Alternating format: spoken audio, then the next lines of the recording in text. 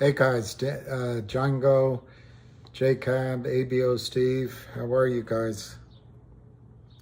Awesome news today. Unbelievable news. Of course, hey, George and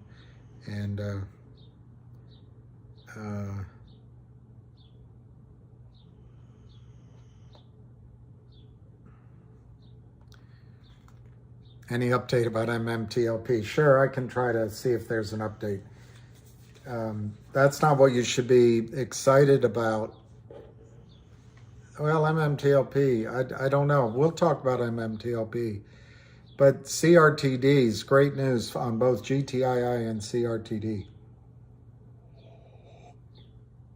Eric from Texas. I'm hoping that Ham will come on today. I have no guarantee that he will. But until the close, you and I will be together. Love will keep us together. How does that song go? Nightmare song. You guys were so lucky you didn't have to live through some of the music of the 70s and the 80s. Ugh. Love will keep us together. Yeah, Dwight. GTII to 2000. Okay, there'll be a ham call, and we'll be here for it. We'll be here for the hamster. Okay, so I promise we can talk about MMTLP. I'm more than willing to hear any question, and I'll do my best to answer it. But my general attitude on MMTLP is the cake is in the tin, it's in the oven. We have to let it bake. If we keep opening the oven door, what's the good of it? Even if we want a flat cake. So I don't know a lot about MULN. Let me see why you're asking me about MULN. It's an EV company. Don't talk about MMTLP. All right, Dwight, I won't. Well, I think three people have asked, so I'll try to keep it short, but I'm not going to do it right now. I want to talk to you about CRTD. I don't know why the heck. I just did a short video. It'll probably take until next December to upload. But let me get the quotes. Darn it. Let me get the quotes.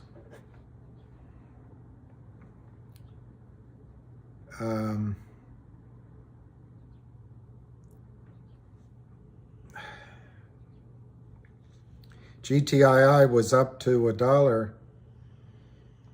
I don't know why my quote machine isn't working. Let me see. Here we go, quotes. Okay, GTII is now 94 cents, but it was high as $1. It's cheap. I'll try to explain why. CRTD is a screaming buy. I can't even believe you're not doing it. You could sell your COSM and buy 5 shares of CRTD right now.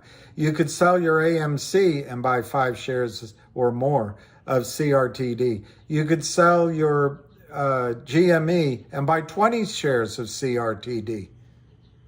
Unfortunately, you can't sell your MMTLP. I hear you. But CRTD is right now 78 cents. What do you get back? What do you get back for, I just did this video, maybe I can find it up here.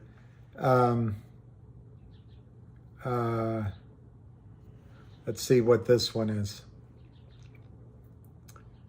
Nope, I gotta find the news.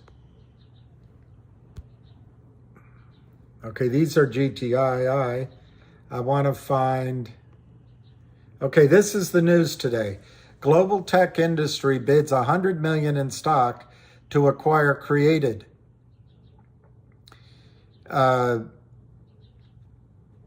have a binding letter of intent to acquire CRTD for $100 million in GTII restricted shares. Final acquisition terms will be subject, blah, blah, blah. Commenting, Reichman said.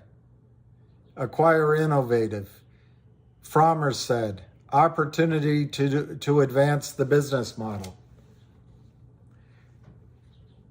But guys and girls, $100 million divided by 30 million, not float, 30 million authorized shares of CRTD is 33 cents a share. So you're buying CRTD. Sorry, I just got confused. I'm jumping the gun.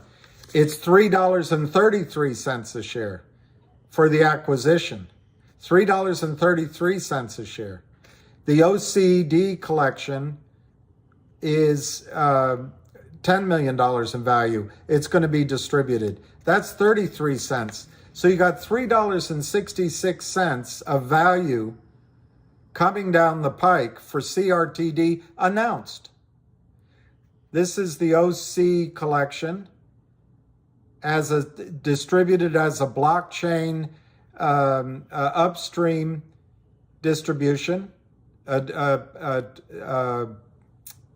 $10 million valuation validated by both appraisal and by a third party having bought into the OC collection privately that gave it a post-purchase valuation of $10 million. 10 million divided by 30 million shares, 33 cents a share. And if you want me to show you the news releases, I can, but it's too boring. I just showed you the 100 million in GTII shares. Divided by 30 million, that's $3.33. That's $3.66. Well, FINRA can kill it, can they? Well, Gensler's not going to do anything. Well, it's probably true. Well, the shorts are selling it. Why isn't the stock up in it? And we have to wait 30 days. Who cares about waiting 30 days? You can go from 80 cents to $3. This will happen soon. The record date here will be soon. Remember CRTD's annual meeting's on the 18th. I don't know why you're not jumping all over CRTD. If you buy it for 79 cents, you're getting this distribution. So you're basically paying 40 cents. And obviously, these things will all fluctuate. So we're taking a picture in time right here. So you're paying 40 cents net for one share of CRTD, and then it's going to be bought out at $3.33 a share. Okay, so what you're going to say? Well, they're offering shares of GTII. That's not worth anything. How can that be worth anything? Ham's just another Lou, and we don't know who to trust. We were burned by popcorn and MMTLP. They stopped trading there. Well, GTII, the audit was supposed to be finished at the end of last year. That's just 2 weeks ago. So it didn't apparently finish. Don't you think it'll finish here in January? That's $100 million in backlog revenue, $30 million in backlog income. And the CEO of the law firm, many lawyers, said that this year, 2023, is going to be better. What's that worth? I have no idea. But I tell you one thing, Kurt Kramer cannot drive GTII down to pennies. But you say, they're going to short GTII down. ARCA says it's going to 46 cents. What's to stop them from shorting GTII down to 30 cents? Okay, let them. Let them. The way the press release was, this $3.33 in value that's coming to you is in shares. In shares. So if they take the price from $1 or just under $1 to just under 50 cents, you get twice as many shares of GTII. Twice as many. GTII has 300 million shares naked short, counterfeit. CRTD has 350. Each of these companies in the December 27th announcement, they said that they intended to combine and then have a new QSIP, new name. And I don't want you to think, well, that's what Frank Benedetto told us at COSM and the Greek guy. It's not the same. These are two management teams that are trying to force a run on the bank of the system. They're going to combine them and try to uplist to the New York Stock Exchange. That's what they said on the 27th. Well, this process of GTII buying CRTD means that the shorts, the Lind partner, has to deliver 30 million shares into the maw of GTII that are real. So the 350 million fake shares have to be bought in. Well, why isn't it in the stock price? I mean, I don't know who to trust anymore. I mean, well, the shorts only have one tool. They only have one tool. Sell. As soon as this news came out, they started selling. Their crack research team did a 30-second analysis. Oh, this is bad for the stock. We're going to sell. Well, remember, they're not selling shares they own. They've got Gary Gensler, FINRA, Goldman Sachs, Morgan Stanley, Ken Griffin, Virtue. They got the whole system behind them. So they can sell counterfeit shares, commit securities fraud, drive the price down, and they make money. It's always worked in the past. But how is the wording in this press release? How was the wording in this press release? The wording is, have announced they have executed a binding letter of intent, created buys GTII for 100 million of GTII stock. So the shorts drive GTII down. You get more stock. It's the dollar value.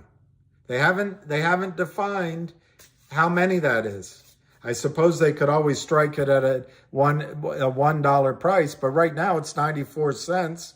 And if the shorts, well, let me see what it is.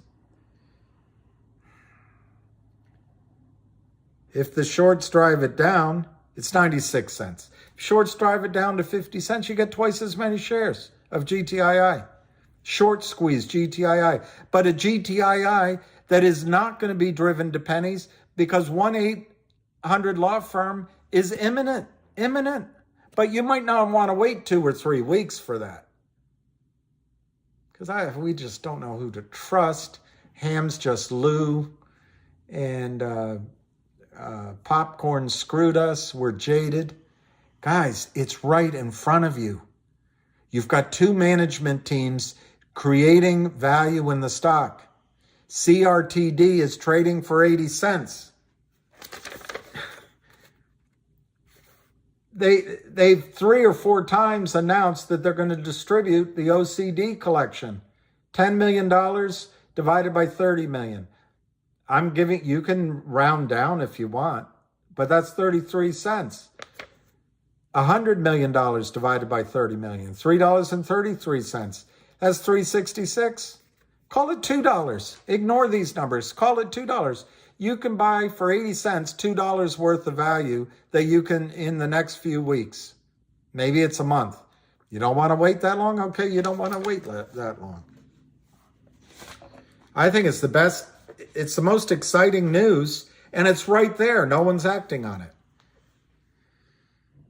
It's also good for GTII, by the way, because they're going to have to, if they go through with the creation of the new entity, both the shorts associated with Kurt Kramer are going to have to deliver real shares, and the shorts associated with CRTD, the Lind Partners, are going to have to deliver real shares.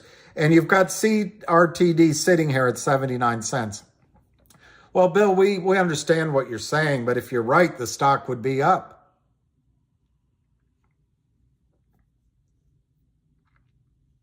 We've been burned by COSM. They issued shares. Jeremy he's gonna create 1.5 billion shares before the next shareholder meeting. What if he settles up with the Lynn Partners? We'll be screwed. That's too much risk. We're not going to do it. I just want to get out of the market. Well, it's okay. Those are all good reasons. But I'm telling you, for 80 cents, you can buy $3.66 worth of value. You don't have to wait for that. Get out at 150, get out at 2, get out at 250, get out at 3.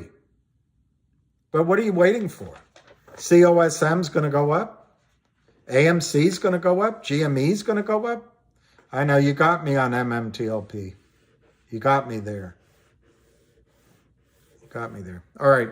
I'll read what you're saying. Hey, Kim A. GTII and CRTD are going to merge, Kim. Let me read it again, just because it's so monumental. Today, January 10th, GTII and CRTD announced that they have executed a binding letter of intent regarding the acquisition of CRTD by GTII for $100 million worth of GTII restricted shares. Subject to, blah, blah, blah. But CRTD intends to complete the spinoff of its media subsidiary, OG Collection, which is worth $10 million. So you buy CRTD right now, you get $10 million of the OG Collection and $100 million of GTII stock. Well, the shorts are going to win. They're going to win. They can drive it down. I don't know how they keep it down. To buy all this back on 350 million shares short, ignoring a squeeze, it's going to cost almost $1.2 billion for the Lynn Partners and their associates. $1.2 billion. They only have less than 150 million of assets under management. These are pretenders with an office on Madison Avenue. Guys, it's staring right in your face. This is an arbitrage. It's a trade. Anyway, George P., I'll be quiet because I've just talked too much. Which is better to buy? Ham thinks GTII is better to buy than CRTD because of the upside in the near term. COSM, George P., I'd sell COSM. Right now, you're getting an opportunity. COSM is trading for $4.65 a share, okay? You give me your number. You think it's going to go up 100%? So 465 can double to $9. If you think the shorts won't start shorting if it goes up, I think you're smoking something. But let's say you can double your money to a little over $9 a share. Right now, you could sell your COSM and you could buy almost 6 shares, 5.8 shares of CRTD. I just told you CRTD is distributing 33 cents worth of value, and GTII just offered them $3.30 in a binding letter, binding of stock. Well, we'll be the shorts, FINRA, Gensler, don't know who to trust. Okay, let's not call it 366. Let's call it $2. Let's just call it $2. You get out at $2. Those same shares, 1 share of Cosmo would be worth $11 at 2 instead of $9 if it doubles from here. Well, which one is going to do it? Cosmo, do you think there's enough out there, enough certainty? Or already announced? That's at $2. What if it goes to 3? Not 366. What if it just goes to 3? That's $17.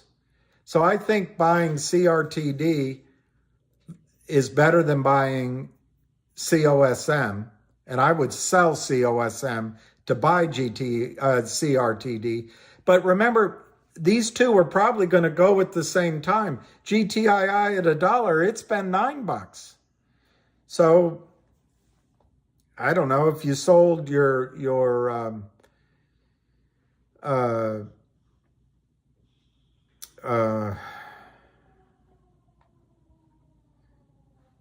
having a hard time doing it, but if you sold your COSM at 460 and you bought GTII, you'd be buying 4.7 shares of GTII. What if that goes to 8?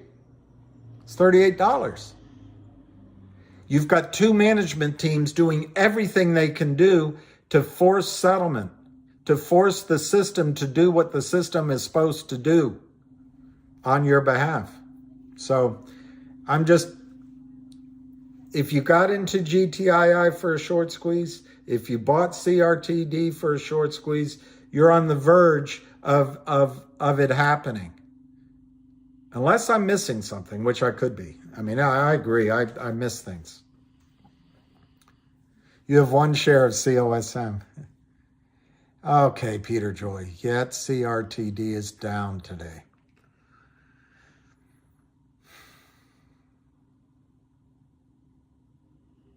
In the United States, there's 4 tickets: a buy ticket, a sell ticket, and a sell short of shares you've located. Under the 4th ticket, under Reg Show exemption, the Reg Show exemption, Reg Show. If you're a market maker, you can sell shares that you haven't located. But you still have to deliver within a day or two after settlement. So Goldman Sachs came up with the F3 button that says, oh, we think we're going to be, we kind of think back in the garage, there's some certificates.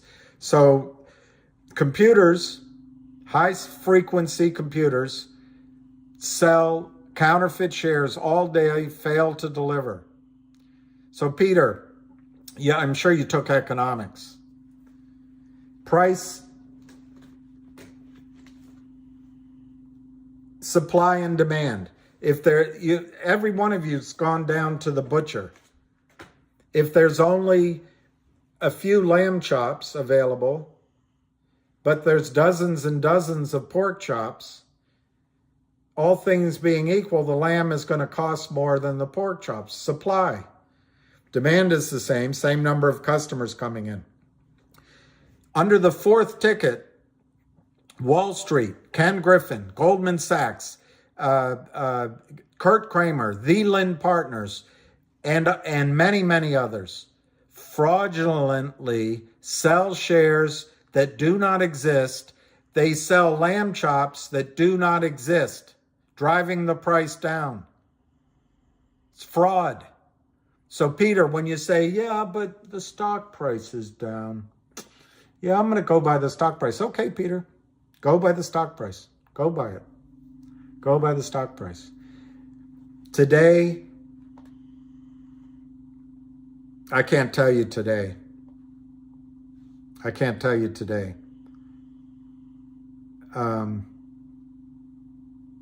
Peter.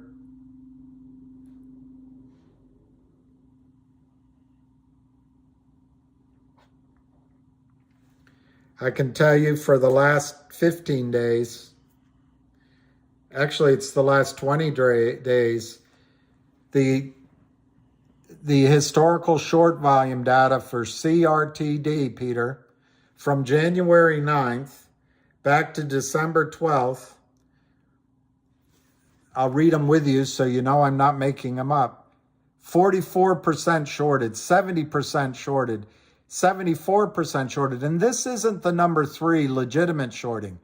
This is, here, I'll show you.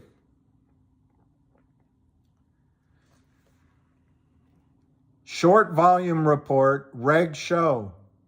All Reg Show dated, reported by FINRA. naked short interest, which is a fancy name of failure to deliver. So Peter, 44%, 70%, 74, 33, 38, 30, 30, 30, 30, 60, 36, 50, 40, 52, 53, 60, 20, 20, 20% fraudulently sold over the last 30 days each days. If you add it up, Peter, yesterday, 500,000. The day before, 500,000. So just adding it up. 1, 2, 3, 4, 5, 6, 7. Over 7 million shares of CRTD, of lamb chops that don't exist, are sold, fraudulent. They don't exist. So we'll see what the number is today, Peter. But if that's your frame of mind, that the stock price is down, therefore everything that you need to know is in the stock price. Therefore, what your lying eyes are reading in news releases is wrong, because the crack research team at the fraudulent criminal financing firm of the Lynn Partners decided that instantaneously they need to sell fake fraudulent shares because the news is obviously bad. So Peter, I get it. But the stock is down today. So wait till it's up. Wait till it's up. Buy it when it's up. Buy it when it's $3. Then you'll have all the confirmation you need to know. 79.5 on 1.11 million shares of CRTD. GTII, 97 cents on 1,000,005. COSM, up 24 cents. It must be going up. It's got to be the place to be. 463 on 3.42 million shares. Remember, the shorts are going to drive that below $1, in my opinion. HNRC, that doesn't matter. I don't know why I clicked that. That's 20 cents. Tesla is down $2 at 118.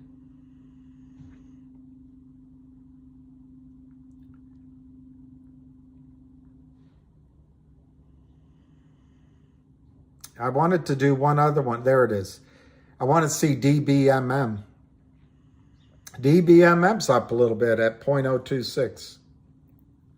It's a massive Ponzi scheme. I do not trust this market. It's all green eggs and ham. You're right. You're right, Cajun Cutter. It is all fraud.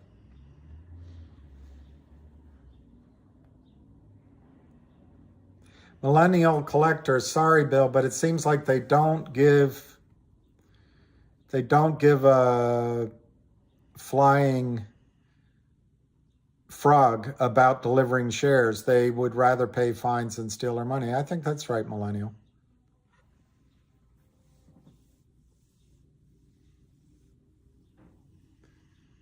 That's interesting. Goofy RY10. So will my share count between CRTD and GTII combine?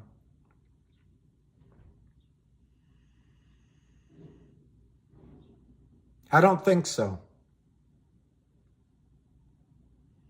Unless Millennial's correct. I don't think so.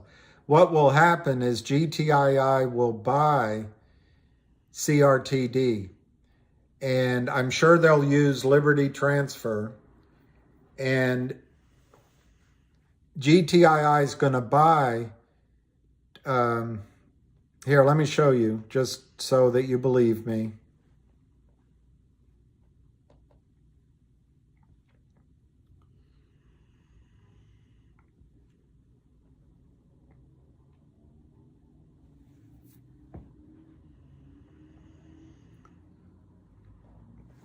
This is CRTD.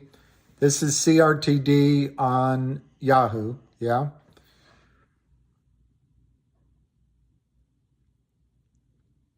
Shares outstanding. Do you see that? Kind of where my finger is. Shares outstanding, 29.77. Float is actually only 28 million. It's actually only 28. That's all they got to buy. But anyway, shares outstanding, 29.77. So use 30 million to be conservative. I think what will happen is GTII is going to buy 30, well, less than 30 million, but you know what I mean. We'll just use a round number. 30 million shares only, stuffed in all of your accounts, as Peter pointed out and as Millennial pointed out and somebody else. The system is full of fraud, full of fraud. So stuffed in your accounts are over 350 million shares, fake. So the system has to regurgitate those fake shares because they have to deliver real shares. They somehow have to cover all of these fail to delivers. They have to cover the toilet paper in your accounts with real shares of CRTD.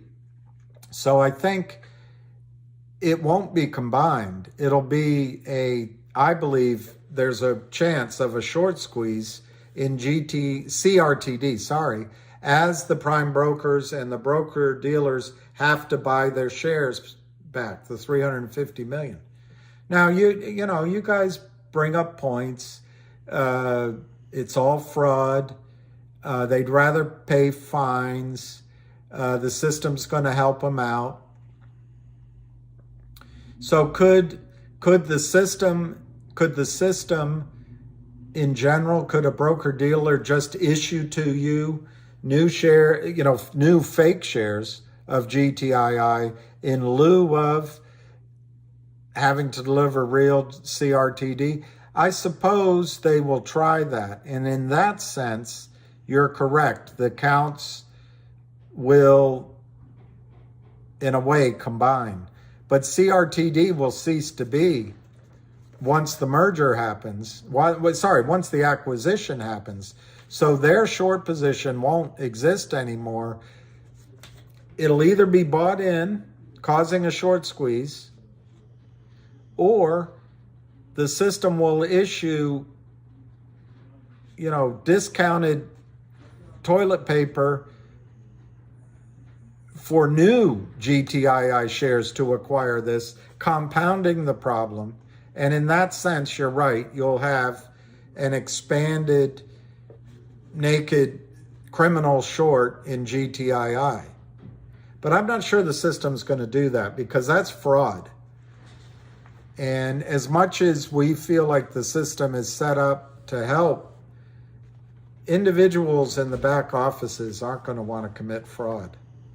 So I think the short squeeze will happen before the merger, or the acquisition, it's not technically a merger. And that could also cause a run on GTII because the shorts see what's coming. But also, as profits come out of CRTD, I think people will be buying GTII to cause a squeeze there. Anyway, that's my answer. Hey, Eric Everett. You're going to give me a hard time. What, for today or something else I said? Yeah, Eric, I think it is good news. But as I forget Peter's full handle, as he pointed out, the stock is down today. So, it's possible I'm missing something. Well, actually, right now, CRTD's up slightly.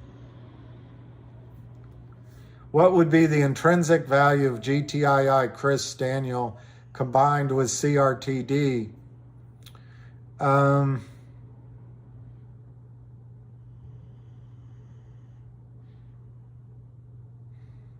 That's a good question, Chris Daniel. and maybe you guys have an answer.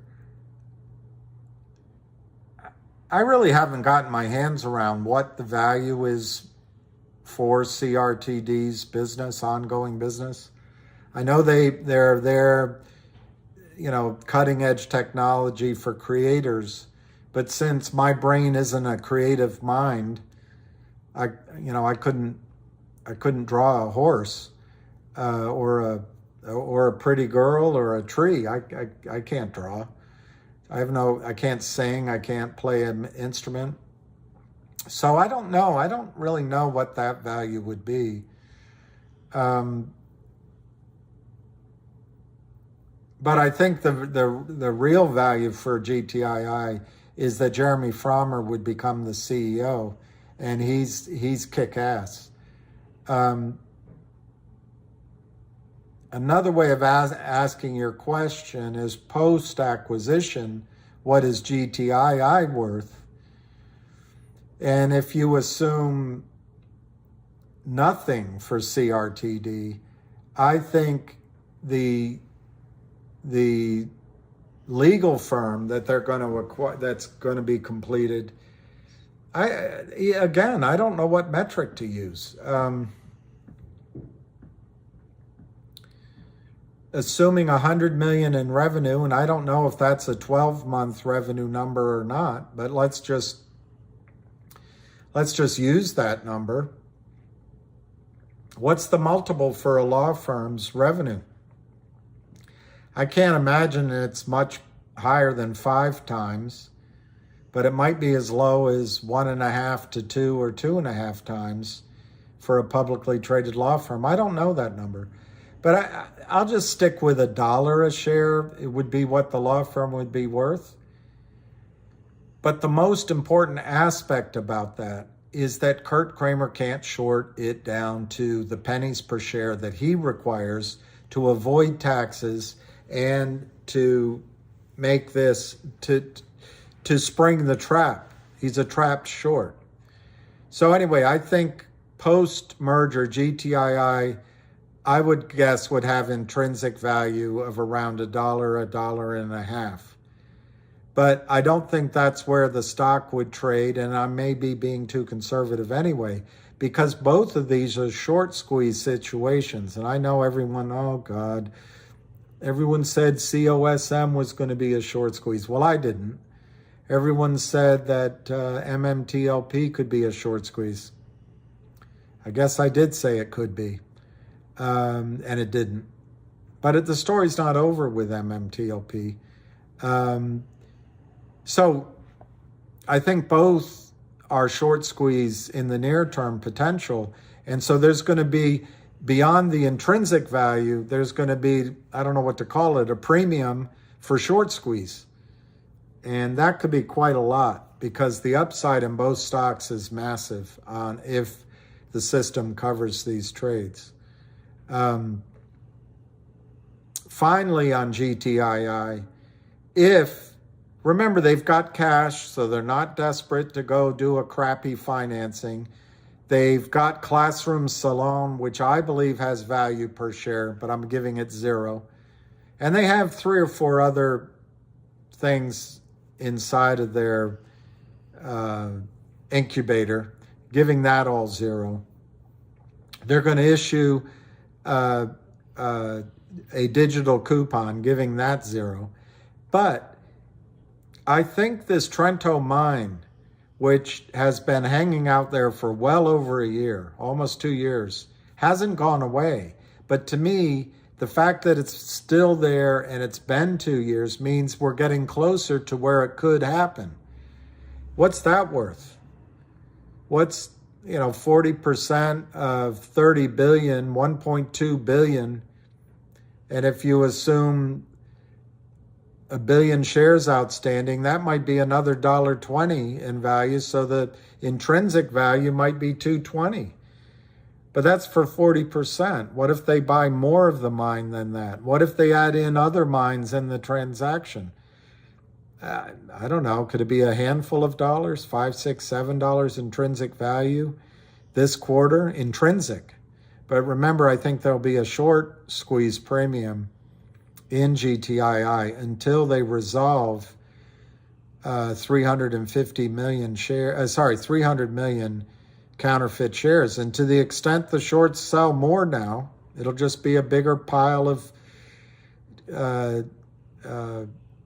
kindling that they have to hope doesn't set themselves on fire.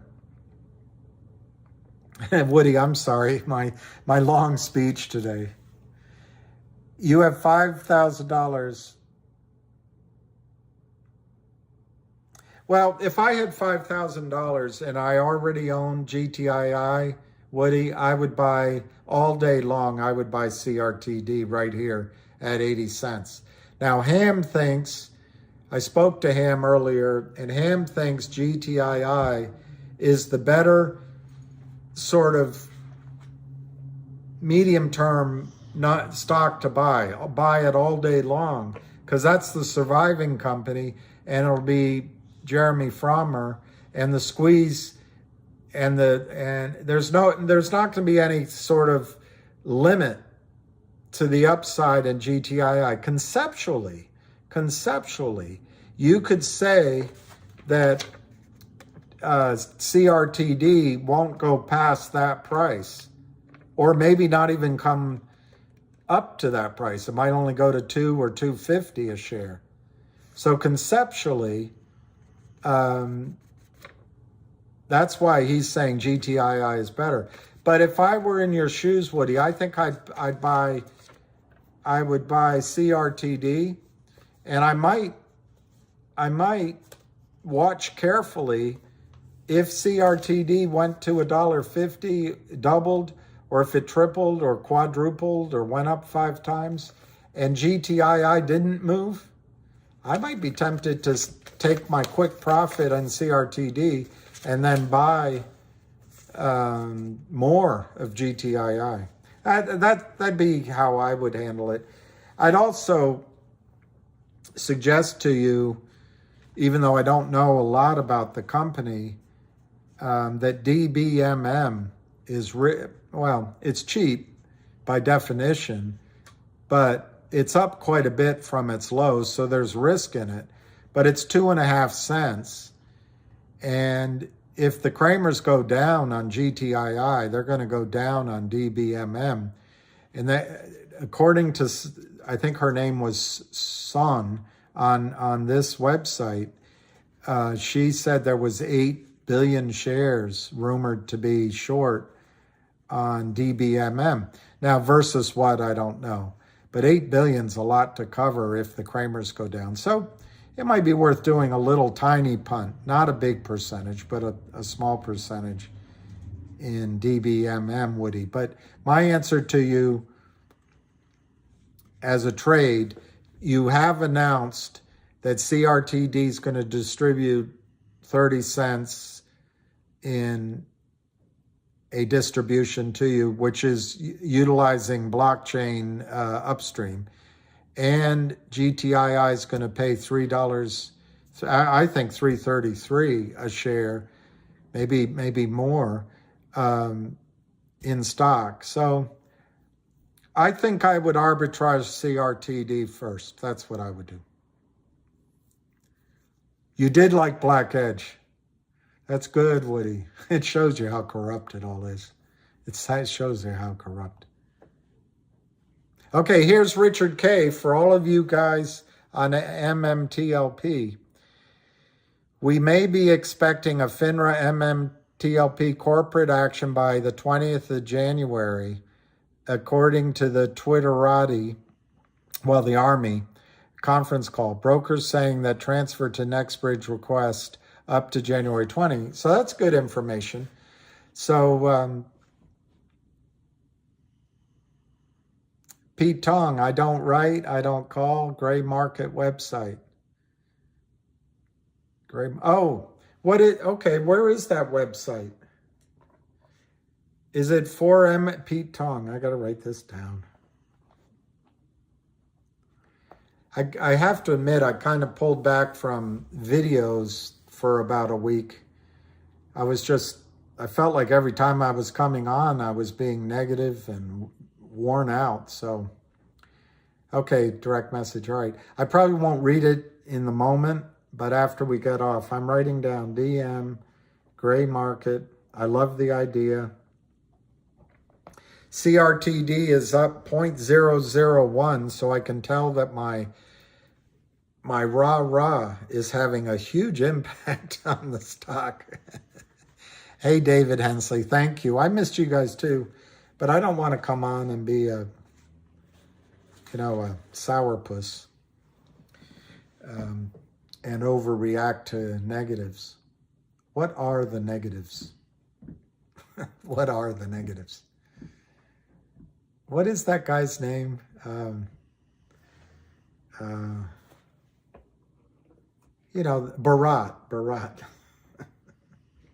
Bharat.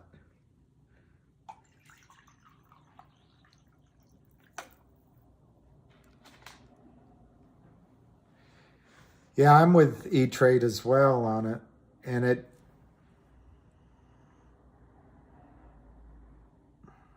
let's just see how GTII is trading. There you go. I love it. I love it. Welcome, well, all right, you guys. Well, all right, you guys. Ham is coming on at 3:30. 3:30, we'll be there.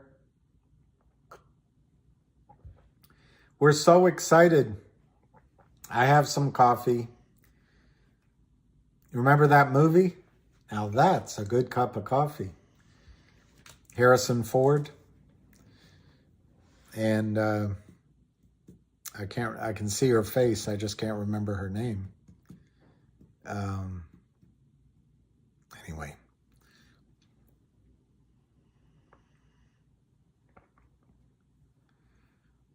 Yes, Thon Lee. I don't know the answer of when the 1-800-lawyer is going to be done, but I'm fairly confident that the audit will be completed. I know you're going to think, what a jerk to say this, but I think it'll be completed in January.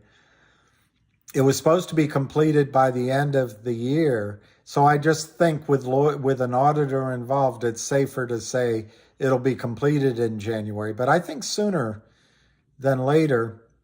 And once that's done, the deal's done. There is a ham call today, Fahad. There is a day. Classic. Mike Cicerone. My coffee of choice, at least today, is any significant news on GTII. Yeah, I'll read it to you. Zach Buzzard. That's great, Woody. I don't know. As long as these shorts give a discount, I think you'll have time.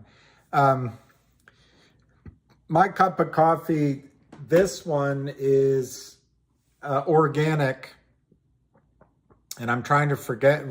I think it might have been Costa Rica, but it's from Trader Vic's, Trader Joe's. It's pretty good. I'm not a big fan of Starbucks, but I have it. I don't know why I don't like that. Anyway, yes, Anthony, yeah, Whole Foods I get there too. Anthony Bird, I will, but let me quickly read the news for Zach.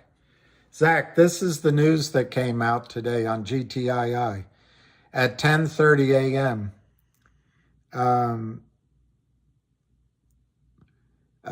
January 10th. GTII and CRTD today announced that they have executed a binding letter of intent regarding the binding, that's binding, that usually means breakup fees, regarding the acquisition of CRTD by GTII for $100 million worth of GTII restricted shares of common stock. Final acquisition will be, subject to blah, blah, blah.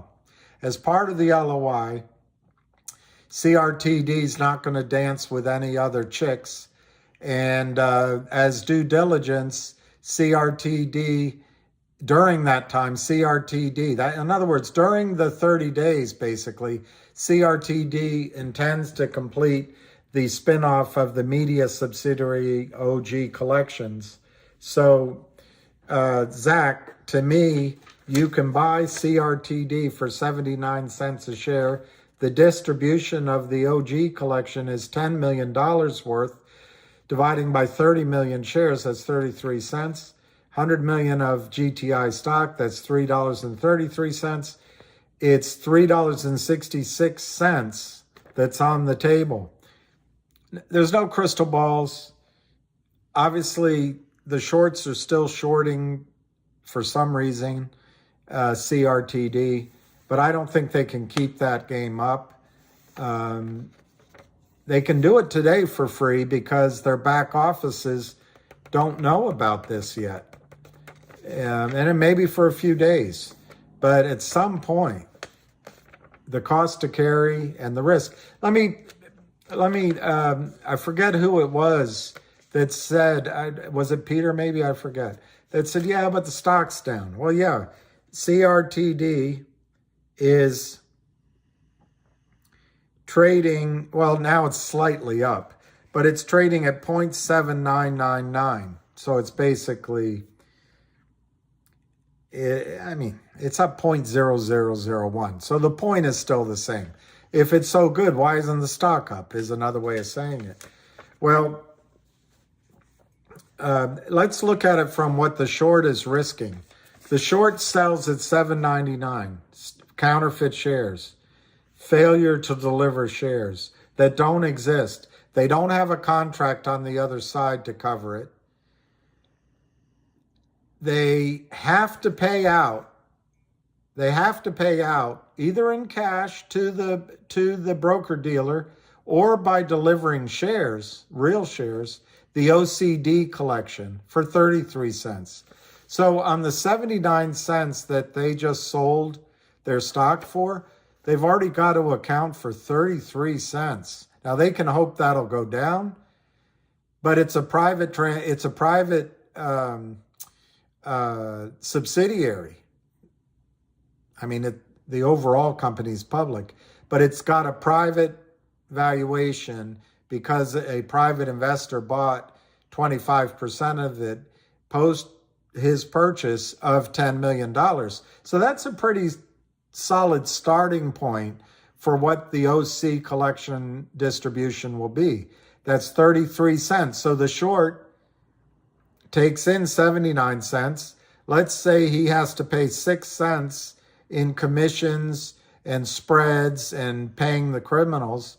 So he's netting 73 cents.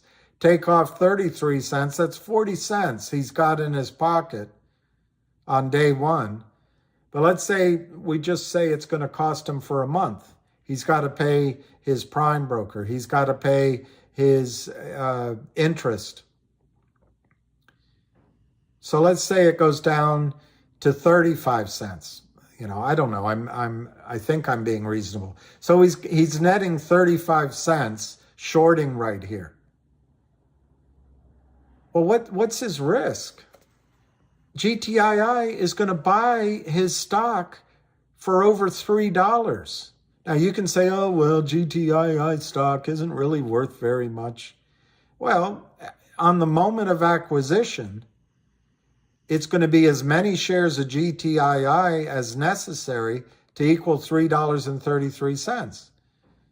You can say, oh, well, it could break up. It's not fun. Well, it's binding, but you're right. I mean, we can look at all the things that could go wrong, absolutely. But just for the sake of the argument, what is the short's risk? The short's risk, he's paying 80 cents. He's ending up with maybe 35 cents net after his carrying costs and after this distribution, which will happen maybe within 30 days or sooner. And so for the 35 cents he's putting in his pocket, he's risking having to come up with over $3 at the acquisition time. This is an insane trade. He's basically selling shares that he's going to have to replace at 10x cost to him. It's an insane trade. So the knee jerk right now is to sell, to get everyone to go, yeah, I hear what you're saying, but you sound like Lou, you sound like Pumper, you sound like, I don't know what else I can say. You sound like Donald Trump. You're just odious. You're full of crap. And the market, if you're right, the stock would be up. Oh, okay, could be, but I would tell you, for the entire time I've been on with you guys, there's been very little volume in CRTD. Very little volume. I'd say less than 10,000 shares traded. So I think sometimes you gotta look before you leap. No, leap before you look, and see what happens. High foreign investments, I think we have to. PRTY is squeezing. PRTY, let me look. Let me look at, I don't think it was PRTY. I think I read it as Part T, and it's not Part T. We have been waiting on 1-800-LAW, now CRT, asked to the Trenton mine. We will be waiting for longer. We have no idea when. All we do is wait. That's right, Chuck. So I would say, Chuck, one thing you could do is take the volume that's happening right now and just get out. You don't have to wait for COSM. They rapid fire came up with the news and I think ripped people off. I don't think you'll have to wait. I mean, I'm sure there's other stocks you don't have to wait in. Waiting is the price. That is the arbitrage in the stock market. You have information, you try to see the future as best you can, and you're willing to pay lower prices now because of the time risk than you would have to just before the event occurs. But I think if you're unhappy with waiting, I strongly recommend just getting out of it. And you have to, if you have losses, that's probably not good advice. But if you have break even or better, just get out. Yes, Chuck, it's going to involve waiting. 1-800-LAW firm has taken over a year. Lawyers and auditors. Have you ever hired any? They're like the World Bank. SLOW.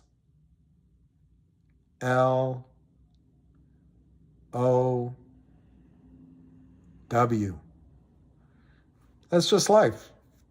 But you had to wait. It was painful. And then now CRTD going to have to wait 30 days.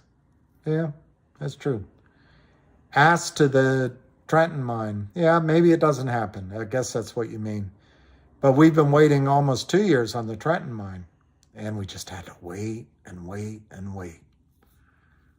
Yeah, we'll be waiting longer. And we have no idea when. All we do is wait. I agree with you, Chuck. It's not fun. So your choice is to get out or wait, basically. MMTLP will not go away. 64,000 investors united. Assets are real in demand. And it's a private field that doesn't have federal leases.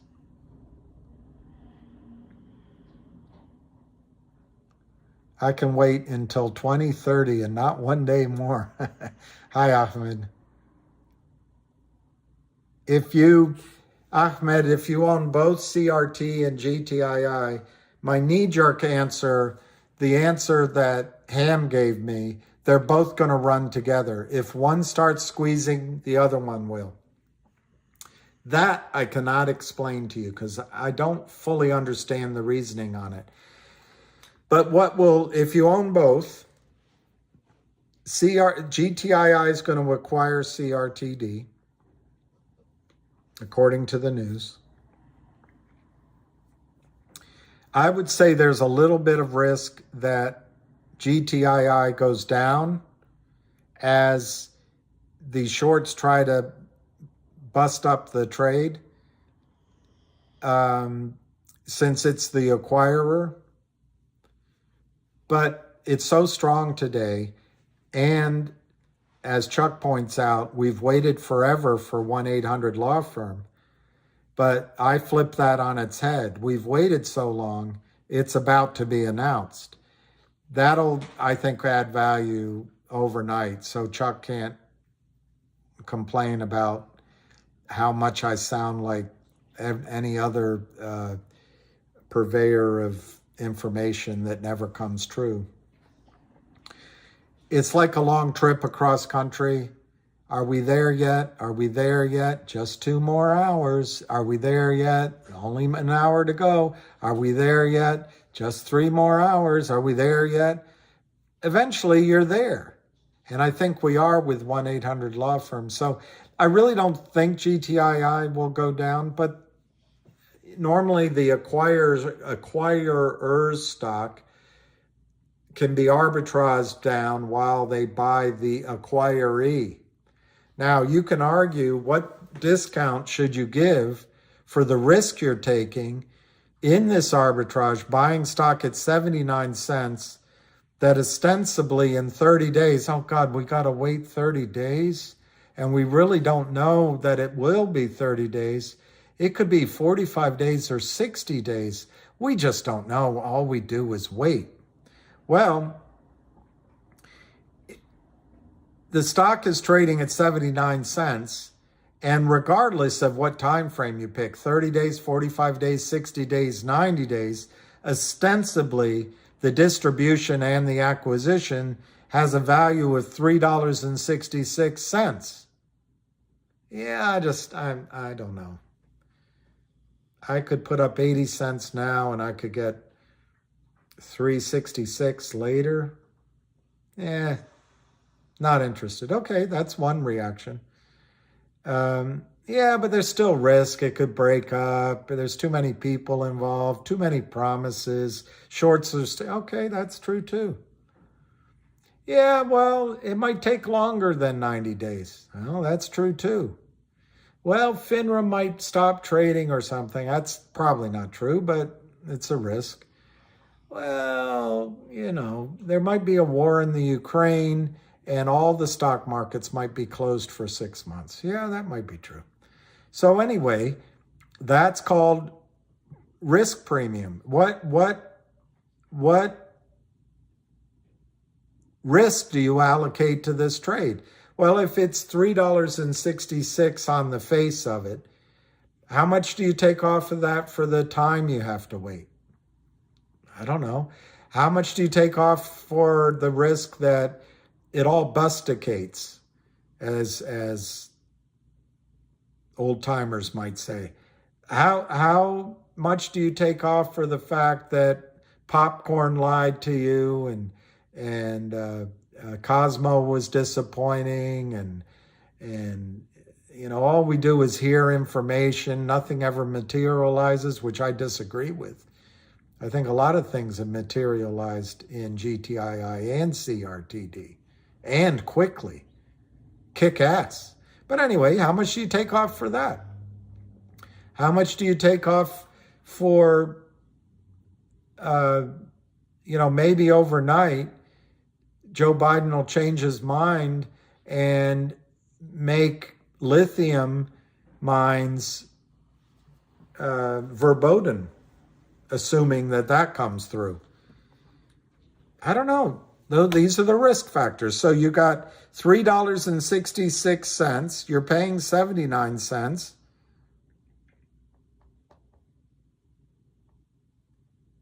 So there's $2.87 right now on the table that no one wants to buy the stock because they see too much risk in waiting. They see too much risk in the shorts.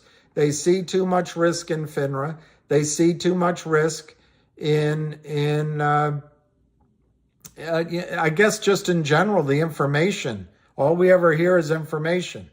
Both stocks, you can check the news stories, have had a lot of events.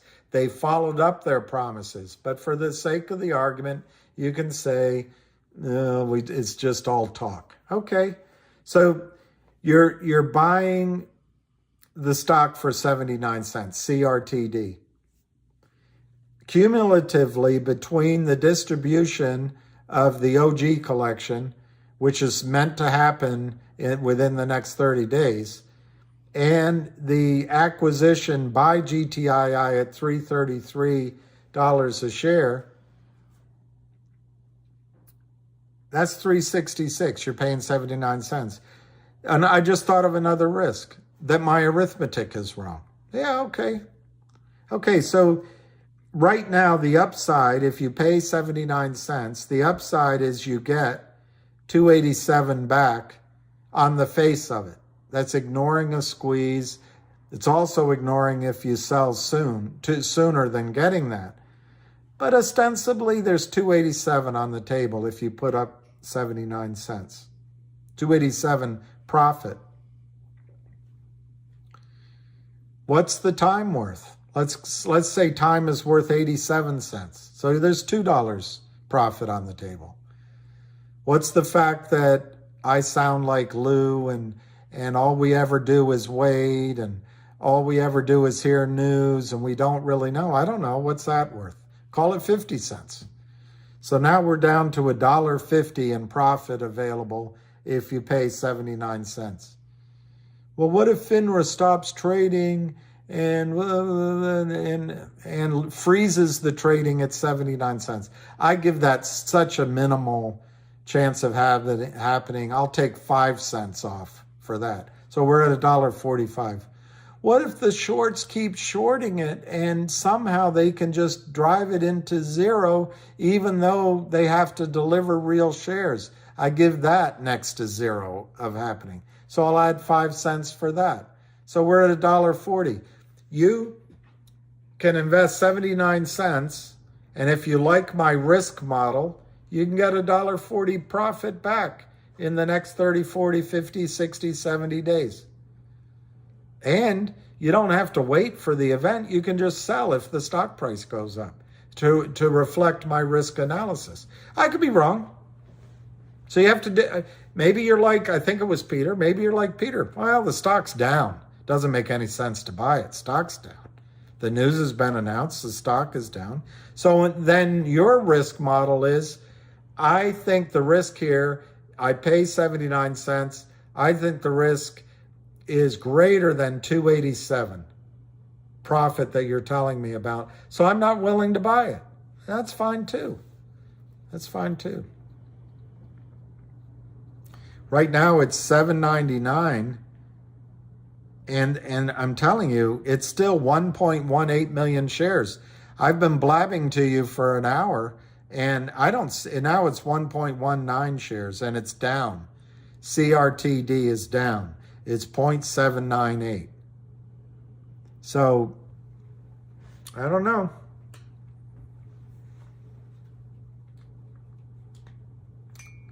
I think that's right, Richard K. I'm not as upset with the illegal aliens as I am upset with the overpaid wankers who take our money, the bankers. Andy, I really like DBMM, but I don't think I can educate you very much. What I like is this. Her title isn't CEO. It's something like Principal Skinner.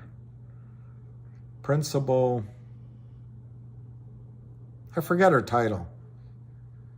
But anyway, she runs the show. And to my memory, her name is Linda Perry. I think she's awesome. I've never talked to her, but I read what she filed against the Kramers. I thought it packed a powerful punch. And I understand there's 8 million shares naked short. So let's just look. Let's just look that up. Since I should know the number when I'm answering that, because I don't know how many shares are outstanding.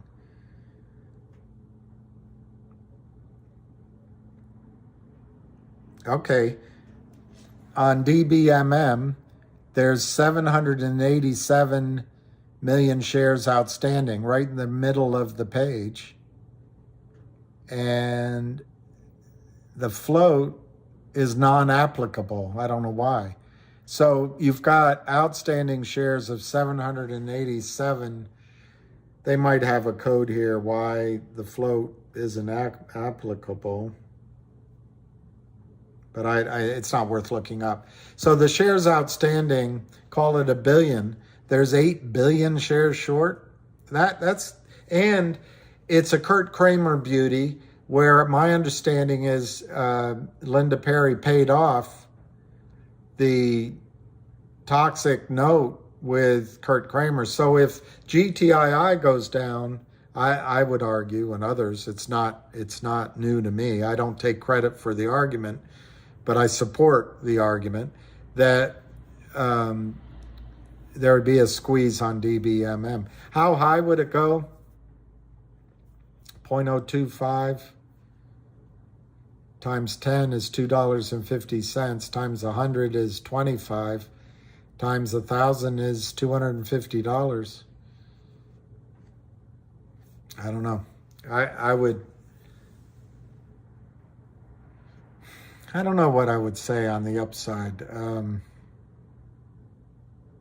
I would say $25 would be a reasonable, pretty pounceable return on that.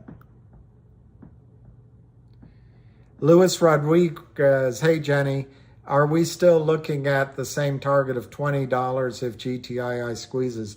That's never been my target in a squeeze. ARCA has turned negative on GTII, but last week ARCA was saying $18.86 and then $18.26 statistically. If GTII squeezes, I think it'll go in a spike. It'll go to thousands of dollars. Whether it's 1, 2, 3, or more, I don't know. But you've got probably 350 million shares to cover, possibly as many as 500 million. And I don't think it would take more than 100 or 200 million shares to cover to get it into, get it to $500 in a heartbeat. So I think that's in a squeeze. I would say that my attitude right now, after what the Kramers, kind of triggered by Lou, whether it was intentional or not, I don't know. And I think to the people who listened to Lou, they made money.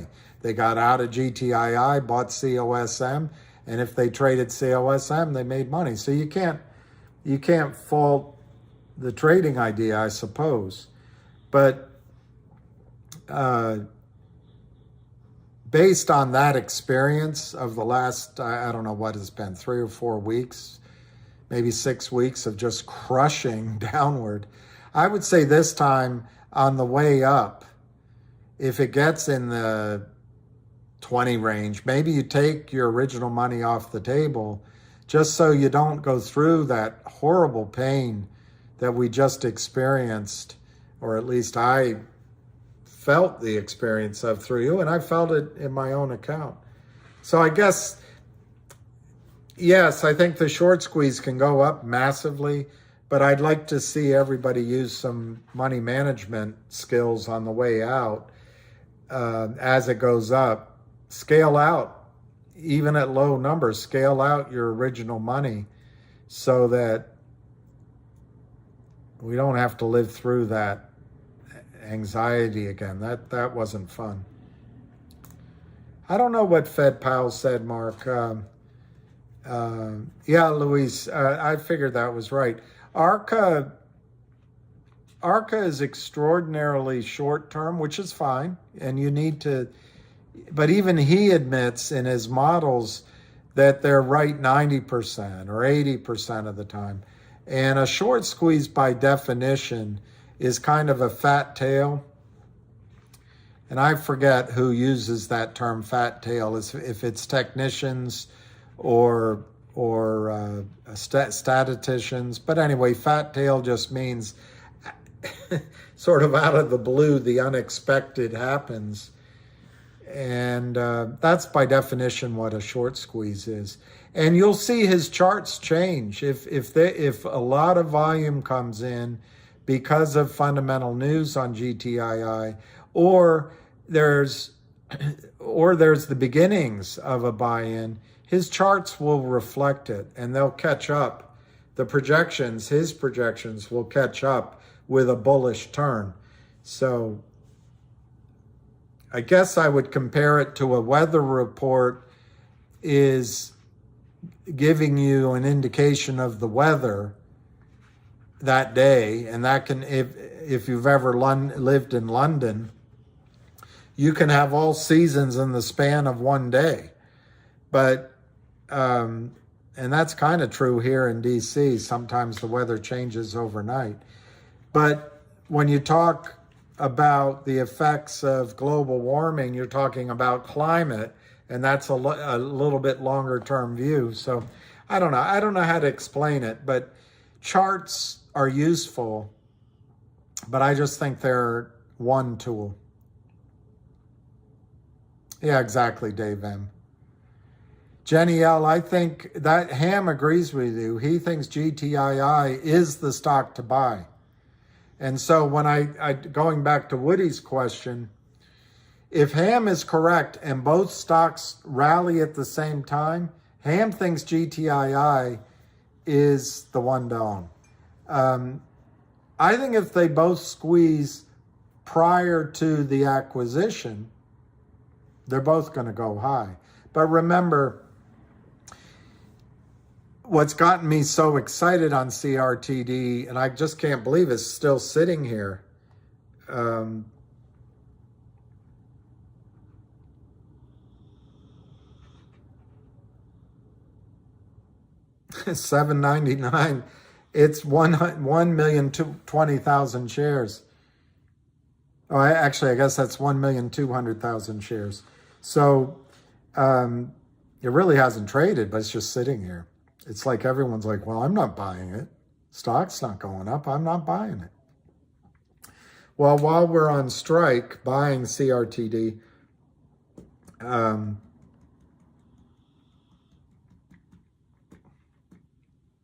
just don't know what to say.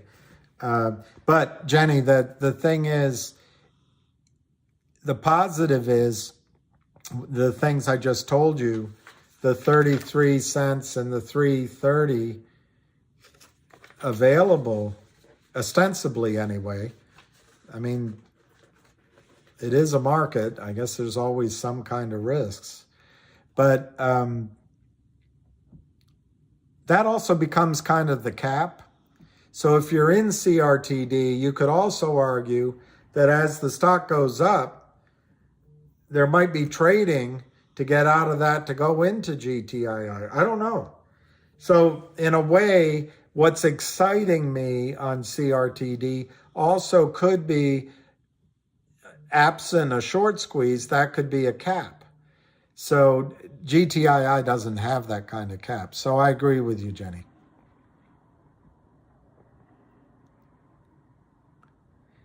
Brooklyn Chris, yay, yay. It's good to hear good news. It's good to hear good news. I'm sure you would have advanced without my advice, but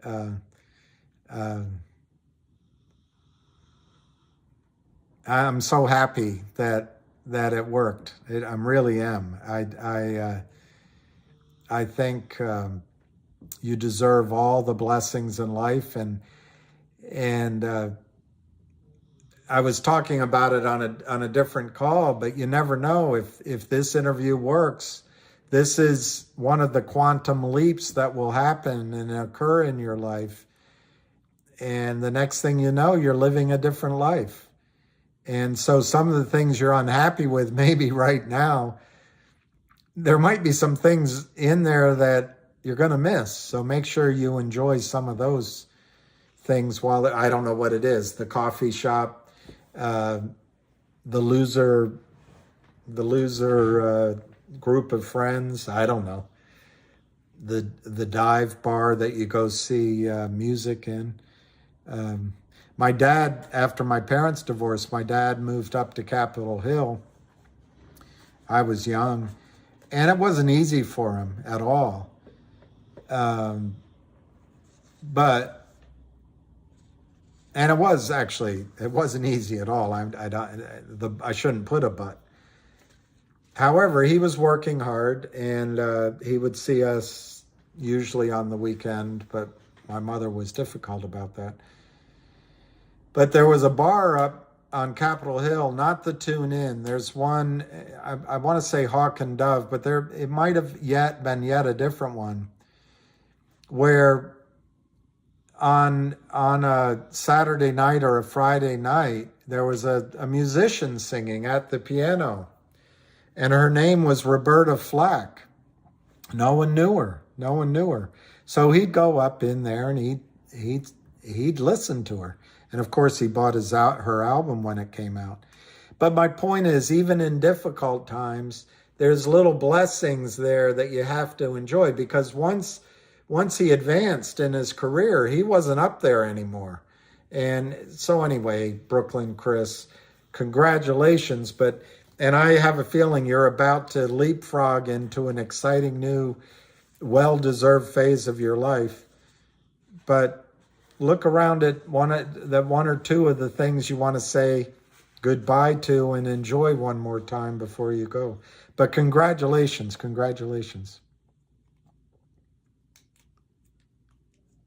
Okay, John Smith Joe. Yeah, Frank Lehman. Naked shorting is the problem. Yeah, even if they just covered the last 3 or 4 days, it would blow out of here. That's what they're scared about. That's what and I'm not saying, look, my viewpoint has been proven wrong several times over the last year or so as it relates to GTII. The stock starts going. Obviously, the best thing in retrospect would have been to sell. And the idea that all we do is wait and they don't do anything, it's proven true. I've found in investing as well as in life, being Eeyore usually is correct. But some people try to be Christopher Robin, and some people, it's not me, but some people just always have a positive attitude and they win over and over and over again. But in this situation,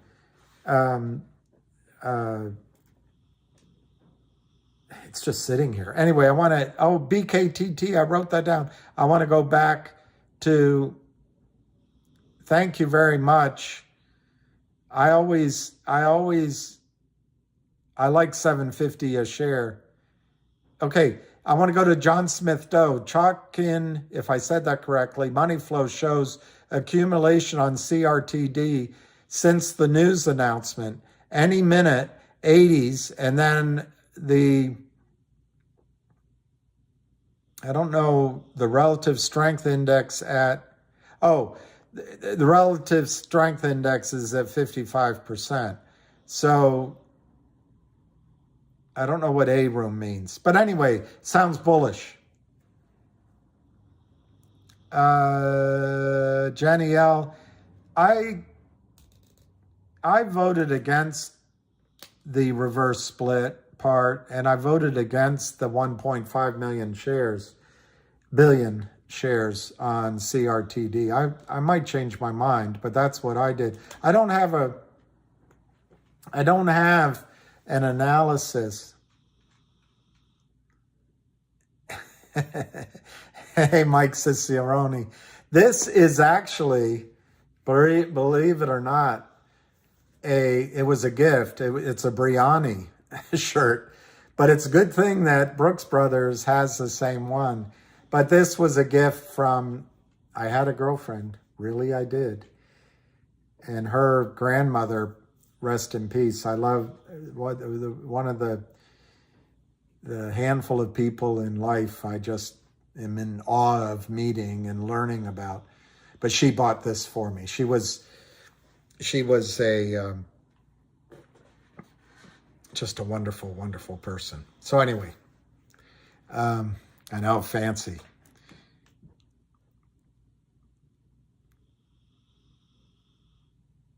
Well, Richard K., I think a couple of things about anti-shorting, and I've been down the last couple of weeks, but I think what I'm going to do, I watched the House last night, and they were debating the IRS bill. I got bored. I didn't watch it all the way through, but I must have taken pictures of 20 congressmen and women, both sides, Republican and Democrat, who were arguing that this bill will either cost $160 billion over 10 years, or will save us X amount of billions, or that the fat cats are going to get away with a few $100 billion.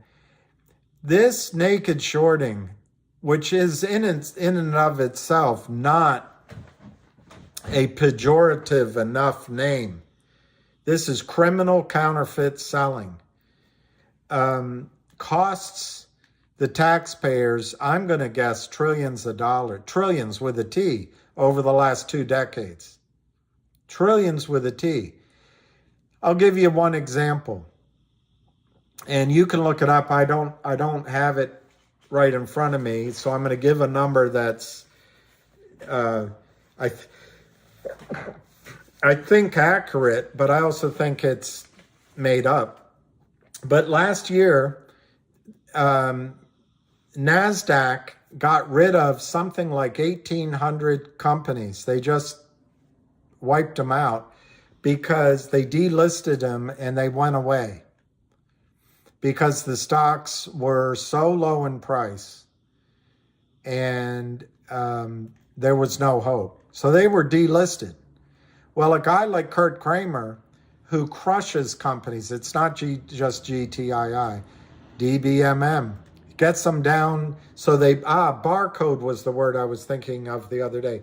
DBMM looks like it has been barcoding a long time, but now it's breaking out. But if you delist stocks that have just gone down to 0.000001, HNRV is an example, you delist it. And if a guy like Kurt Kramer sold billions of shares fraudulently and never delivered on them, obviously, if that stock gets delisted and goes out of existence, he gets to keep the proceeds of billions of shares he sold, I don't know, maybe for $30, $40, $50 million without paying taxes, because there's no 1099, there's no closing transaction. So I've been debating how to do it, and I think what I'm going to do is just write a letter to each of those congressmen and women. But I'm going to look for a website, not like the one I used last time. Maybe I have to pay for the website to create some mechanism to get you all's signatures on there, and then print it out and mail it to each one of these people. Because if they want to go after to get hundreds of billions or trillions of dollars recovered taxes without going after the working man and woman, and maybe they don't want to go after their overpaid wanker supporters. But here's something they could all agree to go after: criminal, fraudulent, naked short selling. So I want to do that. But to answer your question, I think that the number one way of quitting this would be to repeal Reg Show. It's probably not going to happen. The second way of doing it is what you and I are trying to do, you most of all, is cause them to lose a lot of money, whether it's MMTLP, GTII, CRTD. It could happen in Logic, the other one I've told you about, DBMM. There's a handful. If they lose money, they'll stop. But the number one way to make this stop is put one of them into prison, put one of them into jail. Obama never jailed any of the overpaid wankers, any of them. Never jailed a single one. So I'm not hopeful, but if they just put one of them in prison, the rest of them would stop doing it. Thank you, Sean. One true cover ends it all. Thank you, Mr. Lincoln.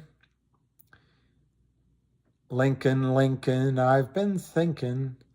What's the joke about knock knock, who's there? Lincoln, I can't remember it.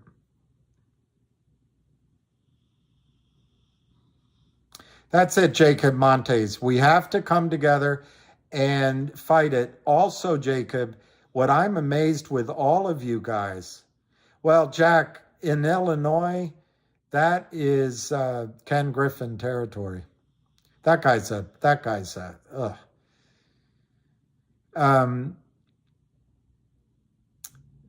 But Jacob, I'm just amazed with all of you guys, and I lose my cool sometimes, and sometimes people, like that one woman said I should get help for my gambling problem. I've thought about it. I wonder if she's a psychologist and she sees something. But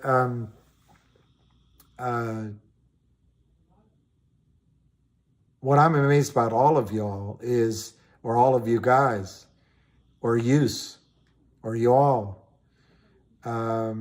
is just the knowledge and the intelligence and the questioning, the critical thinking. So they're never going to put this under the rug ever again. And I was talking to a friend from London. She used to work at Deutsche Bank. And I just said, you know, the markets might lose a generation of people. People might leave the U.S. financial markets for a generation. When I got in, that kind of had happened. It definitely happened after the Depression. And it'd be a shame. But anyway. Yeah, Bob S., I do have thoughts on Logic and Go Logic, but I wanted to answer one thing. Well, I wanted to point out one thing. Somebody here, my memory, I used to have a better memory, talking about, darn it. Anyway, I just want to point out, CRTD is now 80 cents. So you're right. It was doing some sort of distribution, and maybe now we're ready to go into the 80s. Country Pride, I think I want to add to my channel and do a stock talk. That'd be great, Country Pride. Thank you, Jenny L. I don't know why anyone would listen to me especially when I get upset, but I don't know what's going on with OTIC. And what was this PRTY? I don't think I wrote it down correctly. It was squeezing. So anyway, Go Logic and Hey Noblesse Oblige and Logic. I want you to focus first case on Logic. Logic is trading at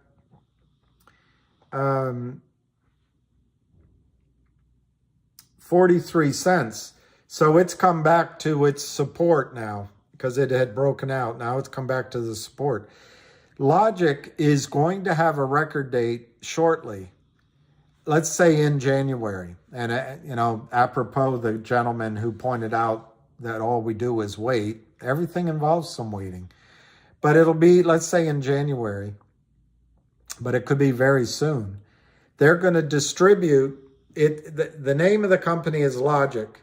They're merging into the Abry SPAC, but it's not really that.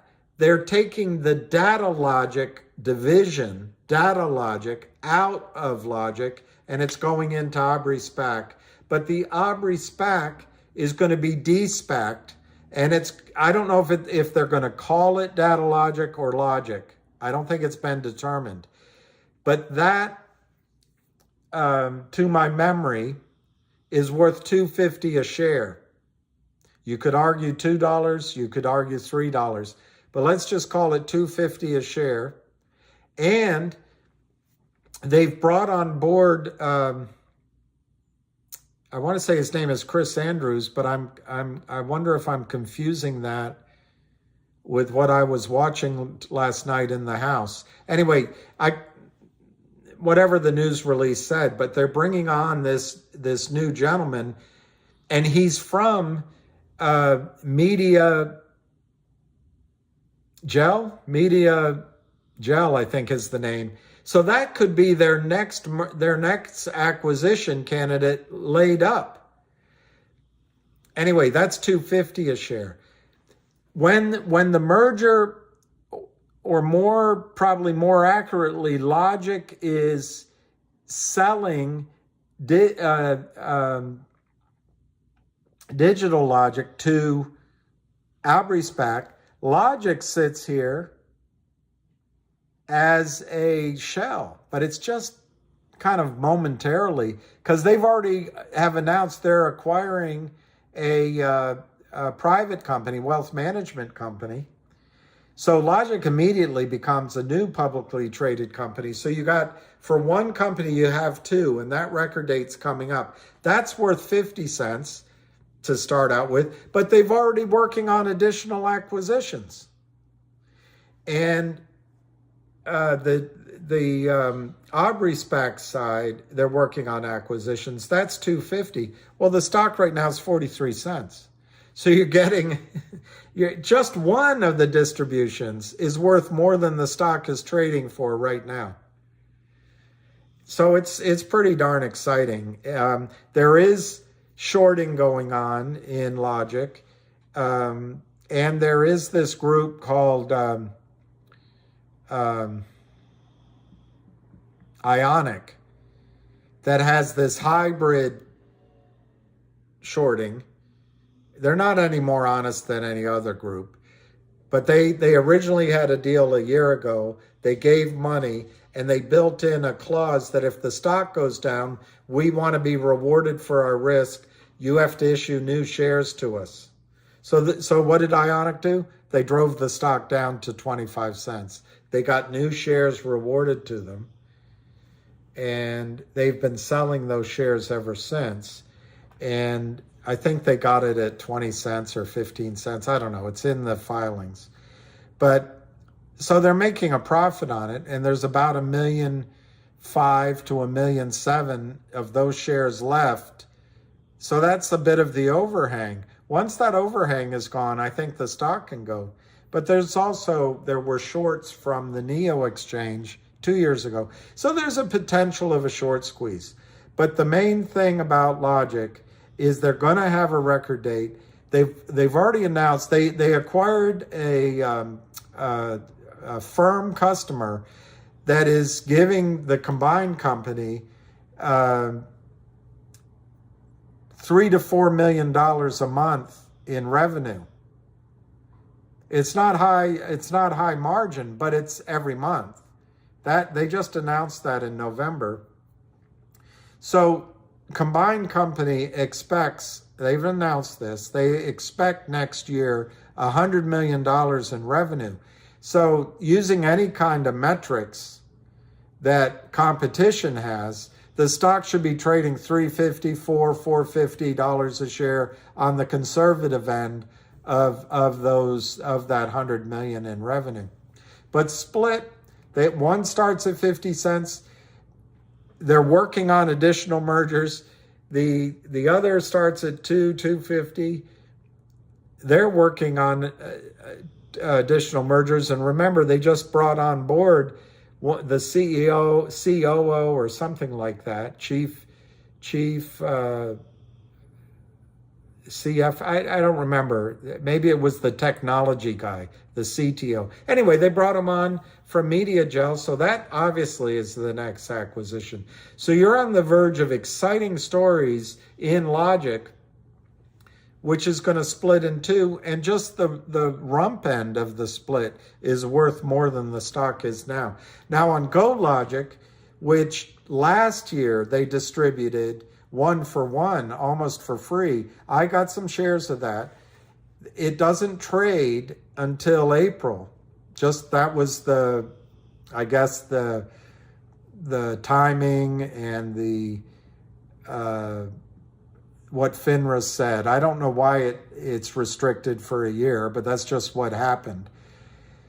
But they just announced, and this is Southeast Asia, they just announced a great new person on their board, Candace, I don't want to say Bergman, but really talented and deal maker.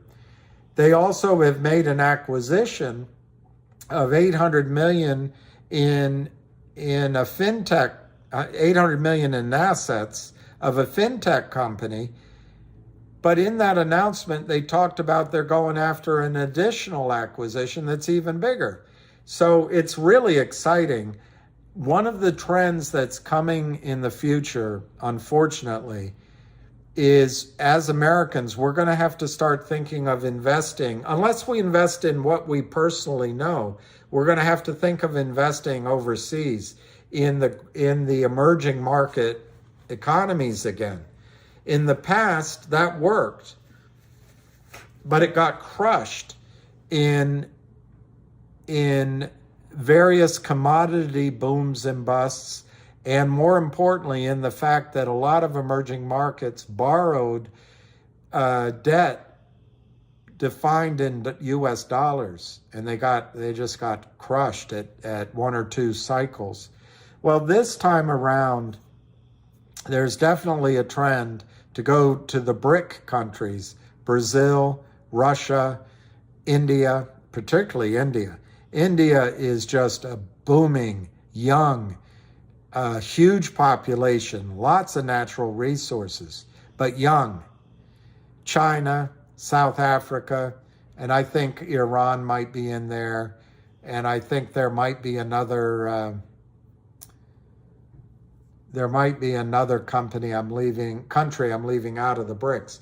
But the point is, there's an aging of population going on in the United States. It might be why Joe Biden has just opened our borders as if we have no borders, because it brings in younger population. I don't know.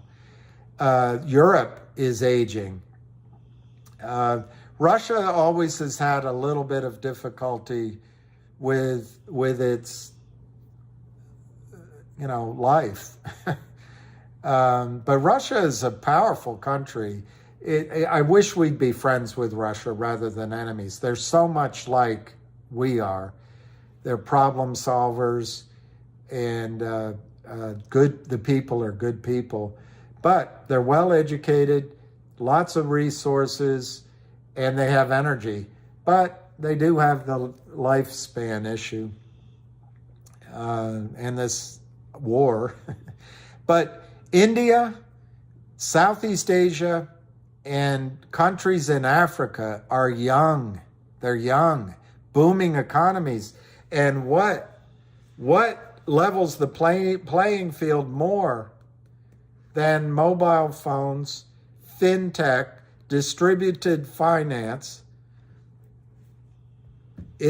That's what GoLogic is in. And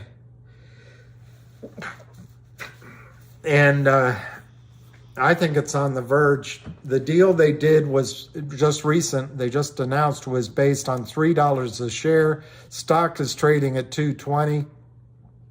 I think GoLogic is just a terrific stock to buy. that takes advantage of a youthful, growing, emerging market, Southeast Asia, Vietnam. I think it's just a tremendous play. By the way, I don't want to talk about it right now, but you can make that same compelling case for Finger. You really can for Finger. But let me see some of the things here. Candace Beaumont, thank you. I said Bergman. BAKKT, One World Currency. Well, Liverpool, I did read a bunch of books on blockchain. It was like reading about the Middle East when I was younger. It's like, oh my gosh, this is so much information. I don't know if I can process it all. But I slowly got into my head one idea that I think has the banks petrified. Blockchain sets up this thing called DeFi, decentralized finance. Oh my gosh. You can bring, Charlie Merrill wanted to bring Wall Street to Main Street. That was the beginning of Merrill Lynch. Wall Street, it's shiver my timbers. If some of this DeFi really gets hold, you don't need to pay fees. You don't need to pay overdraft fees on everything. You don't need to pay monthly fees. You don't need to pay $5 to take your own money out of the bank. You don't need to pay, some banks charge you just to put your money there. You don't need to pay that. You don't need to pay all these asset under management fees. It's really scary. You don't have to pay these enormous loan fees. It's really scary for the banks. But what it's good for, to put it in bald-faced terms, it's good for a lot of brown-skinned people around the world. They get to have access to the financial services and financial markets and lending from financial markets that a certain segment of white people have had. When you judge white people, remember, guys like me, my great-grandparents came over from the Irish potato famine, and the Italians and the Lithuanians. It wasn't like we were invited into the country club. So race isn't the exact issue.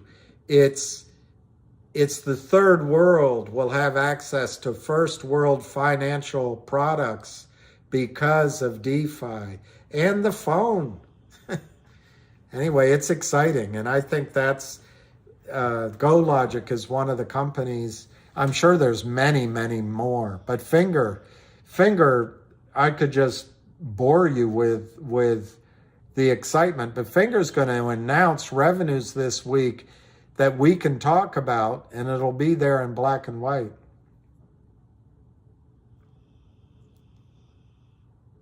Tyler Parsons, it's LGIQ. Yes, Sizu, that's it. Tyler Parsons, that is the thing I've been debating all day, but I'll answer it. But Tyler, let me just read again the news story, just for people that tuned in late. Today at 10:30, Global Tech Industries offered $100 million in stock for Created Inc. So GTII and CRTD announced today that they've executed a binding, which usually means breakup fees, letter of intent regarding the acquisition of CRTD by GTII for $100 million in GTII restricted shares, $100 million, subject to CRTD has committed to a 30-day trade halt in dancing with any other girls at the ball. CRTD also intends to complete the spin-off of the OG collections. So to answer that, Tyler,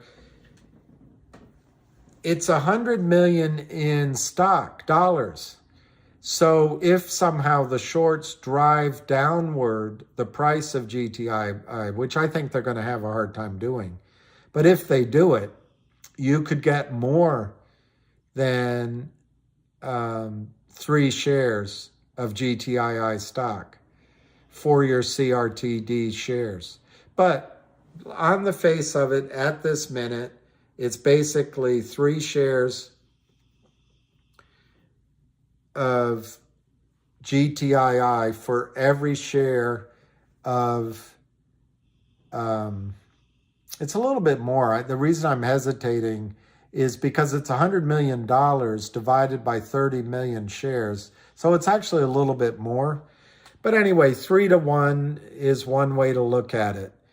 But if you want to allow for the fact that it's $100 million,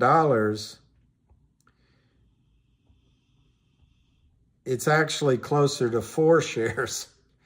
So somewhere between 3 and 4 shares is what you're going to get for your shares of CRTD. You're also going to get for CRTD a distribution of that OG collection, which is, 33 cents. It's a scary situation which the Lynn partners are in. Looking spiffy today. Thank you, Phyllis Todd. You're a sweetheart. I love it. Nothing less is expectable. I hope so. The Jukester, it's supposed to be a 123 distribution. Are you talking about MMTLP? Maybe. Oh, there is a company doing one. What's the name of the company? That would be something to follow. That's possible, Red Hook Texan. I believe Ham agrees with you. Would I buy GoLogic or Logic? Right now, I'd buy Logic. I would want to get the distribution of the two. But I think GoLogic is really exciting too. It's trading, I think, at $2.10, $2.15. The last deal they did valued at $3 a share. And I think there'll be additional items coming. But if I had to make a choice right now, I'd buy Logic simply, if I had to pick one, simply because for Logic, you're going to get a 50-cent company and a 2.50-cent company, $2.50 and 50 cents, 2 different companies. And you also might get a short squeeze thrown in for free in Logic. And I think Logic's going to announce its revenues as early as this week.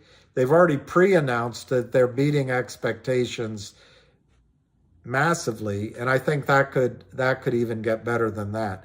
So I think I would, if I had to pick between the two, I would buy Logic. You're paying 43 cents. Just part of the distribution is going to be worth 50 cents and growing. And the other part that goes into Aubrey SPAC will whatever it's going to end up being called is $2.50 to start with, give or take, and it'll grow. So then I think maybe you have an opportunity. That's moving a step up from 43 cents to maybe $3. Maybe you sell a little bit and buy a little bit of GoLogic.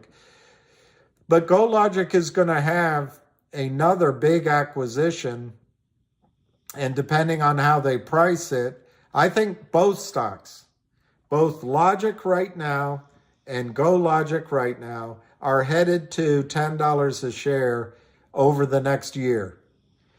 Logic has a chance at a short squeeze, but I think they both could fit the model of growth in revenue, growth in earnings, and in a space that investment managers are going to start looking to as the rest of the market starts doing what my dog does twice a day as I walk him.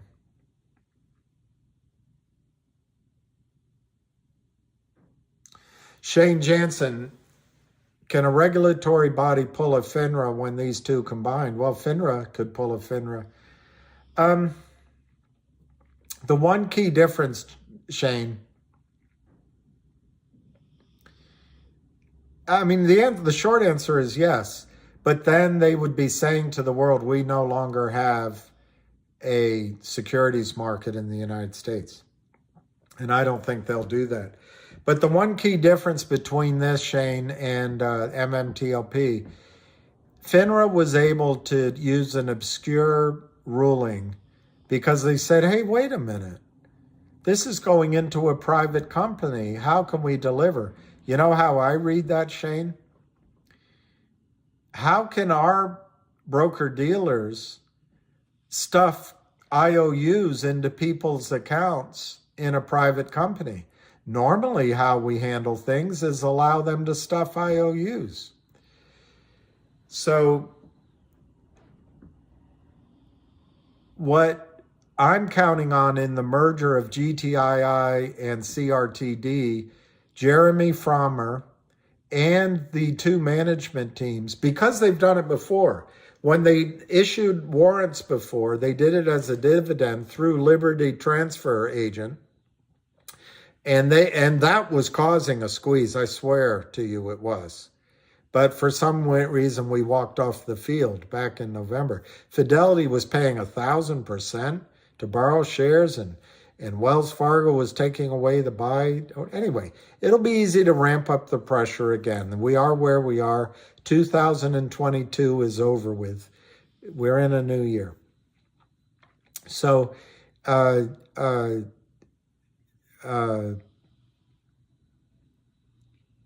MMTLP was being merged into a private company, and I think FINRA just said, we can't settle these trades, so we're going to stop trading. This time, I don't think they can say that. But, you know, you didn't ask this, but one way to FINRA this would be to allow broker-dealers to stuff your accounts with IOUs, shares of counterfeit shares. I don't think that's going to happen, though, because if brokers do it, it's fraud, and they can lose their franchise. It's one thing to kind of look the other way when you walk into a party and everyone's snorting cocaine, but you want to be in the party because the chicks are hot. So you just go to the back deck and grab a Budweiser and try not to pay attention. But it's a different thing to walk in and bring the cocaine with you and start selling it to people in the party. You can get arrested for that. And I think that's what the broker-dealers will face. They kind of could argue in MMTLP and other situations, well, we didn't really know, we kind of caught off guard. They cannot argue that in the case of GTII and CRTD. We've driven the truck right up into the lobby of the SEC. I did two tapes right in front of FINRA. I might go do another one. We've called FINRA. We've called SEC. They know about this. And the broker-dealers know about it. So I don't think they can pretend and look the other way. I think they would be committing fraud. So I don't think they'll allow that to happen. Yeah, Daniel. You can guess which part of the party I was, usually, if I was invited at all.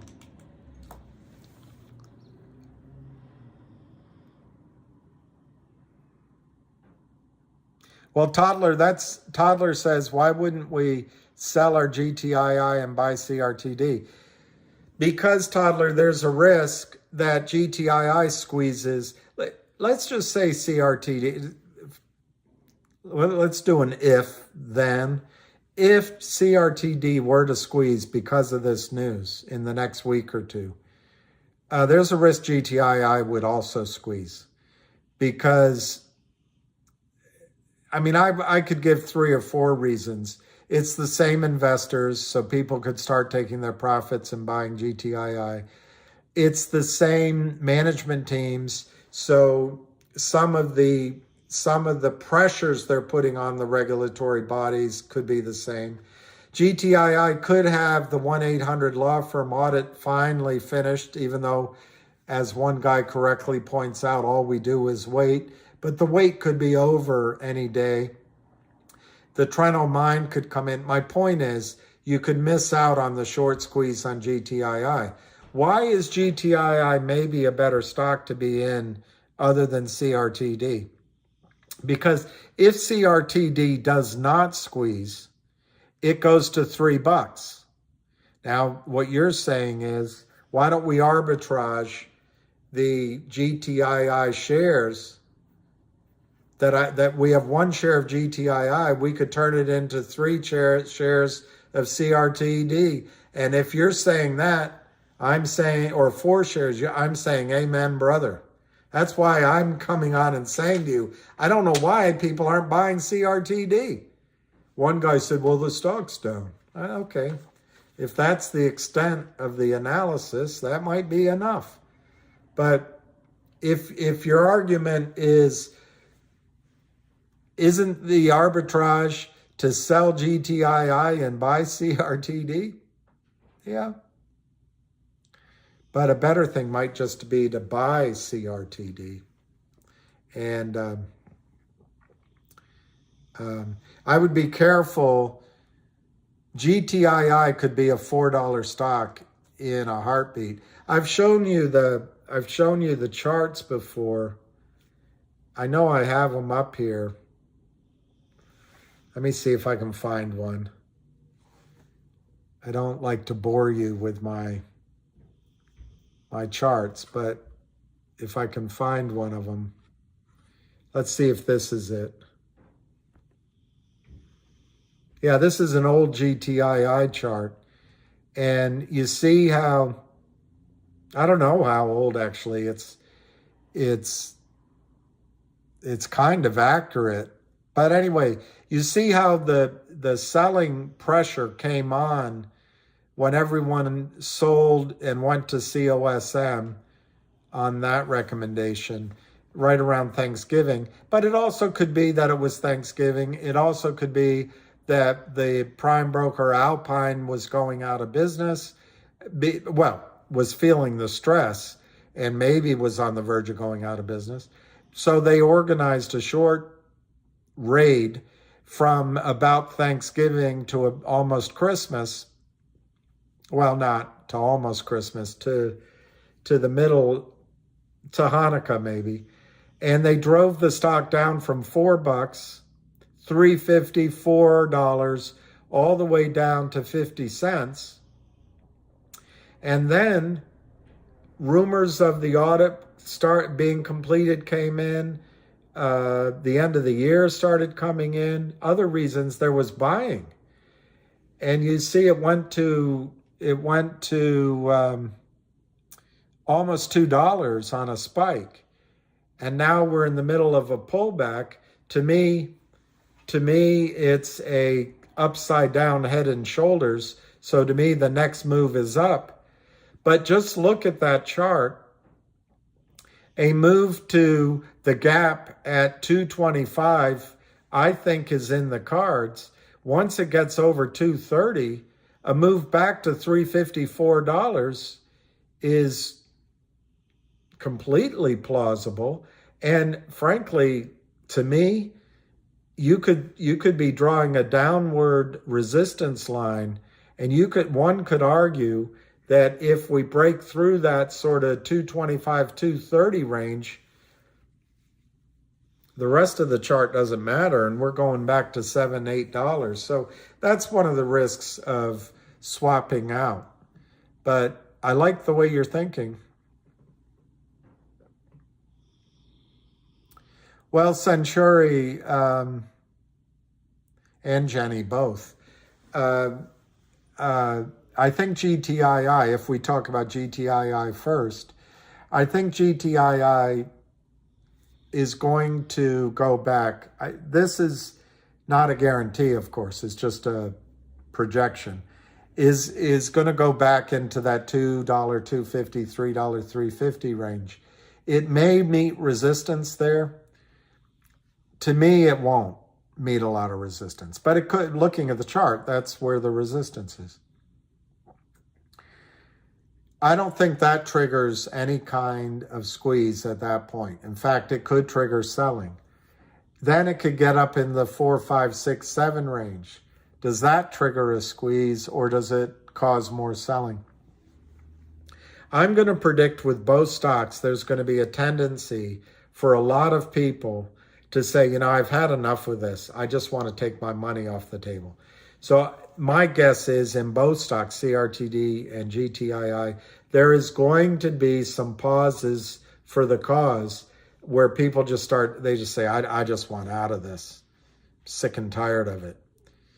And so I would guess that those numbers are not going to cause a squeeze.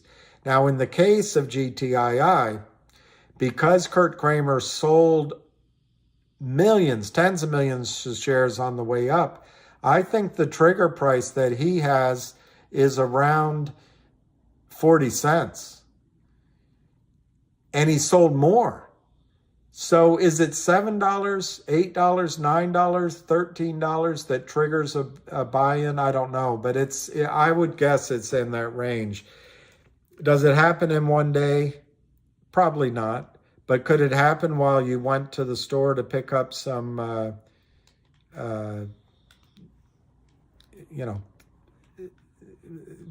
pick up some baby food? Yeah, it could happen in 2 or 3 hours. A spike could happen. You don't know when the buy-in's going to come.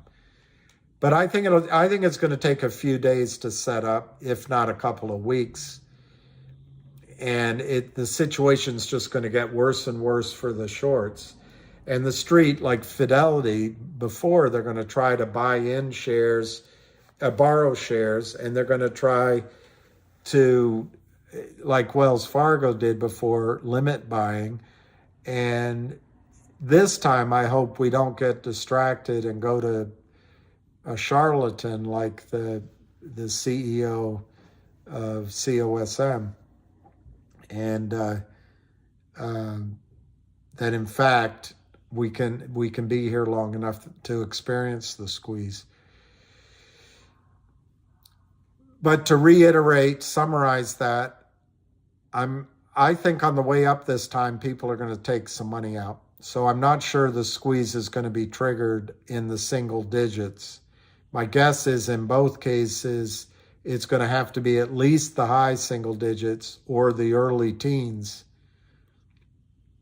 before you see margin calls. I think the trigger point in the case, I don't know the answer, in the case of CRTD is actually higher because those guys sold from higher numbers. But I'm going to guess in the case of GTII, by the time it gets to 13 or 21, something in that range, I think you're going to see massive buy-in pressure because they just kept selling shares short.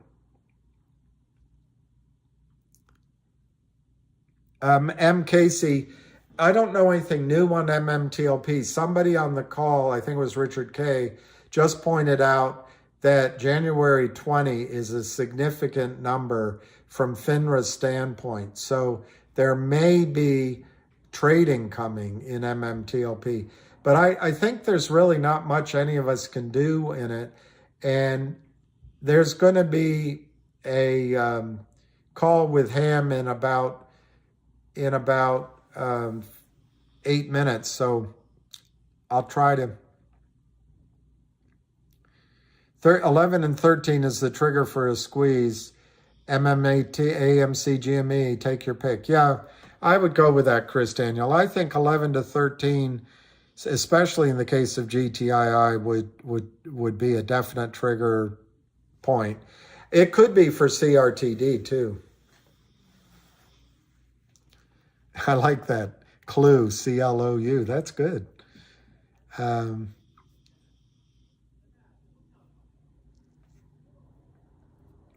Richard K., I couldn't agree with you more. I was talking with my friend from London about that today.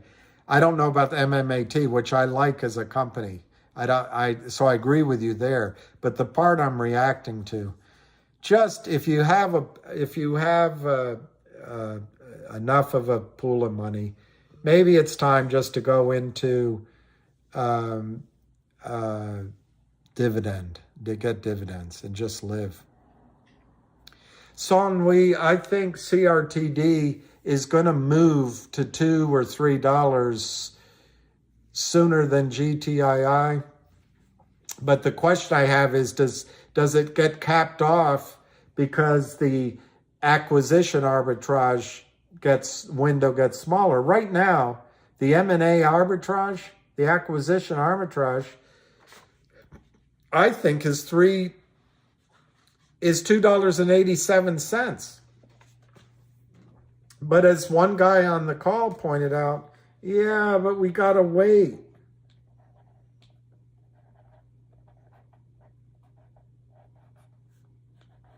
So people might not want to wait for that 287. I mean, it's a valid point. I don't mean it's not valid. But I think the arbitrage premium right now that you can nab is $2.87. But if the stock if CRTD quickly gets to 250, let's say, then your premium is maybe $1.30. Maybe it gets to $3. Maybe it gets to 275. Does it start to lose momentum there because now GTII looks so cheap, and so that's the only caution I have in the next few weeks on CRTD. But remember, CRTD, depending on how they organize it, and I'm sure they're going to organize it through the transfer agent like they did with the dividend as warrants, I think you're going to see a short squeeze in CRTD happen before the acquisition. So I got to call in. I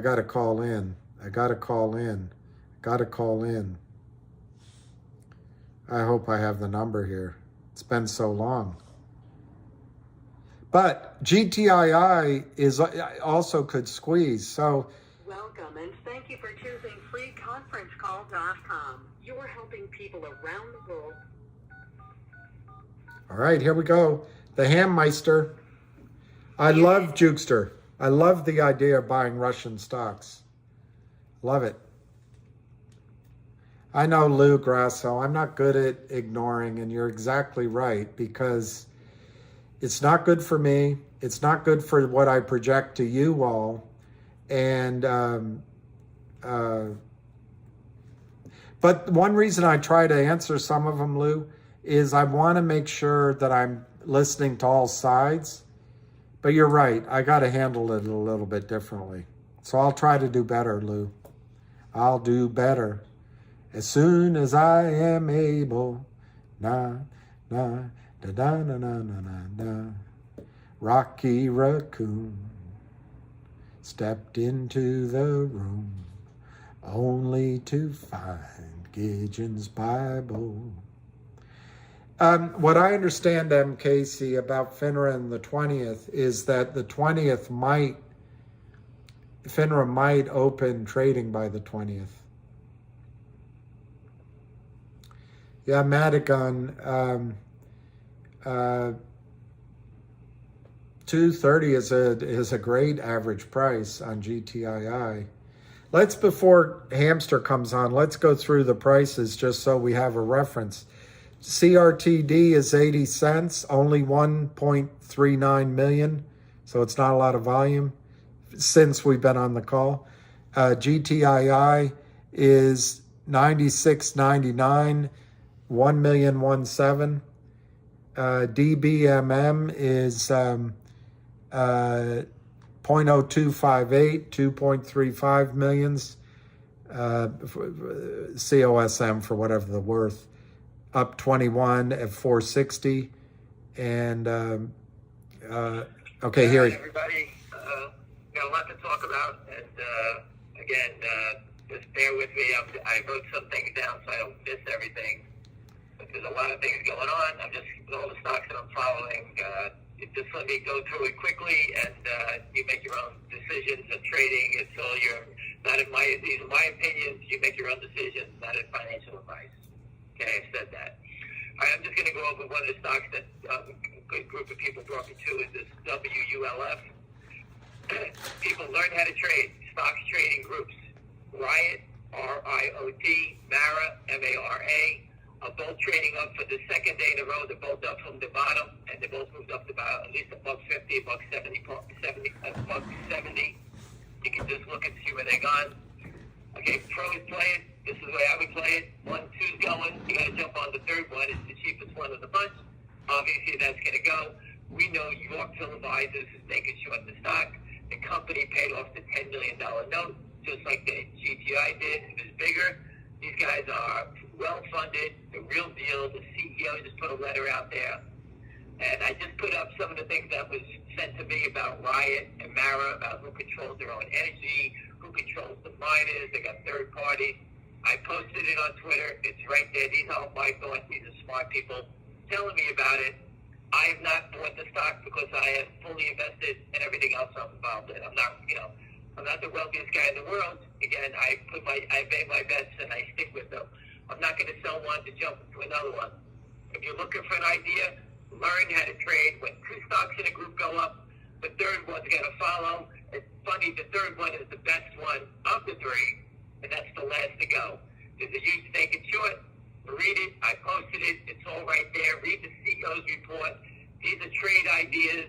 Just trying to show you, you make your own decisions again. But this is how professional guys trade. If IBM's going up, they look for something in the group that, why it's driving IBM. Obviously, the same type of company is going to follow suit. They don't come right away all the time. It takes maybe a day or two, and when the big boys come, you don't have a chance to buy it. So you got to be ahead of the curve, and that's what I'm trying to teach you on that. Okay, on the second thing, hold on a second. On the second thing, I'm going to shoot over to Figure Motion. Okay, we've been hearing that West Christian and the law firm will hammer Lynn Partners soon. We know they're spoofing, washing, trying to short the stock and been holding it down versus this debenture. The company, West Holders, is trying to pay it back. They will not accept the money, the payment back. Who doesn't want who doesn't want to get their money back? $4 million that they lent. Obviously, we know that they're naked shorting versus that debenture, and everyone knows about it. They have share intel. These guys are not fooling around. West told us that on the call. Pay attention to it. He's going to hammer these guys. He's going to expose them, and I think they're really trapped. I think they know it already, and that's why the stock is moving up. Everyone I know, I speak to, understands it. Again, we're all upside down and in already. They drove it down from 9 back down again. The stock's waking back up. They sold and naked shorted 115 million shares in a 15-day period. I don't think it's going to be hard for Share Intel and West Christian to figure out the sell tickets where they originated from. All right, whether it's Lynn Partners and their friends, whatever the group is, their little wolf pack, it's going to lead right back to them. Always follow the sell tickets leads to the money. All of these have the same pattern. It's the same thing. They try to get you to panic out. That's all they're trying to do. I think I said West Christian, obviously he was on our call for a reason. He's telling you he's coming to hammer these guys. Right? The company hired these guys. They're well down the road. They're trying to pay off the debenture. Open your eyes. Read the press releases. The company's doing great. Do your own research. It's all right there. All right?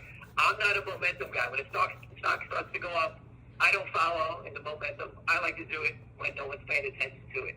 When they do come to it, that's when you make the most money. All right? If you're a day trader trying to hop around, go someplace else because don't trade Tesla. It's up and down all day, 10 points. And I'm going to go to that next. Now for the highlight of today, but let me just move back and I'll talk about Tesla. Tesla, we tried to wake up Elon Musk. I showed him the proof, the data. Obviously, I have no reason why he's letting the shorts have his way with the company. The company just came out, the sales in China are down, this is down. Unless someone comes in and buys 10,000 cars tomorrow, I don't see what's going to turn the upside on it. The street's on them. They count everything he does. If a car goes on fire, they hold it again. It's everything. They're out to get him. I don't understand why. Not my business. We don't think it's a margin call against what he used his stock when he bought Twitter. He will and be. they're trying to go after him on that. Obviously, it's a death spiral. The lower it goes, the more money he has to put up, the more shares he has to sell. That's what I think is going on. So it's out of the control of the company fundamentals. Obviously, there's something going on between this Twitter sale and, they're raising money for Twitter and Tesla. That's what he's using the stock.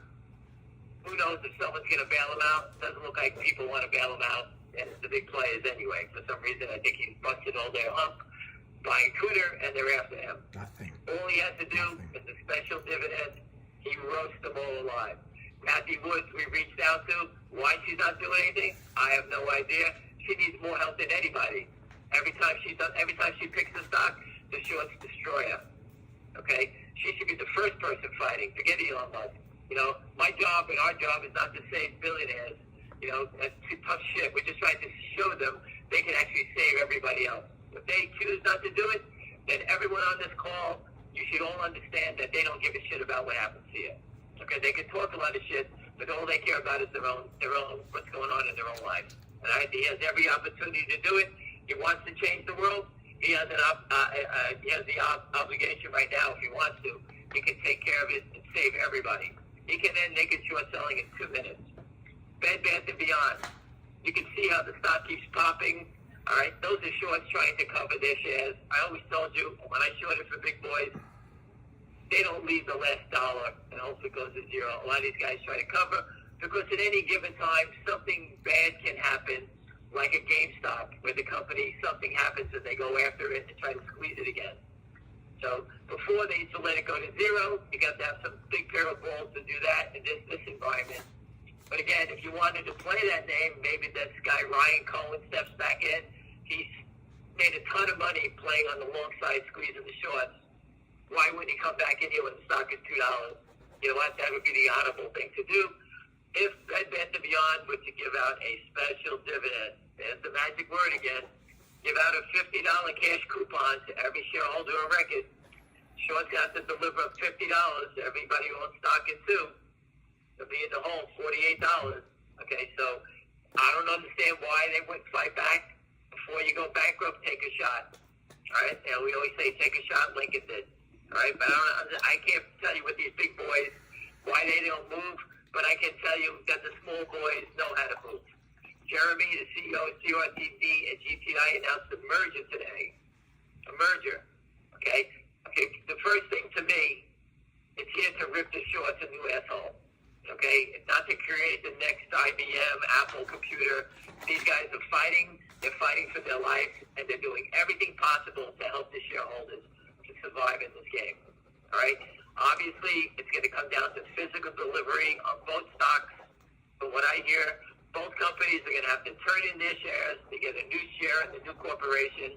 I assume Jeremy will be the new CEO of the standing company. Okay, so you got a great mind. He understands the game. Every twist here is to kill the shorts. All right? So they're making it complicated, and the shorts are in trouble. That's what it's about. They can play all the games they want today at 80 cents. Everybody can see Citadel keeps stacking the offers at 79, 80 cents. They don't want the stock up today to gain any momentum. Now you can see them offering at 7,999 again. All right? These guys don't want the stock to go green. They want you to think it's not going to work. It's just a trick. The trick is, at the end of the day, it's physical delivery. So if any of the shorts are on the call, it's physical delivery. Whether it starts here at 70 cents, $1, $1.50, at the end of the day, it's physical delivery. It's a big trap. You roll in it, congratulations. They all fell into it, whether it's Lynn Partners and CRTD, or whether it's the Kramers and GTII. They're all trapped. There's no way out. This game's gone on long enough. We all know it. This is the perfect marriage. We have a brilliant mind, a Wall Street guy that understands the whole system. He's not afraid of the SEC and all this nonsense. He's going for the gusto. And at the end of the day, everyone's going to have to deliver their shares. Now, on the GTI side, Do you think Jeremy, when he wanted to merge with GTI and they had these meetings, that you don't think he asked him about the 1-800 deal? Hey, GTI, what are you going to have on your side? Well, if you don't think he asked about the 800 deal and what's going on there, then I think you're an idiot. Okay, because this guy is not that stupid. Obviously, GTI is bringing something to the table, and I guess, he will announce that soon. I can't wait to see that come out because that will solidify the GTI side. We know that CRTD, he's announced, if you just read the press release, that he's still doing the spin-offs, his OG NFTs. I think that's the OG NFT collection. He's spinning that as a special dividend. There's another trap, okay? We have the 1-800 deal. That's another trap. The new merger, delivering the shares, another trap. Upstream, the special coupon, dividend, another trap, all right? And down to the final thing is, there's plenty of rumors, and a lot of shareholders brought it to my attention, that this Trento deal is alive and well, okay?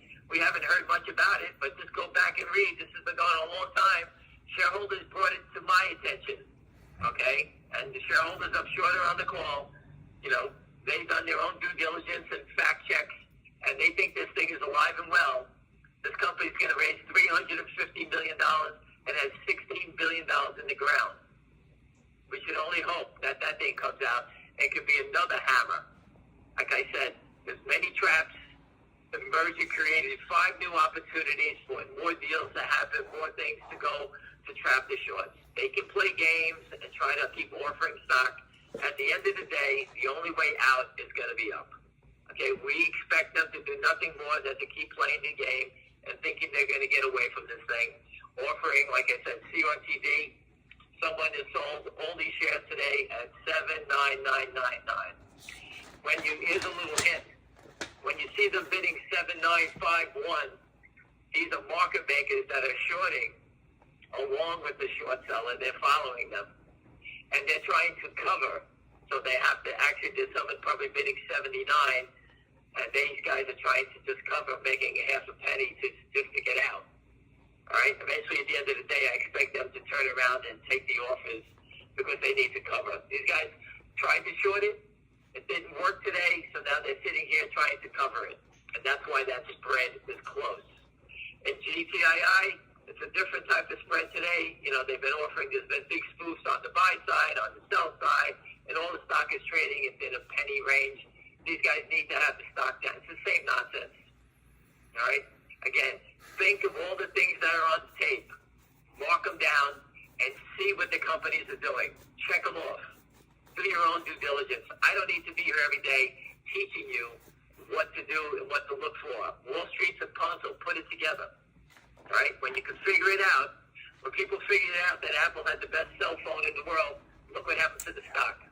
It was going bankrupt, and it turned into the biggest company in the world. Go back 20 years, it was $20, and no one gave a shit about it. I agree with that. All right? So again, do your due diligence, work, understand it, write down what they're doing, understand the market makers, understand the traps, and that's how you can see the reward. I can't help it if these guys are just selling counterfeit shares. I gave up on counting. That's how much it is. Okay? You can see them. Some days they report low, they can short them. Remember, they just mark the tickets as a long also. It just goes fluttering into the system. You saw the Morgan Stanley guy from the GameStop episode on HBO. I make it short it every day. They just hit the sell button and just sell. The settlement is the key. Jeremy is an expert on it. Pay attention to him. He's not going away.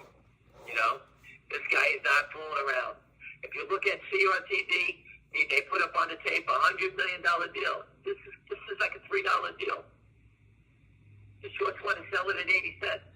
You know what? If this was a big stock, the risk offs would take this stock to 250 today and close that spread.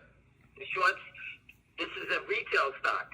Think about the sophistication of what has been announced today. These idiots have no clue because all they do is hit the sell button.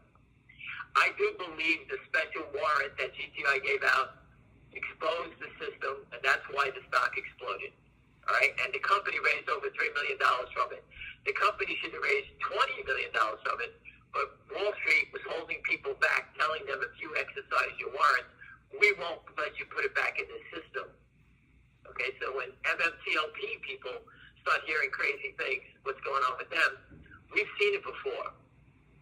GTI gave out a warrant at $275. The stock was $9. People were trying to pay for their warrant, and they brokers told them, if you pay for it, you won't be able to get it back into your account. The only reason they would tell them that is because they didn't have the warrant to give them. All right? The company made a press release about how they told FINRA, go back and look, that they had discrepancies in their share count.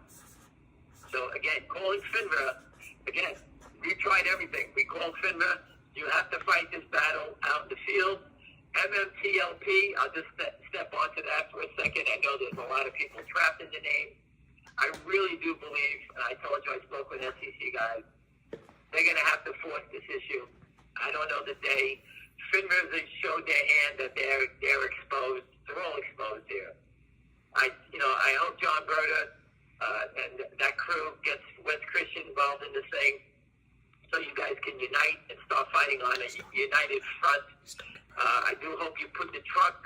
I would get John and I would assist him to help get that truck in front of the SEC, FINRA's office in D.C., the FBI, DOJ, the DTC. Put the truck out there, take photos of it, and this way when you do go to court with a guy like Wes, show the jury how you screamed, showed the proof, brought it to their attention. They will roast them alive. The jury is us. Remember, we're the jury. When they see that you've been shut down and your money's been robbed by the big players, and you screamed about it, show them the truck. It's tremendous proof. We put the truck out there every day to shareholders to show the agencies we know about the fraud. Okay? You know that these guys always try to attack the small companies from fighting back. We put it in their face. They can't deny it anymore. That's why these guys are all exposed.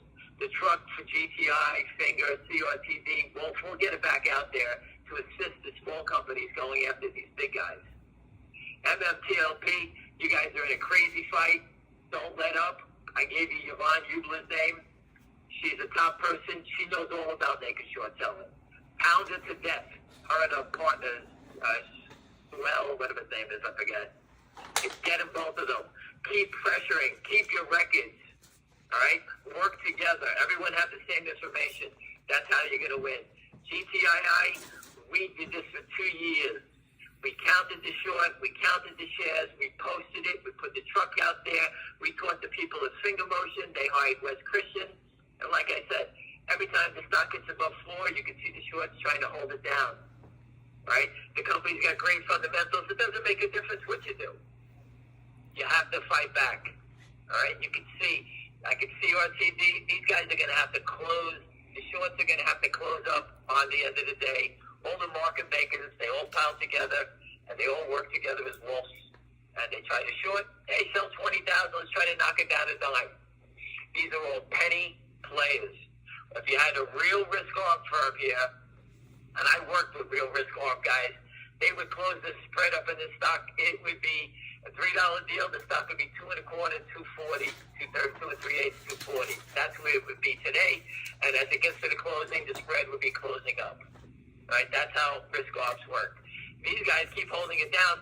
They're willing to hold it and sell it lower. It's okay with us. They're going to walk away. They're all going to get blown out. Just a matter of time.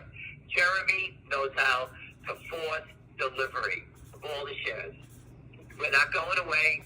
You got the best guy. Hopefully he becomes the CEO of the merge company, and they throw the 800 deal in here. God willing, we hope they get the Trento deal. That's a monster deal. Okay? Again, shareholders have been hearing rumblings on their own about this thing, and hopefully it comes back and that comes alive again. All right? These guys will have a huge problem. They can keep playing the Kramers, whatever they want to do. We're not going away. They wash a lot of stock. Spoofing is now a criminal charge. You saw the J.P. Morgan, they go to jail over it. Wes filed a spoofing case against Northwest Bioshorts. Once they get them, they can see the spoofs. You know, they put up these big orders. They put 60,000, 70,000 for sale. As soon as they put it up to show you, they want to make sure you see it. All of a sudden, someone jumps in front of it. Okay, that's how they protect that sale. They want someone jumping in front of it. And this way, there's no one's ever going to trade that stock, so they go in front of it trying to mark it down. And everybody thinks the individuals that aren't sophisticated enough They go, oh my God, it's a big seller again. Let me get out. That's what they're trying to do today in CRTD. There's a big seller. Get out. You know, people call me up. Oh, there's a big seller who wants to get out. Okay? If it's a big seller that wants to get out, he can only sell it one time and he's gone. Okay? That's the good thing about a law. They can only sell it one time and they're gone. All right? But when you get a naked short seller, they just keep pressing and pressing and pressing. But we all know that. And that's why we go back and you have to get physical delivery. That's going to change the game. I love you. Right? Hopefully I covered mostly everything I said here. I love I you. talked about that. I talked about Fingers, the law firm. I gave you the Wolf, Ryan, Barra trade. Again, just go look. I put it up there. People trade, stocks trade together. If Campbell Soup's going up, Kellogg goes up. If Kellogg's going up, maybe Hershey goes up. Food stocks work together. Auto stocks, if GM's going up, making sales, Ford, Tesla, they all go together. When the economy slows down, the interest rates go up, they all go down You're together. such a good boy. Okay, learn how to trade in groups. Try to be ahead of the curve. Institutions and big buyers move slow. All right? You can move on a dime. You don't have to buy a zillion shares. Yes. Just look where these stocks are down from. Riot, Mara, and Wolf. They're down from $70. Billions of dollars in market cap. Okay? If Bitcoin is going to turn, these companies are going to turn in a big way. Do your research.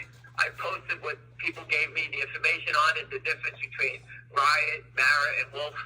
It's all right there. It's a great small trade. Great, look at it, do your own, make your own decisions on it.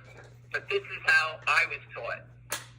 Okay, I may not follow these names, but the guy on my trading desk next to me would say, hey, this, and that's how I learned about it. Okay, I may not buy Riot, Mara, but you know what? I'll take a shot at this one. What's my downside? A penny? 2 pennies? It hasn't moved yet. These other stocks have moved $2. Big Emotion jumped from $3 to $4 the other day on big volume. The shorts keep trying to manipulate it back down every day. They keep trying to hold it down. Obviously, you can see it. But at the end of the day, the company's got great news, big revenue coming out. It's all on the tape. And they have a law firm that's going to hammer the short seller. This is not going to go on forever. Someone's got to start the fight. These companies hired Wes Christian for a reason. He's going after them. He's a cowboy. He's not going to fool around. He's going guns a-blazing. He's coming to get them. Okay, it's a pretty easy thing. The company took a note. The company wants to pay back the note. The short seller won't take the money back. That's all you can. That's enough for me to tell you there's something wrong. If no one wants to take their money back, think about your credit card. You take $1,000 note, or you use your credit card for $1,000. I want to pay you up early. No. They always take your money back. All right? Not with Finger and Lynn Partners. They won't take the money back. Okay, just to go over again, CRTD and GTI announced their merger. You can see CRTD, all the trades going off at 799 to 79 to 80, back and forth.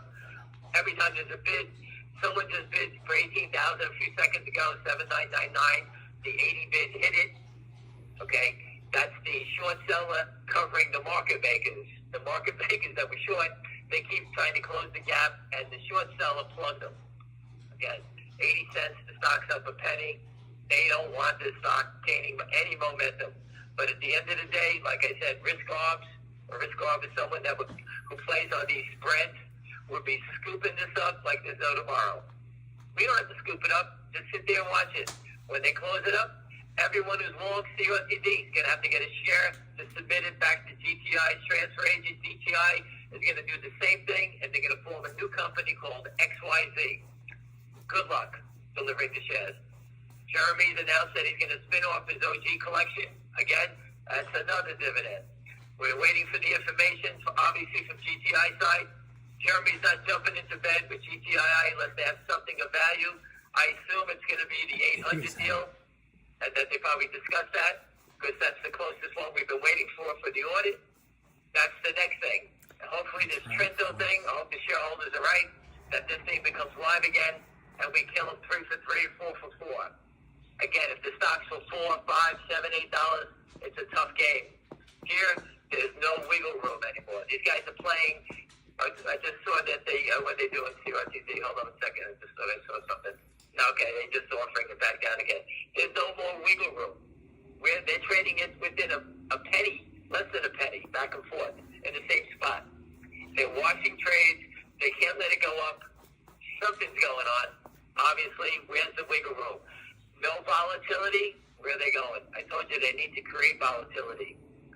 been attacking GTI every day for the last 6 days, trying to get it down 10 cents, 5 cents, 8 cents. The stock holds, it firms, and it goes right back over $1 again.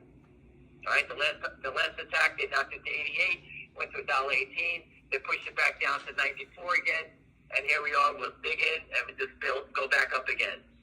Each day that these companies are alive and moving forward, you can see they get more creative on what they're doing. And you got big boys playing the game here.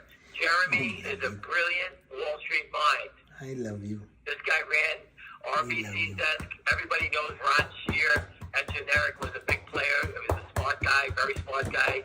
He comes with great pedigree. Okay? He's way up the food chain. And now that he's thinking, and he's thinking out loud and telling you what he's thinking about, pay attention. This guy's not fooling around. He's not letting these guys steal his business. He was on the ropes. Guys came in and took over the debt, got it away from Lynn Partners, and now they're exposed. And no one's going to let it get away. Again, just go back in time. Remember the DOJ was going after the short sellers? What do you think? They just stopped and walked away? There's no criminal charges here? I guarantee you, you'll see them start getting popped. All right? This is very obvious. The MMTL people, you guys got the world by the balls here. Wow. Go get them. Wow. Slaughter them. Get West Christian, get any lawyer you want on this thing. Get triple damages, destroy them for what they've done. You got the proof. Get the truck out there. Get more content. Everything you can to help protect and expose the criminals. Doesn't cost a lot of money. Give us a shout, John, and I'll get you to the truck driver, and you guys can make your own deal with him. And I think it's a great thing to do. CRTD, GTII, we will work together with the Wolf people and the Finger people, and we'll get the truck out there again to expose what we have to do. Charlie Payne, 100% knows about. CNBC couldn't give a rat's ass. We had the truck in their lobby. They don't care. These people don't care. Stop looking up to these people. They're all pieces of shit. All right? Give up on that. Think about, well, Warren Buffett never did anything. Bill Gates, a piece of shit. They're all pieces of shit. They talk about saving people. When you tell them about saving them from all the looting goes on, no one gives a shit. We've been saying it for 23 years. All right? We're taking the battle. We're forcing the issue. Physical delivery, stock settlement, special dividends until they choke on them. Right? We're not going away. If these guys think we're going away, it's not a prayer. All right? Anyway, listen, people, have a great night. I got to get back to my games, and I'll speak to you later. Have a good day. Bye, hamster. So CRTD is 79 to 79.5, 1.52 million. GTII is 0.96, 0.952 to 0.96. And yeah, Kevin, he he drinks champagne when he drinks. 0.024 to 0.025. But he calls it. Somebody asked me something. Oh, I wanted to say Steven Rosenberg had an amazing idea, I think. If everyone called their brokerage firm and said, I want proof, notarized. I want a notarized letter that you purchased real shares for me. That could start a fire. We can start a fire. And I have a picture for that KM. I think I do. It'll probably offend Alicia. But I don't mean to offend Alicia. But this is for KM.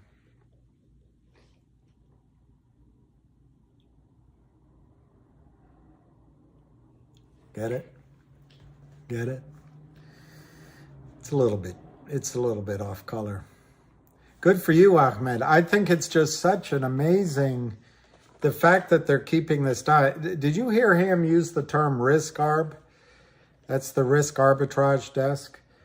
Normally in a broker, if they saw a merger, they'd be all over this, but they're not. Oh, Alicia laughed. All right. All right.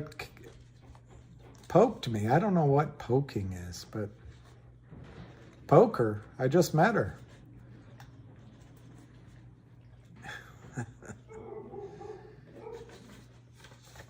I'm full of those kind of jokes.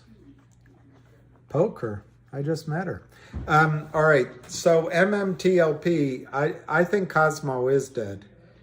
But I think the good news is you have a chance to, you can switch into any one of these, 1, 2, or 3. Thank you, MKC. I forget if you asked a question. Anyway, thank you. Thanks also for bringing your positive energy. No, those are the jokes, the cornball jokes. It's not like I ever remember a really, really good joke. I only remember the ones that are.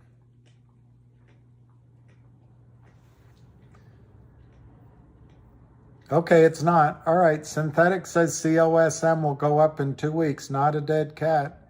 It has PR coming out. So I just worry that whenever it goes up, the shorts are going to try to bring it back down. But I hope it runs. I would love it. We're all in it to make money for you.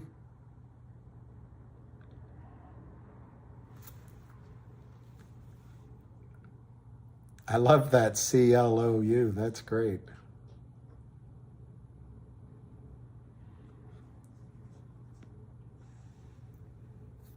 Synthetic says COSM is fine. So, Julie, I think FNGR is just an amazing story. Their revenues come from 3 things. Comes from top-up minutes, or just minutes in general, buying minutes. Comes from basically big data. Their phones give data, and I guess it happens here now too. We try to think we live in a different environment, but I guess we don't. And then the insurance revenues that can come off of that data.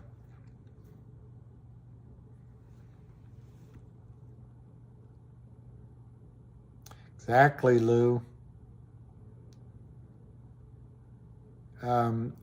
I think you could, famous last words, but you might be able to sell your COSM like you did, buy CRTD, and then go back and buy back COSM. I think J. Roach reverse splits not only are a death sentence, it's like Chinese torture, because they'll bring the stock down to 1, they'll do it again.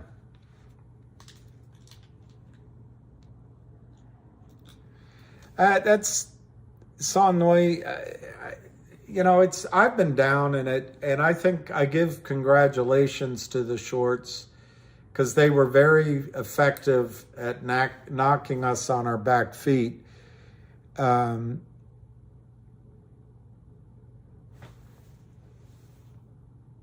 Wow, Steven Rosenberg.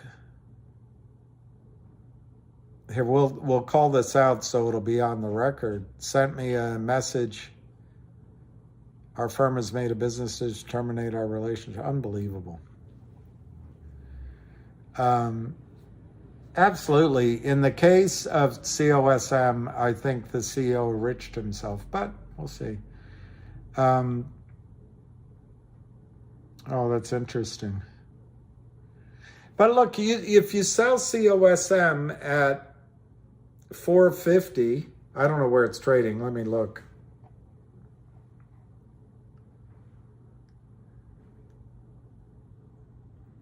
Well, 459.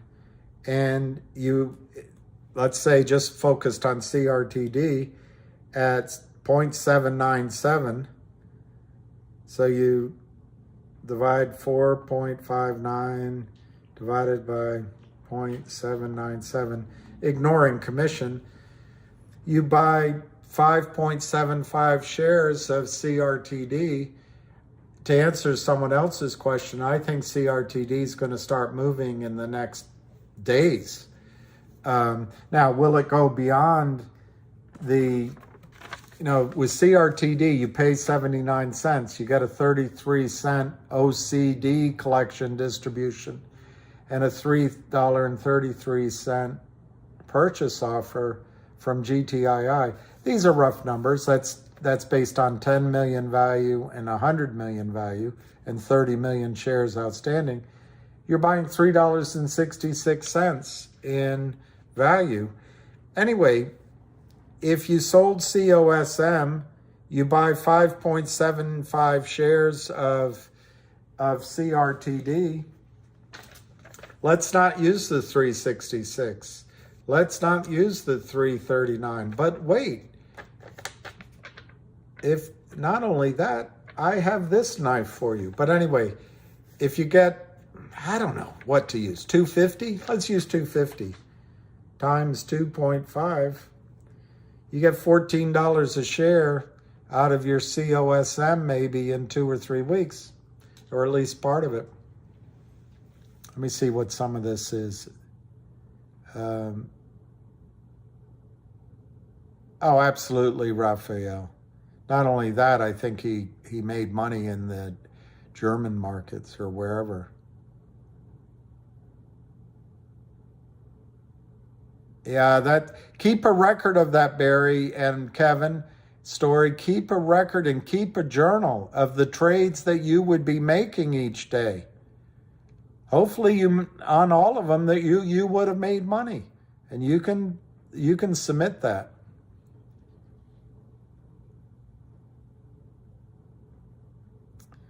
Tom Markin, the MMTLP will resolve by Jenny L, but keep a journal of trades that obviously you'd be winning right now.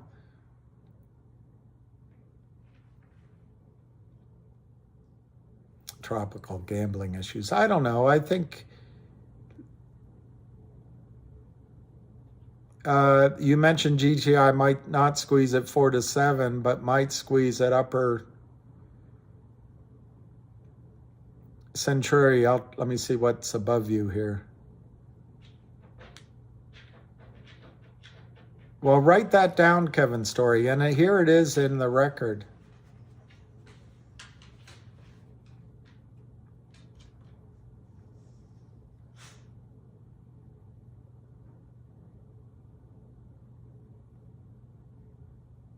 Okay, so on GTII, I showed the chart. Let me see if I can find it again. It's always hard to find. Is this it? Maybe this is it. There it is. I showed this chart earlier, but if you look at what the shorts did, there was about a 3-week just massive attack on it. It wasn't fun. They took it down from around 350 down to 50 cents. The stock recovered to 175, even $2 in that little spike. And then we've been on a downward trend since that. To me, this is a reverse head and shoulders. So it's a positive. We're just forming a shoulder there, and we're ready for a rally upward. If we get over the 200 moving day average again, I think it'll be the 4th test of 175/$2. And I think we'll start to move upward and fill the gap that you see right above November 21. That gets us to 225. It gets us really close to the 50-day moving average. And if we can break through 230, I think very easily we're in the $3, $3.50 range, maybe even the top of that little trading range is $4, maybe even $4. So the point I make about $2.50 to $4 is purely on this technical here.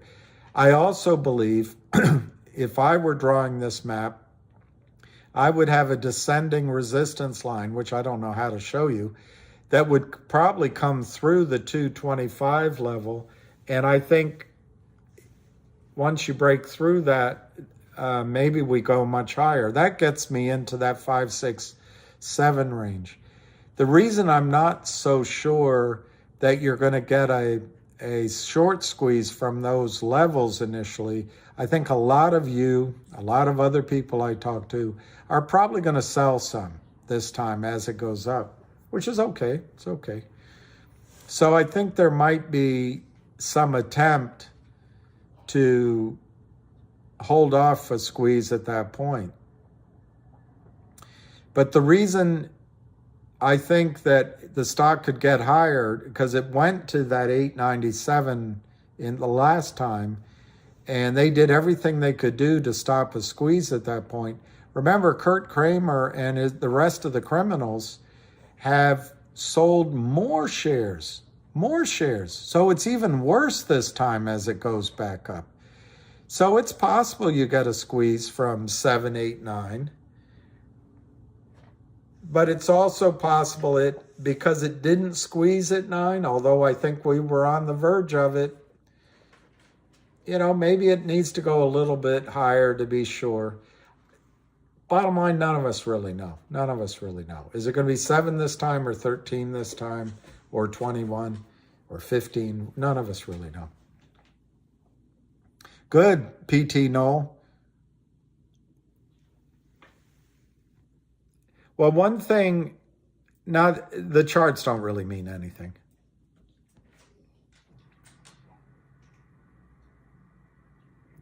Sanman, in both the last announcements, the OG collection specifically has been singled out that the company intends to complete that distribution.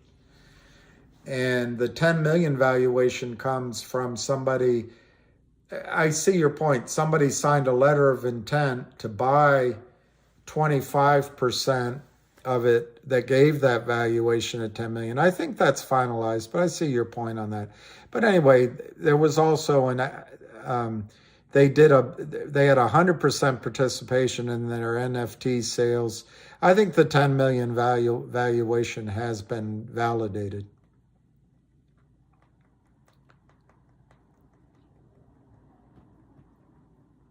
HKD is up.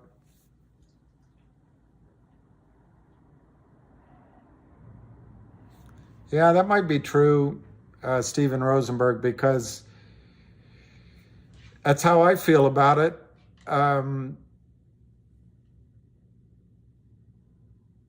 There you go, Brad Lincoln, B. Lincoln.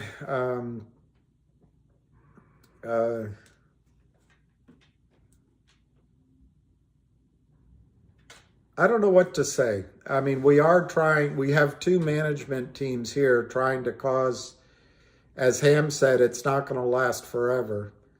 The other thing he said is that both companies, as he understands it, you're going to have to return the shares. That's how it's being structured.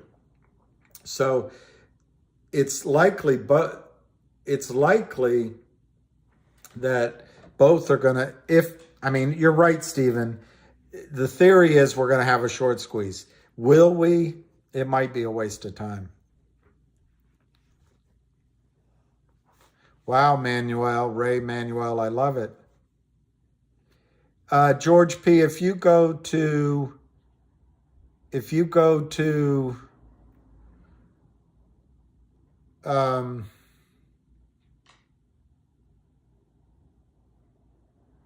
I don't think it's Dozer. I think it's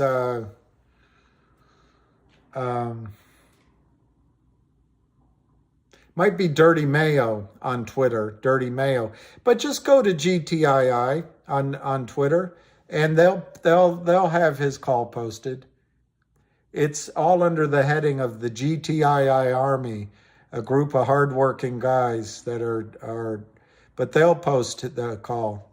You can also, on my little live here, you can rewind and listen again. Of course, then you'll have to look at me, my ugly mug.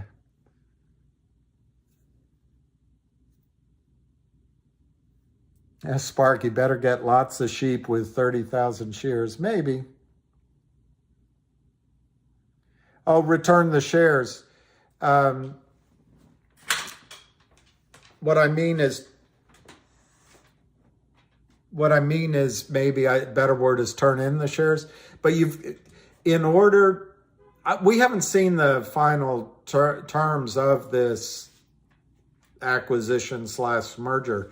But the goal, if they do it like GTII did it before, that's why I think it'll be this way, is real shares will have to be given to the transfer agent. That's where it'll occur. And that's going to set off a scramble amongst the broker-dealers to find real shares in both stocks. Moon River. Yeah, Jordan, that's...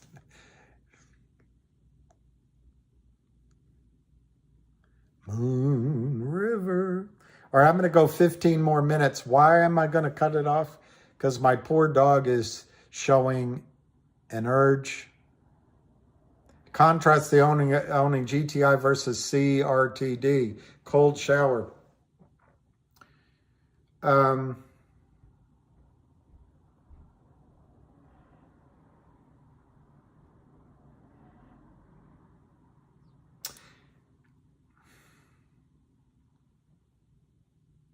I think, as I started this call, I think CRTD in the short run is just a blazing. I don't know why people aren't buying it. There's to show this again, you can buy the stock at 79 cents. The OG collection's worth 33 cents, and that'll be distributed, I think, within 30 days.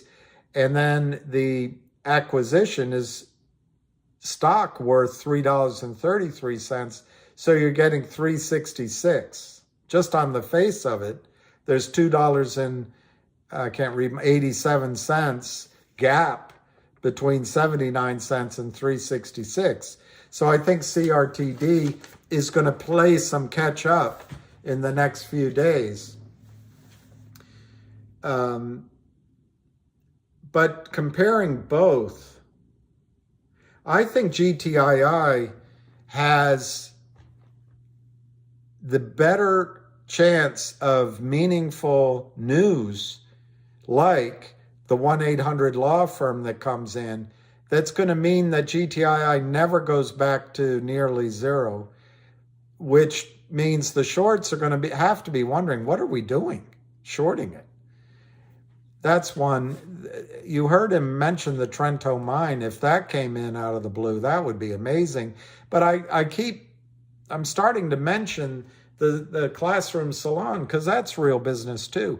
So in terms of fundamentals, I think in the short run, like the next days, next weeks, you can turn 80 cents into some number approaching $3 in CRTD. But in GTII and CRTD, if what Ham just described is correct, that in both cases, one is going to be required to deliver real shares, as I said in a little bit sloppily, turn in their shares, but you're going to have to deliver real shares to the transfer agent. You're going to get a squeeze in both, potentially. Roy Lenars, do I think GTII will drop to 60 cents again soon? ARCA is calling for the stock to go to 46 cents in a spike downward before it goes up. In a typical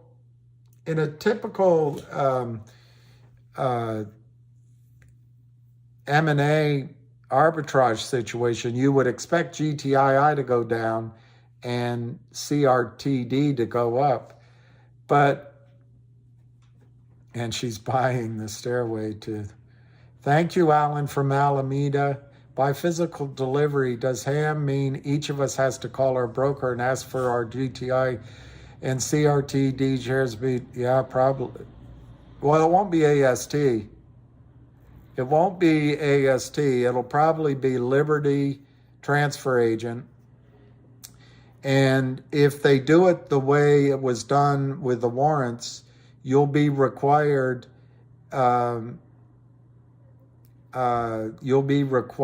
to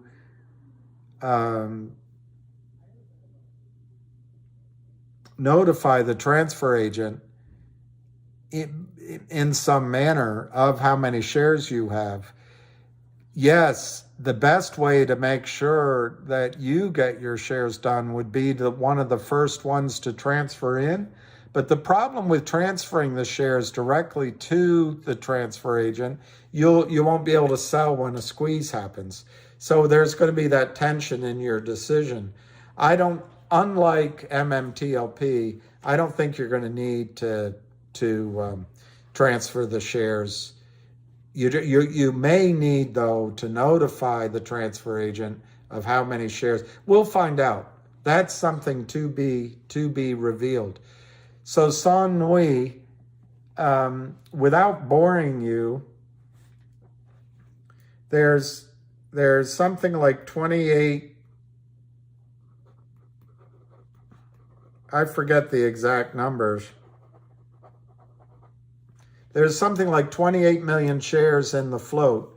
Let's just call it 30 million of CRTD. Shares. The announcement I just read, but I'll show it again and go over it one more time.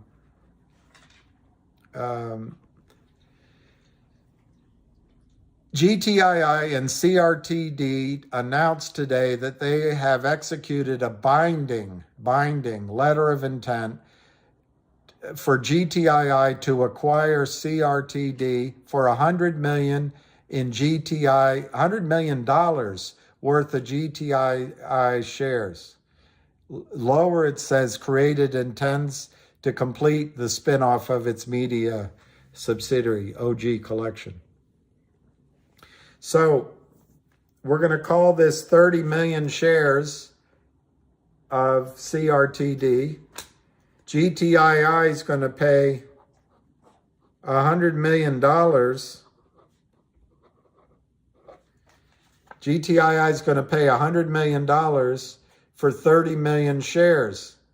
Now, the 100 million is going to be in the form of GTII shares, but it doesn't really matter. Is it based on $1 a share, 50 cents a share, $1.50 a share? Doesn't really matter. It's going to be $100 million in the form of shares. So at the time, actually, I guess at the time of the record date, probably, it's going to be equivalent to $100 million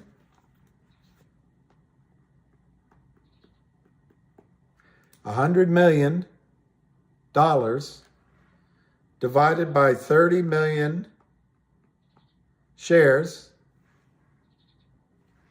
equals $3.33.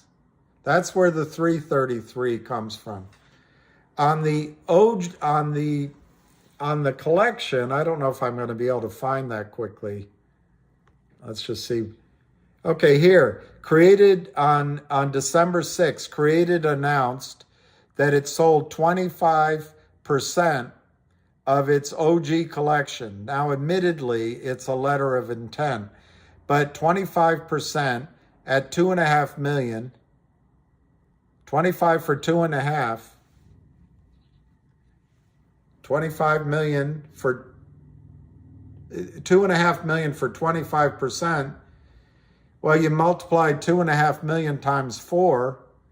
You multiply 25% times 4 to get to 100%. So you multiply 2.5 million times 4 to get the value. That's $10 million.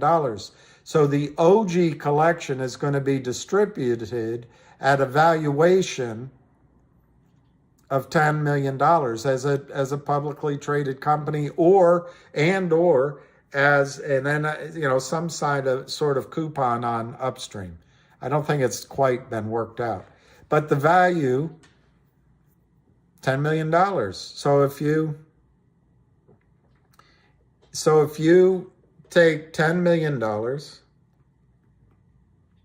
$10 million distributed and you divide it by 30 million shares, 30 million, you get 33 cents. So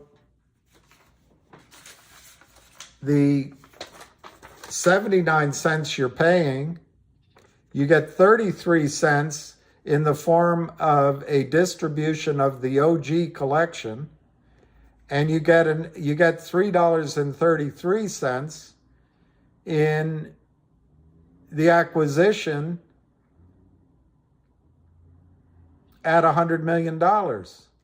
So it's a total of 366. That's how I got those numbers.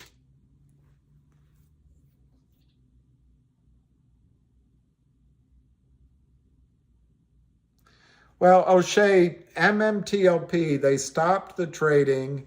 FINRA did. But I don't want to say people are overreacting, because you should react. Because for over 5 years, the shorts destroyed Torchlight, and then they tried to destroy the residual. And I won't go to how they got it trading. But in that last week, O'Shea, the SEC finally approved whatever they approved, but FINRA approved on, I'm trying to remember, I think it was Wednesday afternoon, they notified the broker-dealers. Thursday was the record date for the distribution.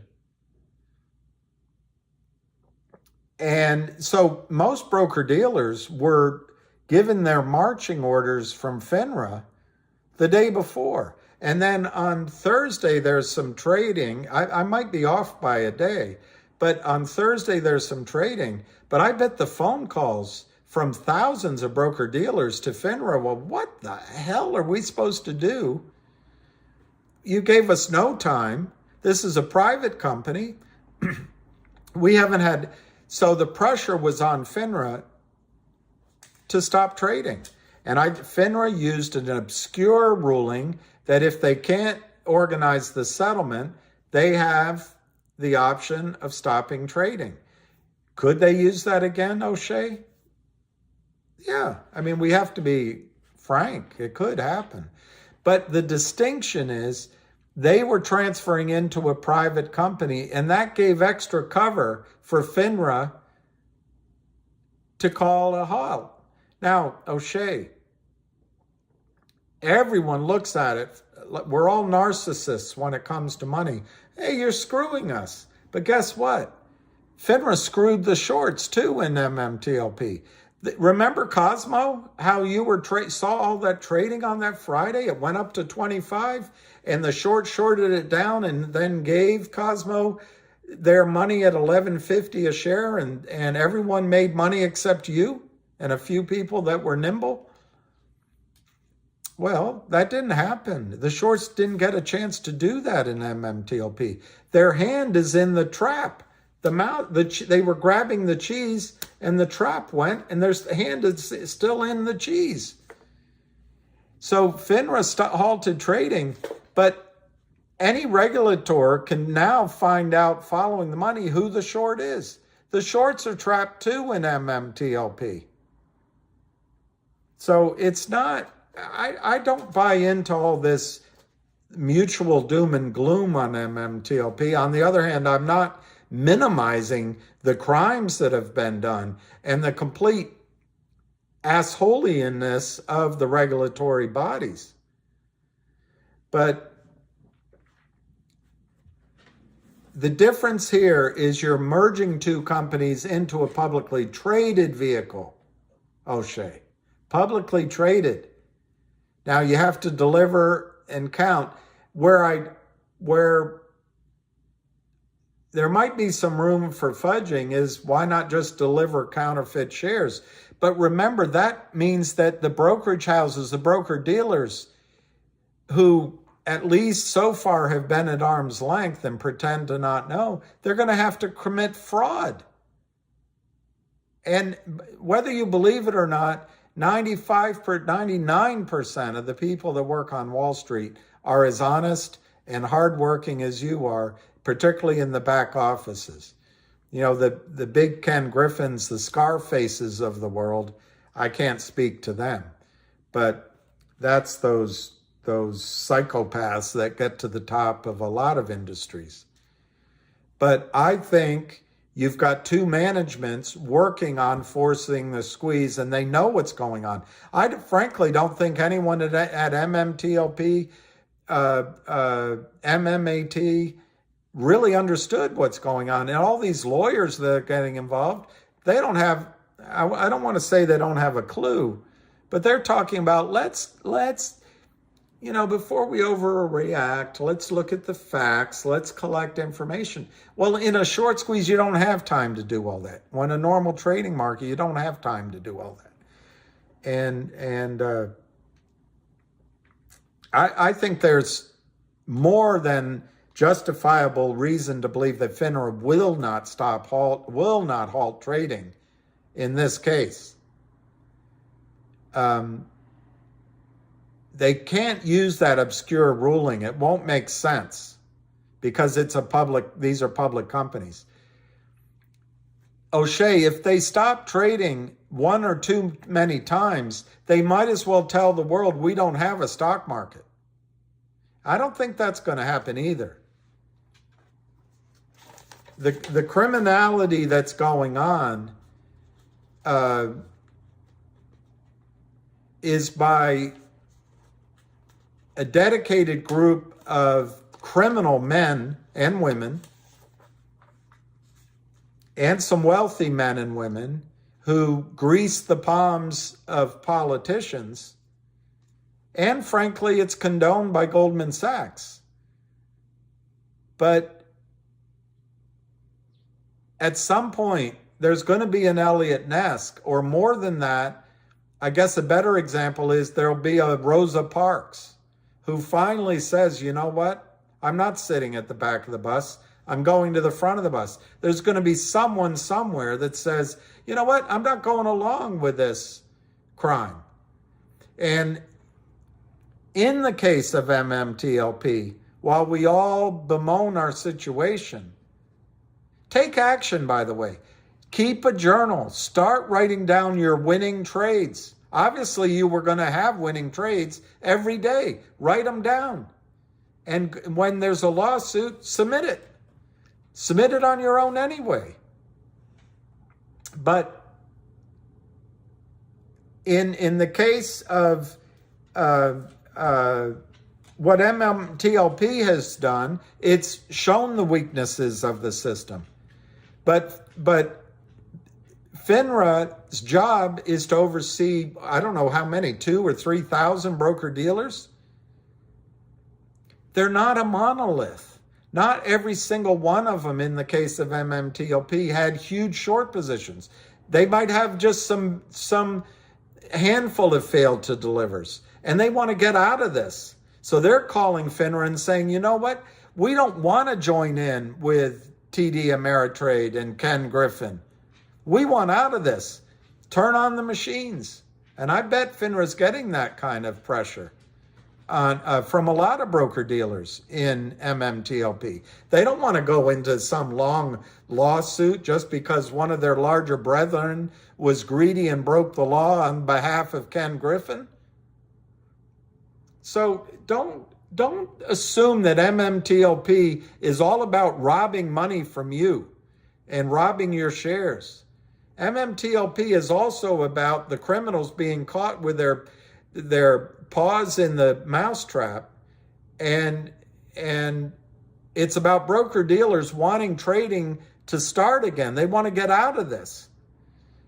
So I don't know what it is about generations younger than mine is. I grew up in a generation that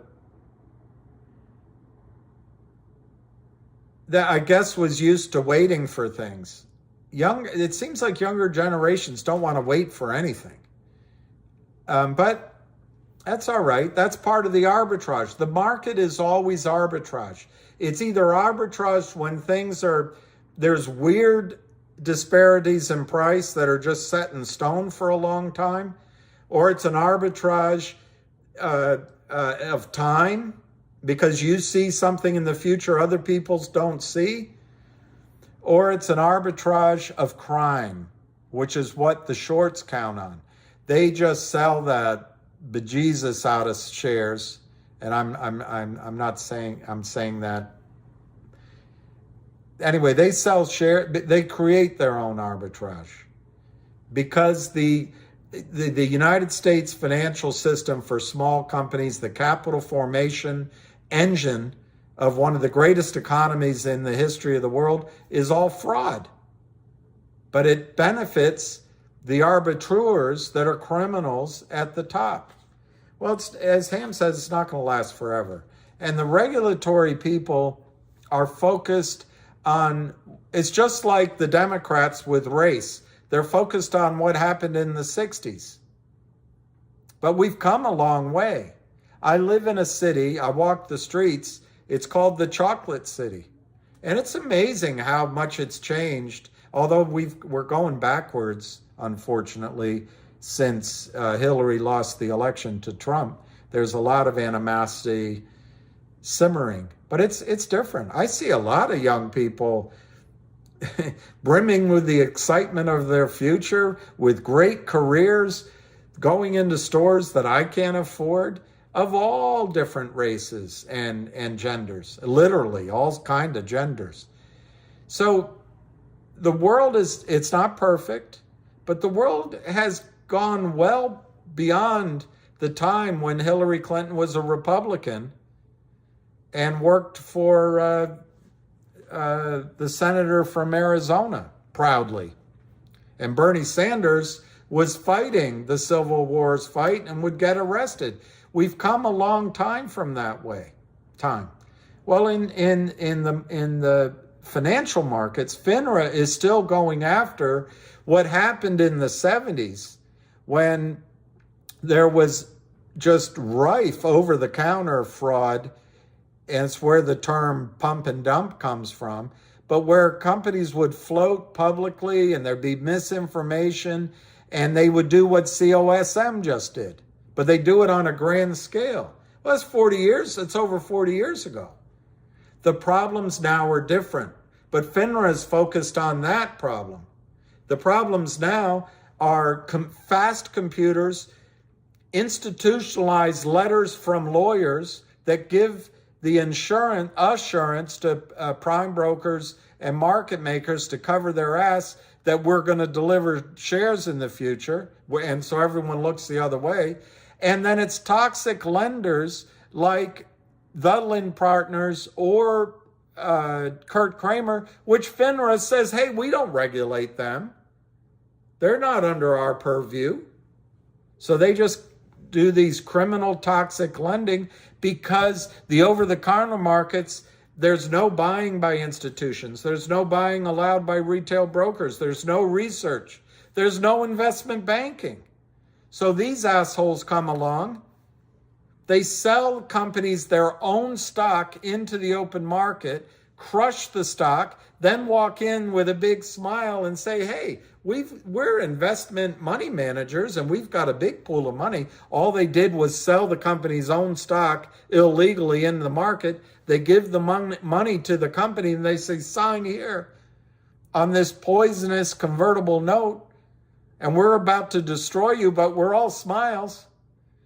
Because the financial system has been regulated, mostly by Democrats, into obsolescence. It doesn't function anymore. So these companies are desperate for money.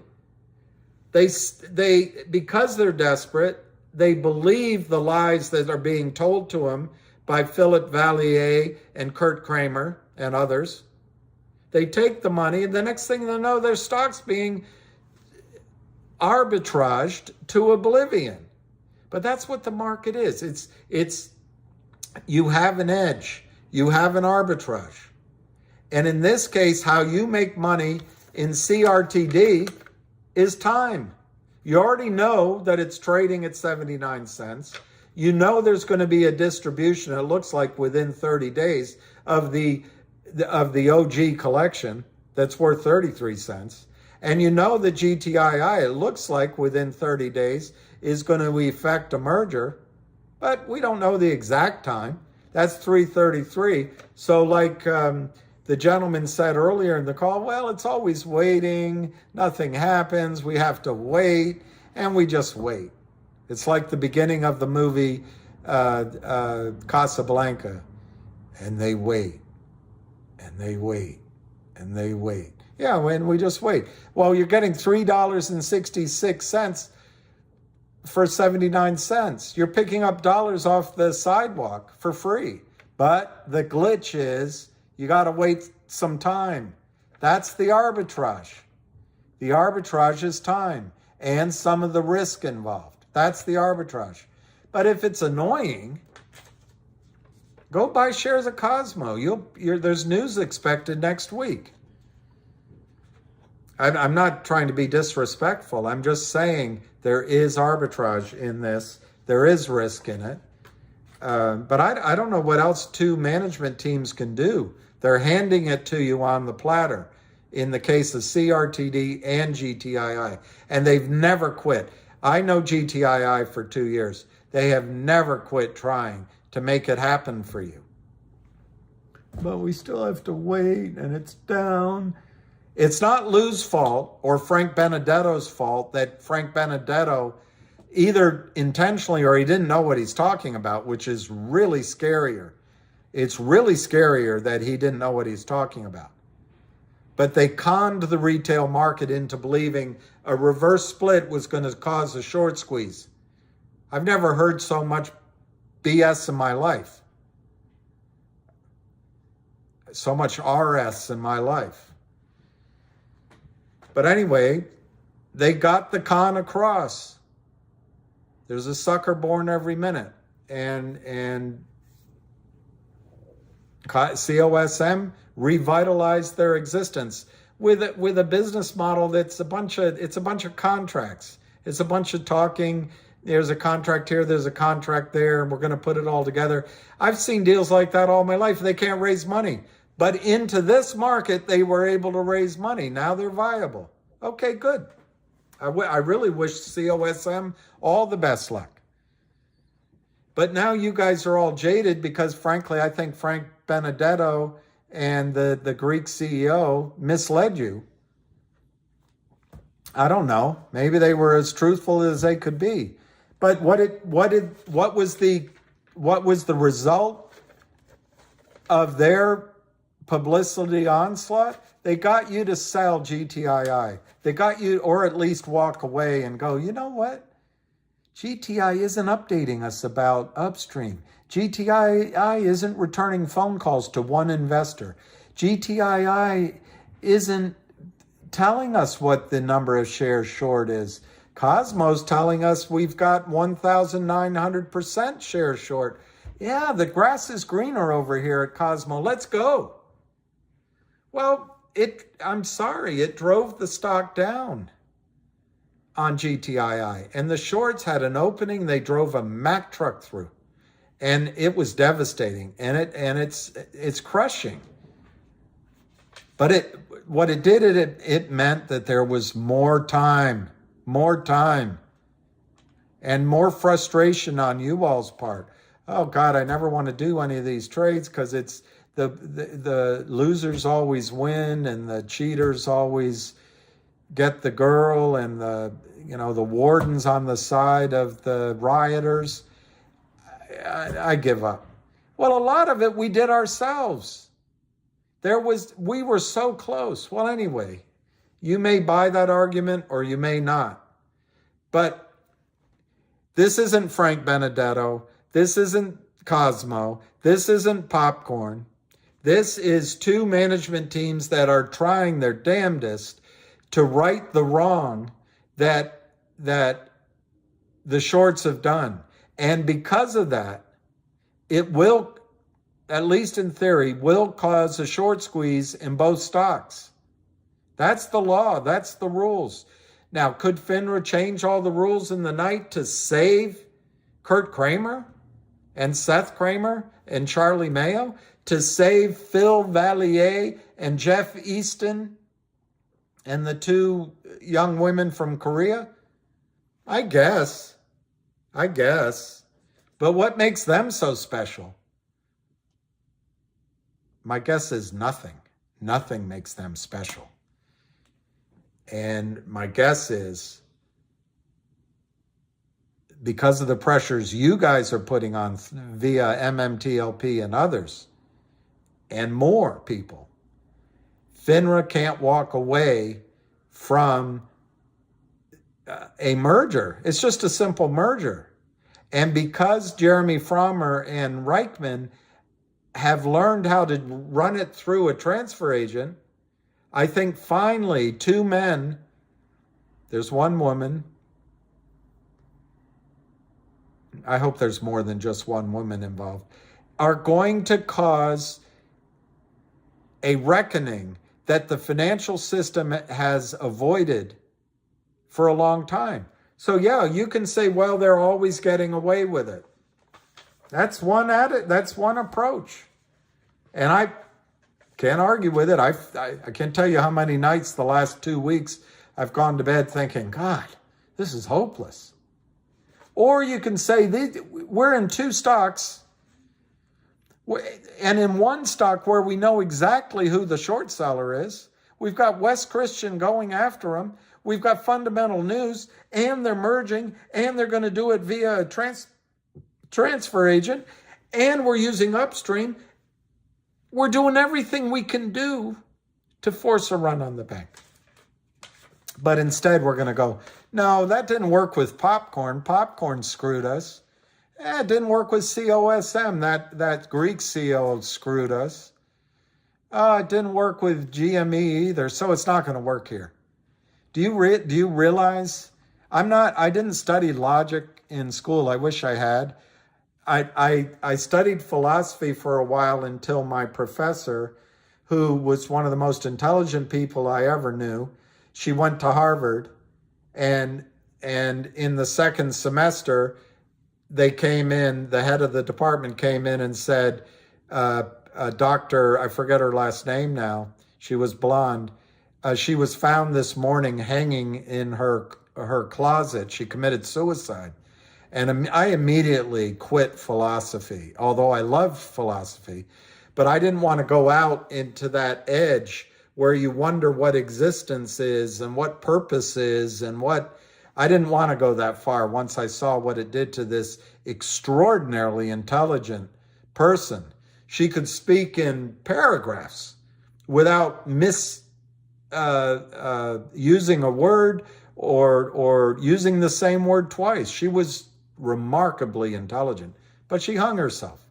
So I haven't studied all these things, but do you see the fallacy in your reasoning? Popcorn and I guess Citadel screwed us. Frank Benedetto and the Pied Piper and the CEO, I forget his name, of COSM screwed us. Therefore, David Reichman and Jeremy Frommer are going to screw us. There's got to be a word for that, but it's a non sequitur. It's a non sequitur. Both have shown, Reichman and Frommer, by their pattern, that they're not going to screw you, if it's at all possible. Doesn't mean they're trying different things. And then the other thing you're saying is, well, FINRA didn't do anything to stop trading in AMC, and FINRA didn't do anything to stop trading in GME. Robinhood did, but as far as I know, FINRA didn't have anything to do with that. FINRA did halted trading at the last minute for logical reasons, in one way of looking at it, in MMTLP. Therefore, based on those 3 points of information I have, they didn't stop trading in GME, they didn't stop trading in AMC. They did in MMTLP. Therefore, FINRA's going to stop trading in the merger, the acquisition of CRTD by GTII. I don't find the ipso facto there. I don't find the if-then situation. I just don't see the connection. It's what is it? The Monte Carlo fallacy? In drilling wells, for example, and I've funded a lot of oil and gas projects, they'll come to you and they'll say, we're going to drill 20 wells.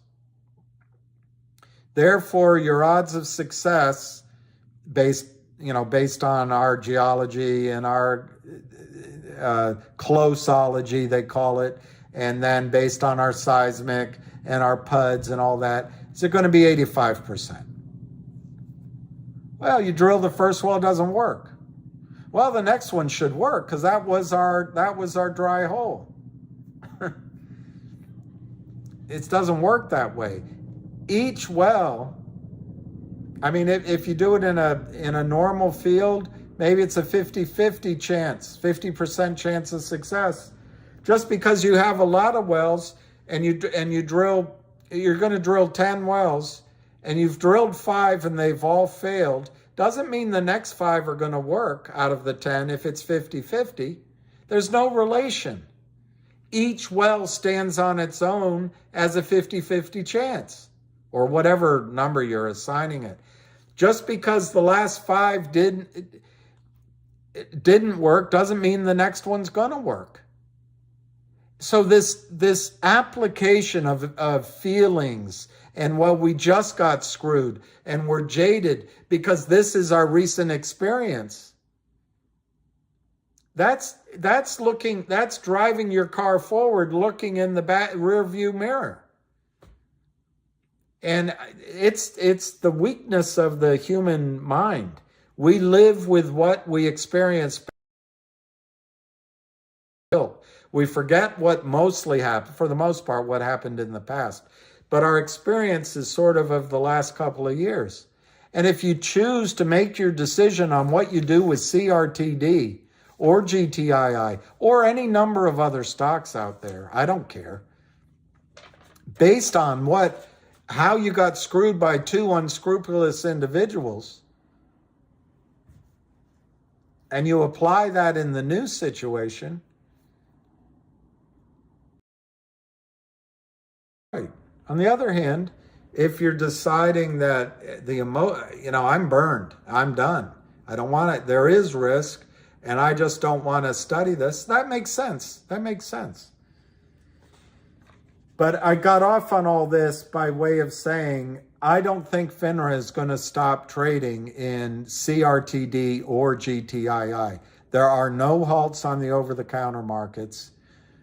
The shorts have crimed for decades, and in the case of GTII, they've shorted over 300 million shares. In the case of CRTD, they shorted over 350 million shares, and no one is apologizing for that. They're not saying they did anything wrong. Well, they did. And they took out probably hundreds of millions of dollars each out of the market. I don't know if it's specific to each of those stocks. Probably tens of millions of dollars out. But they want no risk now that we've caught on? No.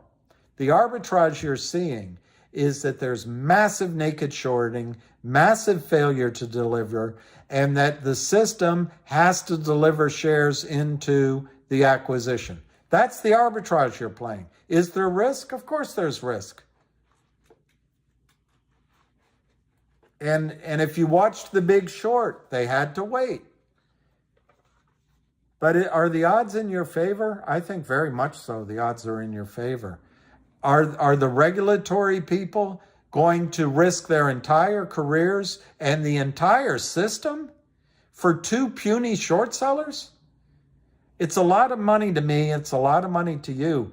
But if in the case of CRTD, The shorts have to come up with 1.2 billion. This costs the short 1.2 billion. I calculated it. I don't want to go through it again. If they have to come up with that money and they fail, that's nothing to Wall Street. Nothing. In a short squeeze, it's going to cost hundreds of billions of dollars. But if they had to settle that up, it's nothing to them. To you it is.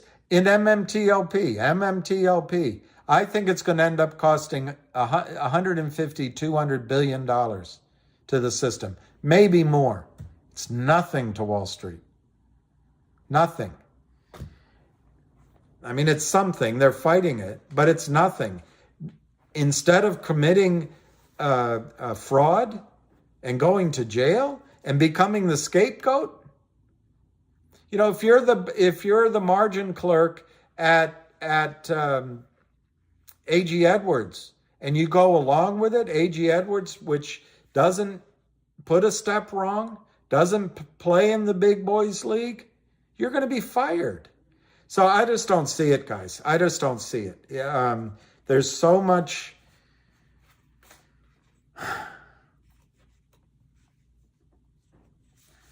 I mean, it's a little bit, you know, I know I'm being unfair. It's a lot like me in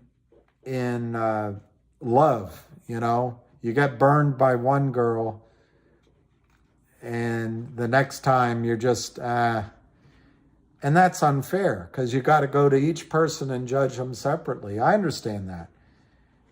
But if there's any time to fight your emotions and your psychological hurt, you can pick up over $3 for under $1.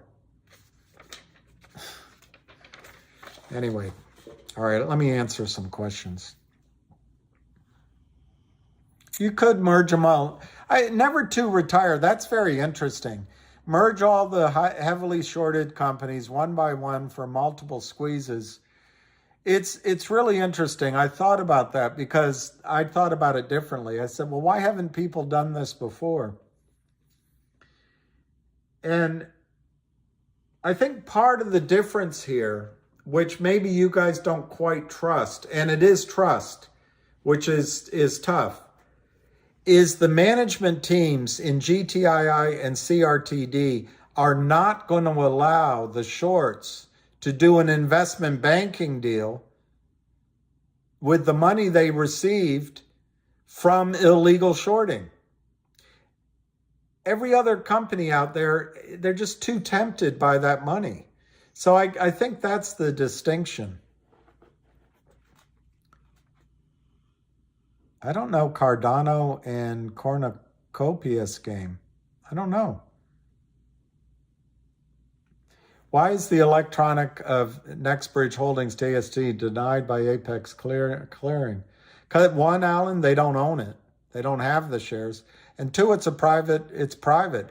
Alan, the 165 million real shares had, as I understand it, had already been transferred to AST before the trading halt.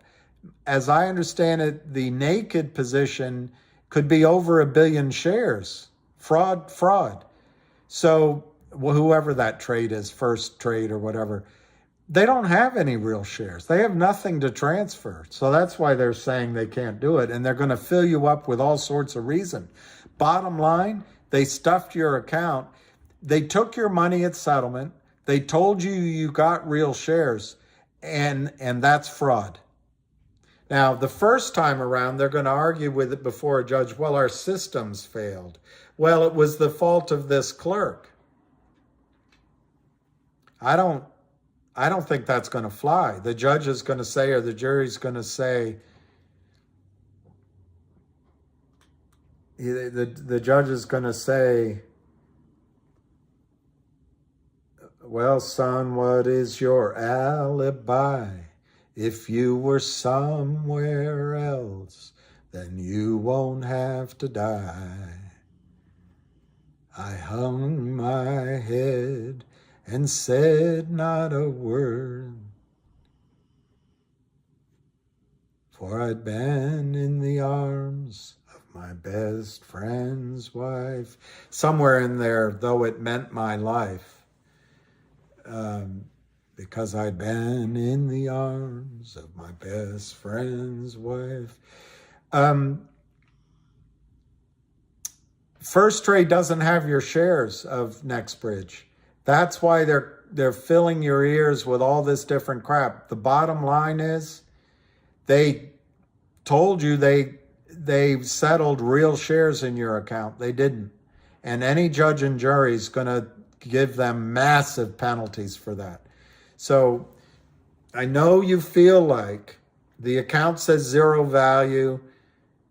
There are no shares to transfer. That's the whole issue. And the system, from broker to broker to broker, they're just realizing the magnitude of the issue they have here. Remember, it's like fractional reserve banking. If you put $1 million down at Wells Fargo and you went back next week and asked for $1 million back, they'd say, sorry, all we can give you today is $50,000. But if you come back in 2 weeks, we might be able to have it, because it's fractional reserve banking. No bank holds all of the cash. They lend it out. They trade it. They leverage it, because they know that in most cases, people don't ask for all their cash back at the same time. In the law of large numbers, it's less than 10%. Ask for their money out. And the system keeps going with this leverage. That's called fractional reserve banking. And it started way back when they would deliver gold from place to place and Robin Hood would steal it. So they came up with script. And then they saw over time that in their vaults, all this gold was just sitting there doing nothing. So they started lending out the gold. And they came up with a 10 to 1 ratio. But many banks exceed that. Well, now what happens with MMTLP, no one thought it was a risk in the back offices, because they never thought that everyone was going to ask for all of their shares of MMTLP all at once. And so they handle and they rig it against you. If you want your real shares, you have to pay for it, and you don't want to do that. And once you have your physical shares, to get it back in the system, it costs you $2,000 or $3,000. Plus, you have to go. There's one group in Chicago, Shyster, that you have to give him 5 or 10% of your sales price to get it back into the system. So they have it rigged that you're going to leave it into the electronic system. How do you tell in your monthly statement whether you have an IOU or you have real shares? You don't know. Guess what? None of the clerks know either. None of the people at FINRA know either. They never once in their life sold a stock or had real business. They don't know.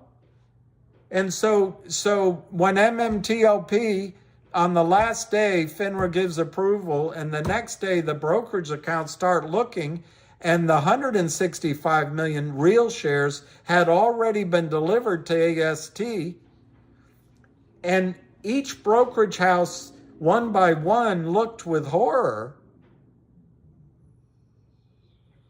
But as a system, apparently there's over 1 billion shares that are counterfeit. They go, oh my God, what are we supposed to do? We're not doing anything unless FINRA gives us more guidance. So they call FINRA, they call FINRA, give us more guidance. What are we supposed to do? FINRA halts trading, because FINRA doesn't know what the heck to do either. But they have an excuse. It's going into a private company. Therefore, we can say that under this obscure rule, we're doing the right thing. Shorts got caught too, by the way. Well, when MMAT announced the following Thursday that they had distributed all of the 165 million shares that were real, that they were required to, of MMTLP, Well, those 165 shares already allocated in individuals and institutions' names at AST. Well, that's a week later. Then the DTRC and the brokerage firms, the DTC and the brokerage firms start seeing the magnitude of the problem. And over the Christmas holidays, they're realizing, oh my gosh, there's 1 billion shares here. They're each doing it on their own level, but in every single brokerage account, every one, if it's true that 165 million real shares of MMTLP had already been allocated at AST, every single brokerage firm across the America has counterfeit shares in that.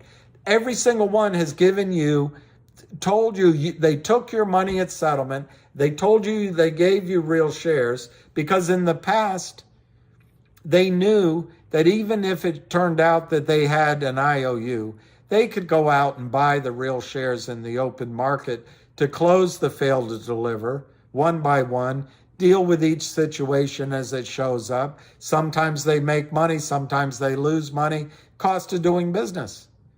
But the system, after 2 weeks, it was only 2 weeks, and it was the holidays too. The system suddenly, every single brokerage account, every broker dealer looks and sees that everything in every single account is fake. Well, there's no policy manual. There's no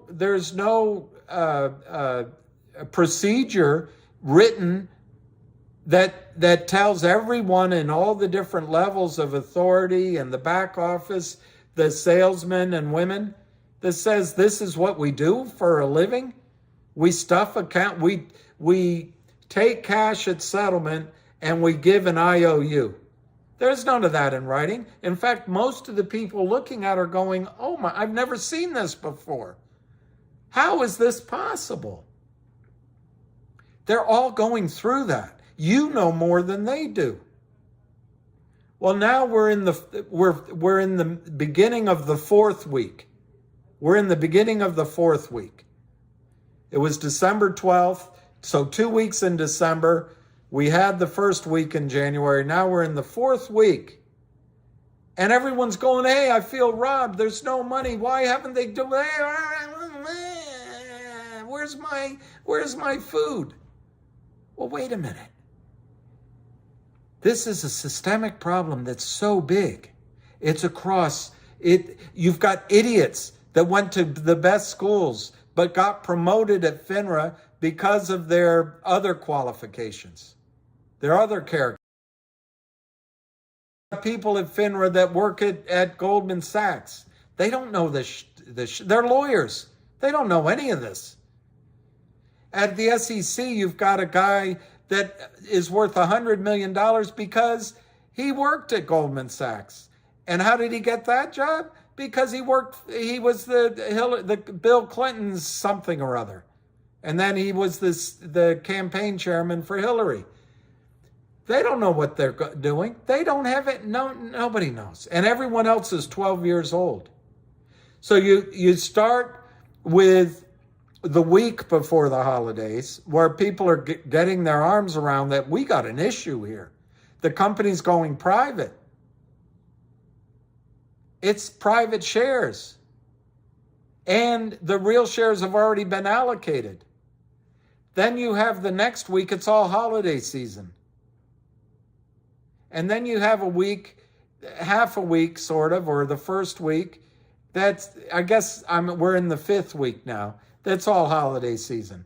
And now you're maybe in the 5th week, the beginning of the 5th week. And we're like, why isn't it fixed? Guys, what's so hard to understand? The system put 1,165,000,000 shares of MMTLP into their accounts. There's only 165 million real shares. The people that owned 165 million shares had them registered at the transfer agent. They took them out of street name. So the street has 1 billion shares that are all counterfeit. How do you expect, short of alchemy, how do you expect the street to create real shares for you? They can't. The shares are fake. They can't create real shares. So crying about and getting upset about, well, they gave me a fake CUSIP number. They can't transfer my shares. How come it's valued at 0? These are all temporizing. Now, on the one hand, you can say the whole system is out to steal your money. They don't even know your name. It's all directed against me. Or you could even say, well, it's only been 4 or 5 weeks. This problem is bigger than anybody, individual people, have ever seen. Ken Griffin has conned everyone, and a bunch of people have conned everyone. But it's reasonable that they're taking the time. FINRA made a mistake stopping trading. But before they make a mistake turning it back on, everyone is studying the situation. It's completely reasonable how much time has gone by. I don't know why everyone's rushing to lawsuits. And everyone's rushing to the assumption that the system, in this particular case, in this particular space and time, has decided to go against you. It's been going on for 5 years. This is just the cumulative. This is like, I don't know what example to give, but this is the cumulative effect of neglect and criminal behavior. Well, how do you expect it to get solved in your favor? You're one person. Why don't they give me real shares? AST was already filled up with the real shares. Everything in your accounts are fake. It's not reasonable to expect that your broker is going to be able to give you real shares. And when you call in, whoever you're speaking to doesn't understand that. They're lying to you, or they're bullshitting you, or they're telling you the truth, but in their opinion. But the bottom line, there aren't any real shares to give you. There are none. So what are the 3 choices? There's 4 choices with MMTLP. There's only 4 choices. One is to just go to fight it with the lawyers, ignore it. Let's see what happens down the end of the road. 3, 4, 5, 6, 7 years. Possibly a settlement of trillions of dollars, but that's later. Let's just basically ignore it and tell everyone we can't do anything. It's being, well, that's not going to happen. The second way to do it is to open trading immediately or on January 20th. My opinion, that's both the cleanest solution to have covering.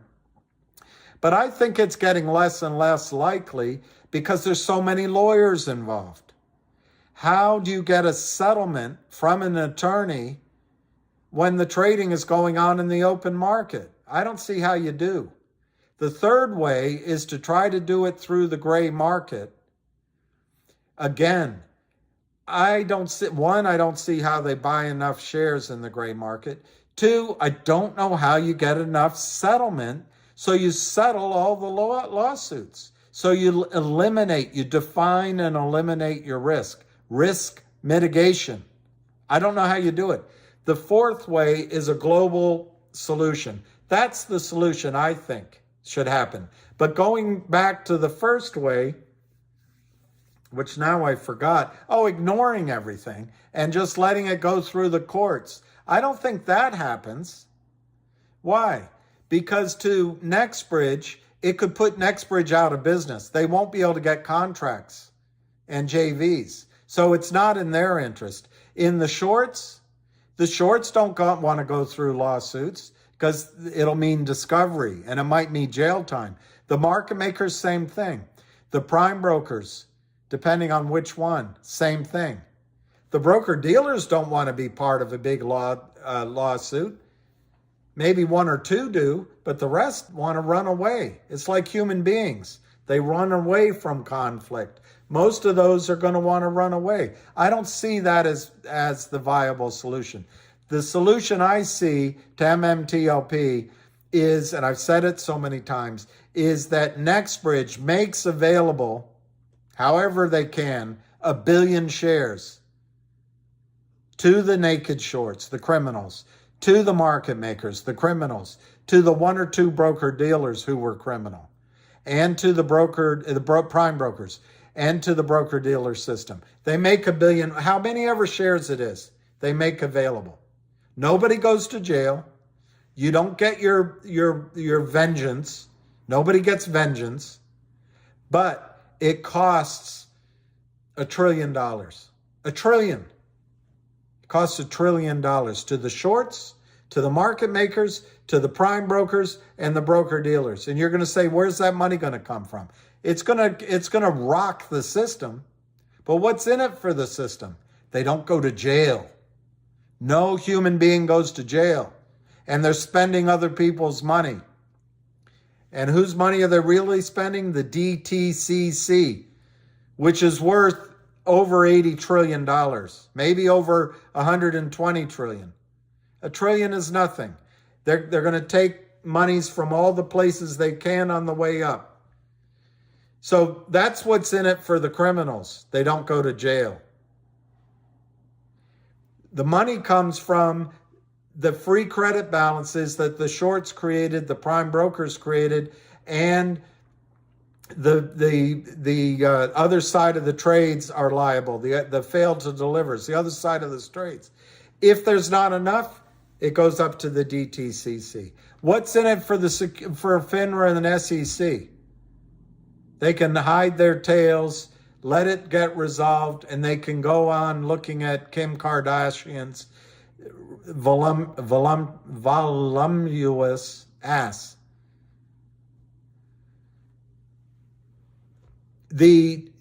So they can skate on by, and the women at FINRA and that one top guy at FINRA can pretend they're doing a good job, and they get on with life, and they don't get any demerits, so they're happy.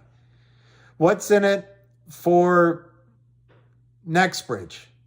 NextBridge gets cash, and it becomes the single largest independent oil company in America. It can invest its money without paying attention to ESG. It can invest its money without paying attention to any hedge fund on Wall Street. And it's not beholden to BlackRock. That's what's in it for them. What's in it for you? Well, what's bad is nobody goes to jail. But what's in it for you? You get shares of stock, one for one, maybe that initially worth $100 or $150 a share, marked up from your $12 or your $6 or your $2 without any tax obligation. And then you get a cash payout as well. On top of it, you get a cash payout. Oh, they'll never do that for us. Well, why not? Guess who's fighting for you in the case of MMTLP? Greg McCabe, John Berta, and my name isn't Sam or whatever, the number 2 guy that was on here one day. They're going to ask for the moon. They're going to ask for $600 a share, and John Berta's already said they're going to ask for a cash distribution.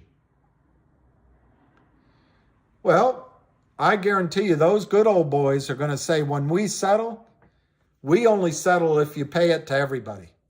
Otherwise, we don't settle. So you're going to see what good old boys do versus the eggheads that went to all the schools and work at FINRA do. You're going to see the difference.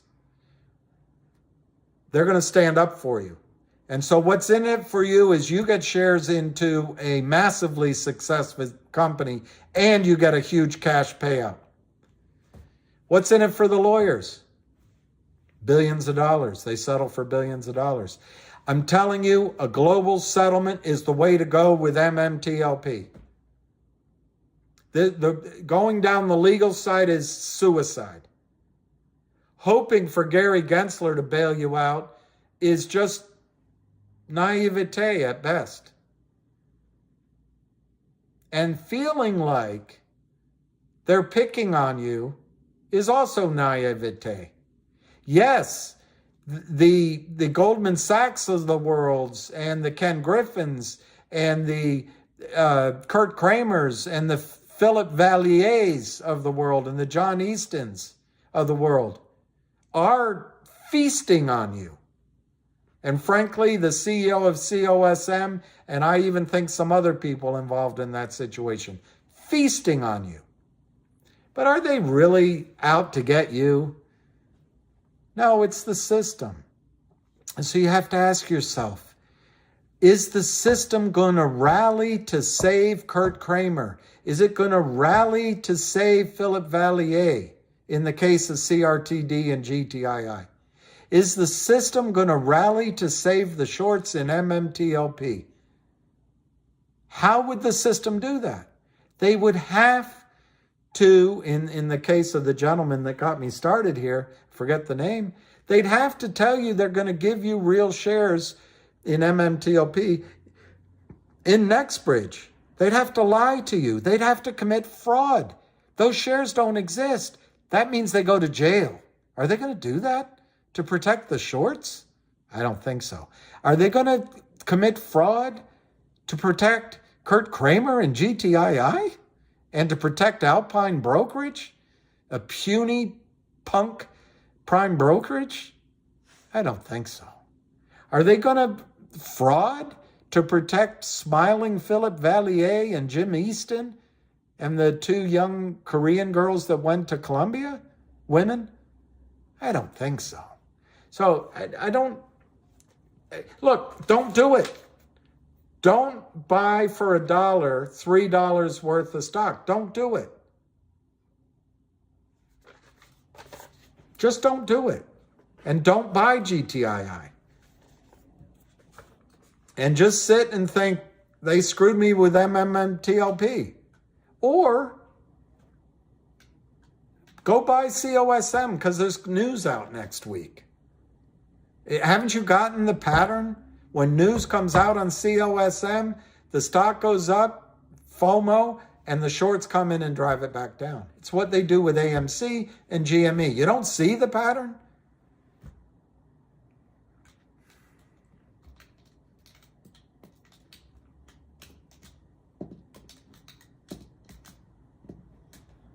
I guess Jeremy Frommer and David Reichman are just like those guys. And you know, to pay $1 now to get $3 later, it's just not worth it. I get it. I guess that's the premium the market's demanding right now is $287 because they don't trust this situation. I get it. But guys and girls, we're not going to change the system by going through, quickly anyway, by going through the legal route. We're not going to change the system hoping that Gary Gensler or Jessica Hopper do anything from a regulatory standpoint. Maxine Waters isn't going to do it. Joe Biden, nobody's going to do anything. The way we can change the system is hurt them in the pocketbook. And this is going to hurt them in the pocketbook. That's CRTD and GTII. MMTLP, I personally think on MMTLP that we're in the 5th week, or almost the 5th week, since FINRA halted trading. Why is that so much time? Yes, the squeeze was stolen from us. Yes, I agree with that. But other than that, why is it so hard to understand that there's human beings here, just like the lawyer on the space call? She was the only one that could ascertain facts. None of the rest of us, it was all speculation. But only she, if it went through her brain after she saw it in print, would it be a fact? Well, that's one person. Imagine the hundreds and thousands of people throughout Wall Street that are analyzing the situation of MMTLP. And they've all got to figure out what my bank should do, what my hedge fund should do. And we should call FINRA. We should call the SEC. It's a huge thing. But I don't get the connection.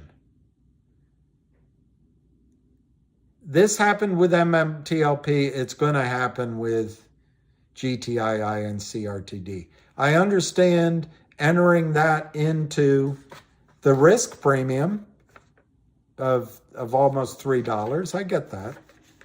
But I just... Anyway, I don't know what else to say. Let's see, Lou Grasso. Want to know what my biggest fear? Yeah, a big hedge fund joins the short to show us who the boss are. Lou, I think that's a perceptive thing. And I think that did happen at Thanksgiving. I think Alpine, maybe in the case of GTII, called in all the favors they could with other shorts to punish us, to punish retail. Well, in my opinion, it didn't work. But the flip side of that, Lou, the flip side of that is, if you get a big hedge fund, you call a big hedge fund and you say, help us out. One, it's a stupid trade. So yes, you think that they're going to have enough massive power to define their own situation, but it's a stupid trade. You heard Ham say that the Trento mine could be worth $16 billion in the ground. It's a stupid trade. But Lou, the biggest risk, you go to one of your friends on Wall Street. You call up that thief, Cohen, and you say, hey, can we meet? Sure, but not at my house. Why don't we meet at a ball game? I just bought the Mets. Let's meet in the owner's box. No one will hear what we're talking about. Stevie, I really need you to help me with GTII and CRTD. Together, we're short almost 1 billion shares. And we need you to come in and short 10 billion shares on our behalf. Okay, well, what's the price? Well, they're both under $1. Are you kidding me? Get out of here. We wouldn't do that trade. If you worked for me, I'd fire you for even making the suggestion. Stevie, I need the help. I need the help. You were the godfather to my second cousin's niece. And Stevie, my dad worked for you. Come on, Stevie. Well, tell me a little more about the situation. Well, let me think about it. Stevie goes home to his desk. He pulls up GTII and CRTD, Lou. And he sees that CRTD has 30 million shares that exist. And it's got 350 minimum counterfeit in all of the system. And it's trading for 79 cents. It's going to have a distribution of 40 cents, whatever it is. So there's where I'm going to pay 80 cents. It's going to cost me some money, and there's a distribution. So I'm going to short it at 80 if I can. But odds are I'm going to drive it downward by shorting it. And I've got to take 40 cents off the top. So by shorting it at 80 cents, it's as if I'm shorting it at 40 cents. And then as it's going down, down, down, I'm really shorting it at 25, 20, 15 cents. I'm Stevie Cohen. I own the Mets. I'm a billionaire. Do you think, Lou, that he's going to do that as a favor? In return, the upside is almost infinite? No, Lou. Stevie Cohen's going to look at that and say, my God, I can make money on the upside. He's not going to call his trading desk and say short CRTD. He's going to say, buy all you can up to $1.50 and let me know what happens. And when it goes to 150, well, we were only able to buy 20 million shares. All right, go buy all you can up to 4, up to 10. Because Stevie Cohen knows, unlike you or me, Cohen knows he can make a lot of money busting the shorts. He's done it before. But you don't know because popcorn screw, all your experiences are negative. I get that. And I've had plenty of negative experiences. But no one's going to help the Lynn Partners. What I would be more concerned of is if the Lynn Partners is a front. It might be a front for a big short seller because they've held finger down. That would bother me a little bit more. But I don't know the answer. In the case of GTII, I know the answer, who the short is. I know who it is. It's Kurt Kramer and Seth Kramer and Charlie Mayo. No one's going to help them out. Not Steve Cohen, not Ken Griffin. In fact, those greedy guys are going to turn on them. If you go ask for help, they're going to say we can make billions, 1 or 2 billion on the way up. Why would I short? Are you telling me I could come in? You're asking me to short CRTD. You're asking me to short 100 million shares so I can make 20 cents a share? I can maybe make 20 million if it goes to zero and I have cost to carry. But if it doesn't go to zero, what are the events that could cause, oh, well, they're doing a distribution on blockchain. Well, none of the retail understands what that means. Okay. But Stevie Cohen, I know what it means. They're going to do a merger where the shares have to be delivered to the transfer agent. Well, no retail understands it, but I'm Stevie Cohen. I get it. So you're talking about a run on the system, a run on the bank. So I might make 20 cents and my risk is infinite? Why would I do that trade? Because I'm a good guy? I got here because I'm a good guy? No. You guys are seeing too many ghosts. I don't blame you. But you know what? Please don't listen to me. If your gut is telling you that there's a ghost, if your gut is telling you this is all bullshit, don't invest and sell. As soon as CRTD goes to 2 or 3, sell, get out. Buy a mutual fund. Who shorted Torch and MMTLP? I was raising money and I invested in Torch. And at that time, I didn't know the systemic shorting going on. No one knows. But they hired Wes Christian. They hired Sharon Tell. They're going to find out. They'll find out. And somebody asked earlier on MMTLP. MMTLP, whoever, it's NextBridge or MMT, they are going to hire Wes Christian and they're going to hire Sharon Tell. Mark my words.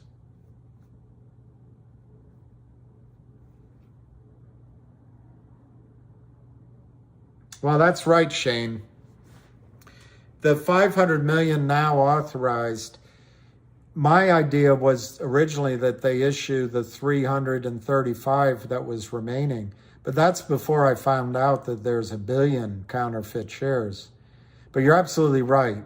I don't know the rules of their organization. I don't know if they need shareholder approval.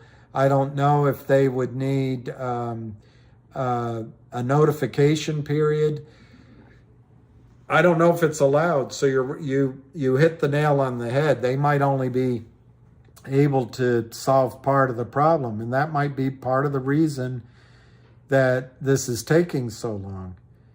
But my guess is you're dealing with human beings. They can change the rules, the articles of organization if they need to. They can have a shareholder vote, but it's going to cost the shorts, and it's going to cost the prime broker, and it's going to cost, because if I were you, and I am you, I own MMTLP, I'm going to say, hey, wait a minute, not only did you promise me 1-for-1 share, but you promised me a share that was worth 1/165 millionth of the company. And now what you're offering me is a share that's worth 1.5 billionth of the company? That's not right. So that's why I think the price they have to pay to NextBridge has to be in the hundreds of dollars per share. My number was $400, but maybe now it has to be higher per share that the shorts have to pay NextBridge. And then out of that, maybe the lawyers get $500 million, and maybe you get 300 or 400. I'm sorry, shares that are worth $300 or $400 or $500 a share. But maybe you get a distribution of $50 or $100 a share. I don't know. Big. Well, maybe Johnson's enormous. They would get sued by shareholders, and that's why they would have to have a shareholder vote. The problem here, Johnson's enormous, which is really frustrating to me, is there's too many lawyers involved. At some point, you're going to have too many lawyers, too many parties, and the only way to go is to go the legal route. And I actually think that works in the hands of the short sellers, because by definition, NextBridge won't be, at least it's one scenario, NextBridge won't be able to JV or raise money. They'll lose their leases. Their value will go to zero. Lawyers involved in the case will say, hey, stock's worth nothing. Well, that's all speculative. That's all speculative. All we know is the stock's worth nothing, and everyone loses. The legal route is fraught with risk. And I think the sooner that everyone settles this in a global way, it's going to mean shareholders do not sue. Because the risk to shareholders, if they don't go along, is that NextBridge gets caught in lawsuits, which means banks won't lend money, the collateral is worthless, investors won't give them money, and they're just back into the situation the shorts want them in. So, yeah, it's going to be, my idea of a global solution is going to mean swallowing pride and everybody agreeing not to sue each other. It might not happen. Might not happen. Hey, Stanley. Do I think buyers are looking at the Oro Grande now? Yes, I do. And the Hazel. They were looking at it before Torchlight got in trouble. And the geologists that found, and I have to go back through my notes and my emails, but conceptually, if you allow me to talk about it that way, the geologists who came up with the theory for the Delaware Basin before it became a big play is the same geologist who came up with the Oro Grande and the analog to the Oro Grande. And see, the advantage for NextBridge in selling shares, they could go acquire 1 million acres or more in the Oro Grande Basin. But what's happened in the time frame of when Torchlight first was working on this is takeaway capacity has increased, oil prices have gone up, they've drilled several. I've heard they've drilled 6 to 10 wells that are successful. So that sets up proof of concept, so to speak. And yeah, I think companies that have gone overseas, it's a cycle, but the big companies that sell all of their American assets, like Chevron and Exxon, and right now I'm having a hard time thinking of others because they've all merged. But they sell their assets, go offshore, go into greener pastures worldwide. They're seeing political risk in Russia. Remember Shell and I think it was Chevron went racing into Russia. There's political risk in Russia. They go into Venezuela. Venezuela is a no-go zone now. Go into Africa. China's already there. While we were bombing a desert and assaulting mountains under George W. Bush, the idiot president, and then Obama was the president. No president in history was at war every single day of 2 terms other than Obama. Bombed so much we ran out of bombs many times. But while we were doing that, China was locking down resources in Africa and South America, and even in parts of Asia. So these large oil companies, where do they go? Libya is a disaster. They hoped to get in there. Iraq, we fought a war in Iraq. We didn't even get any of the oil. So where do the big majors go? I'm not trying to be political. I'm just saying, where do the big majors go? Well, one place they can come back to is North America. And one project that's sitting there that could be the size of the Delaware Basin, there's a lot of risk where it's early stages. It could turn out to be a bust. But to the budget of an Exxon or a Chevron or an Apache or a Shell Oil, they would come in and they would love to put an asset like the Oro Grande Basin on their books. Even if it's 10 years out, they can say we have X billions of barrels of oil and trillions of TCF of natural gas potential. And it helps them raise money. It helps them distribute dividends. It helps them compete with the big boys. So yes, I think that NextBridge is into talks to sell. And I think the biggest threat to my idea is they've already sold it. But I would think that NextBridge has proprietary data, proprietary results that an acquirer would want to know before they started buying up acreage around the Oro Grande. Because it's young enough, you want the data and the knowledge of where to go out and buy the other leases. So I would say that the NextBridge assets are a keystone, so to speak, if you want to come in the Oro Grande and build a $1 million, $2 million, $1 million acre position. So yeah, I think other buyers are there. Herman Hartner. The majors will be looking at it because it's private land, so no federal drilling permit problems. Excellent. Texas is pro-drilling. That's great, Herman. And Texas and Wyoming, I don't know what ISR means. ISR. I should know. Wow, damn Yankee, you can't buy CRTD on Fidelity? So it starts. I was talking to Ham earlier today, and one thing I pointed out is, it's a free good for them to trade today. But wait till the back offices look at the news releases tomorrow.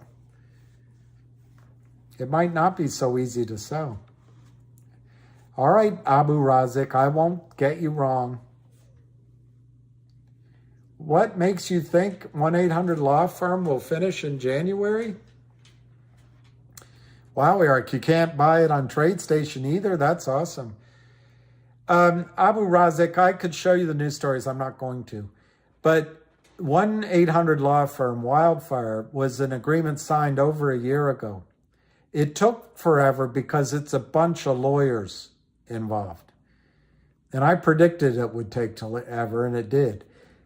I think they signed the final agreement in September last year. And it's like the Phillies buying Trey Turner. We're going to sign an $11 million year deal, and we're going to give you $300 million. And Trey Turner signs it, and the Phillies sign it, and Scott Boras signs it. But it's subject to a physical. Well, on September of last year, GTII signed Wildfire, 1-800 law firm signed, but it was subject to a physical, an audit, third-party audit, of Wildfire, 2 years worth of audit. One, what's the risk that a group of lawyers committed fraud in their billings and they're exaggerating their revenue and their income? What's the risk? I think very low. These are officers of the court. That's one. Two, what's the odds of an auditor acting rapidly so you can make money in the market? I think very, very low. I think an auditor is going to take their sweet ass time, if not just to expand their billable hours. Three, it was announced in September that the audit was expected to be finished by the end of 2022. Four, 2 additional times, GTII announced that they had heard, well, it was part of other announcements, but it was in the press release, that they had heard from Wildfire that the audit not only was on track, but it was expected to be finished on time. 5, 2022 ended 2 weeks ago. So by definition, 2022 is over with. 6, Christmas time came on the weekend. So that meant people left before the weekend and came home after the weekend. New Year's came on the weekend. That meant people left before the weekend and came back afterward. So I think there was a lull in the work effort around the world, but probably at the auditing firm. 7, on Twitter, there were many references to the audit having been completed. This is 2 weeks ago. I don't know if they were true, but they were from people that I've grown to trust. So 8, why do I think it'll happen in January? Because even though time has passed by, it wasn't that they were procrastinating. The bulk of the effort that was ahead of them in September, they didn't keep kicking it down the road. The bulk of the effort kept getting narrower and narrower and narrower and narrower. The job didn't expand from all the announcements that said we expect to be done by the end of the year and we're on time. So they were going through their work product, leaving a little bit left. I don't know how much, but only a little bit. So do they need, Abu Razik? Do they still need another 3 months, 2 months, even 1 month? They've been working. Are the books a mess?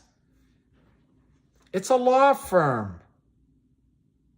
And all of the contracts, probably all of the revenue, is what was earned in settlements and because of court orders. What bad things are they going to find? If they were to find bad things, wouldn't it have already been in the previous 2 or 3 times that they updated and said, Wildfire came back to us and said everything looks good? Wouldn't they have said, well, now Wildfire is warning us? So the 90 days of work, September, October, November, December, 90 days of work still isn't ahead of them. The 90 days work has been reduced to 60 days. No, I bet it's been 30 days. No, I bet it's been reduced to a week or 2 weeks.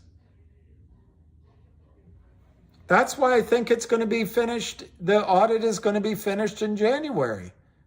And if you want to know if you don't want to know my real beliefs, I think it's going to be finished any day now. Any day.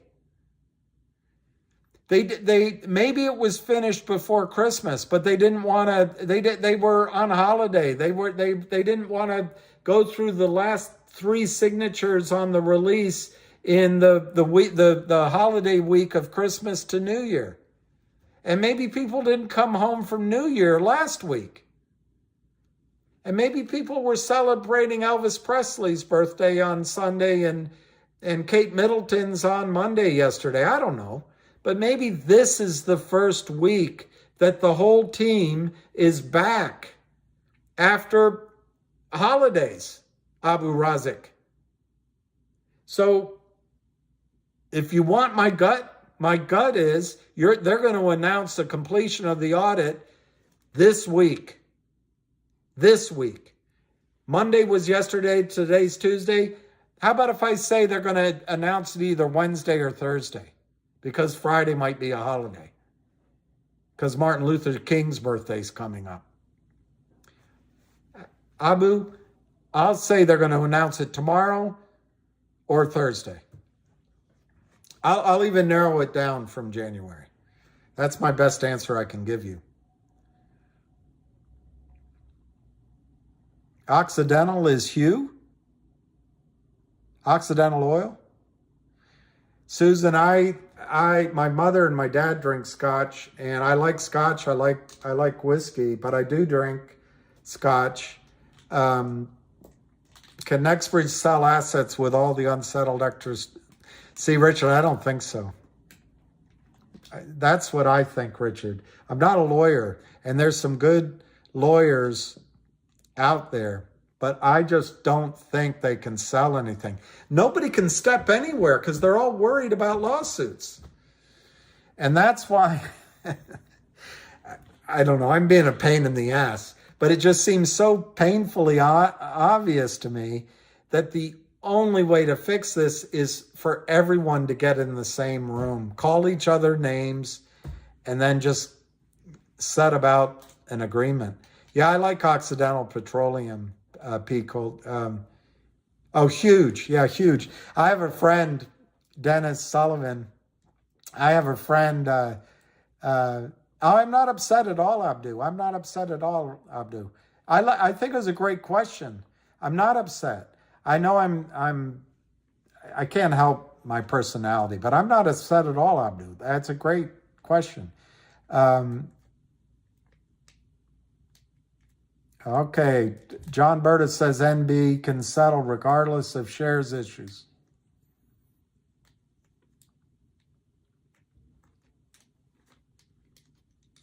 Well, my question to you would be to settle with whom? If Nexbridge settled with enough people, I think that's correct.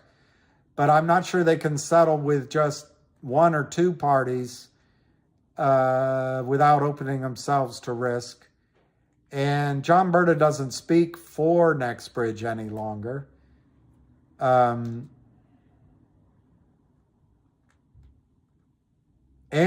I would agree with John in the sense that I don't think Nexbridge did anything wrong. I don't think MMAT did anything wrong. I don't think any of you all did anything wrong. And there's maybe a few hundred broker-dealers that didn't do anything wrong in the sense that they relied on a prime broker telling them that the shares would be delivered. But there's plenty of broker-dealers, and there's probably more than one prime broker, every market maker, because the market makers are all fraud, and the short sellers and the hedge funds that did commit crimes. That's where the fault lies.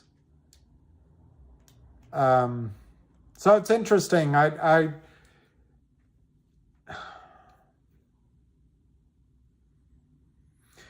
I guess I would answer it if it's soon enough in the process that NextBridge acts, they probably can do things without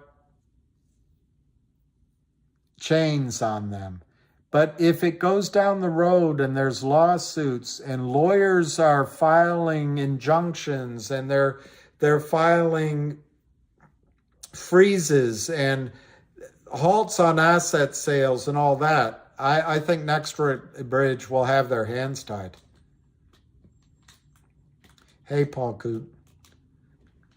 Gut price on GTII? I thought that said cut price. That's weird, Susan. Mine shows 0 value, but I do see an entry. Herman, my calculated price is $50 a share for every 1.2 billion recoverable. Multiply that by 3 to get 3.6. My price estimate is 150. And you leave out the 7 trillion cubic feet of natural gas that John mentioned.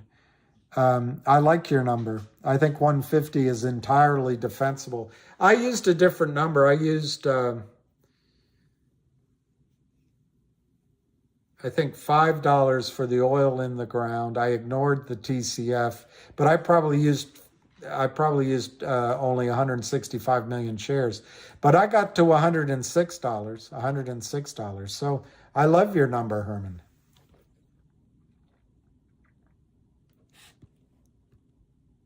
They're going to assign a dollar value. See, Richard K., the longer a lawsuit goes on, the greater the risk that value goes up. It's in everybody's interest to settle this now, just to settle it now. Anyway, my gut price on GTII is, I think there's going to be some selling at 2, 3, 4, 5, 6, 7, 8, and 9. Because a lot of people are going to say to themselves, I'm not going to get fooled again. We won't be fooled again. I get on my knees and pray. But I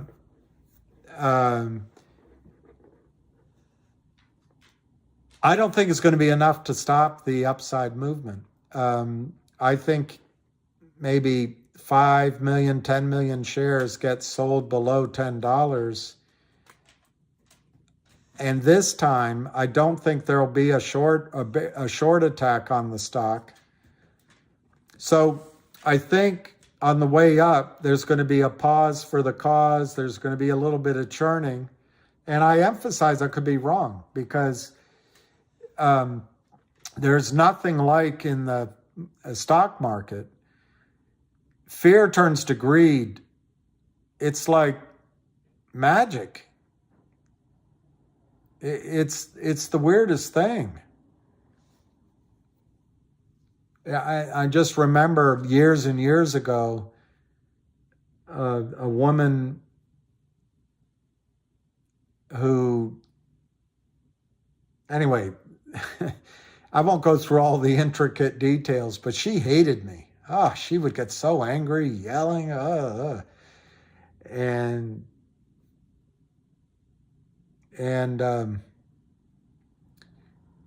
one night I ran into her and she said, come on, let's go up to, we went up to Chief Ike's Mamba Room. This is after not seeing each other for, I don't know, 6 months or something.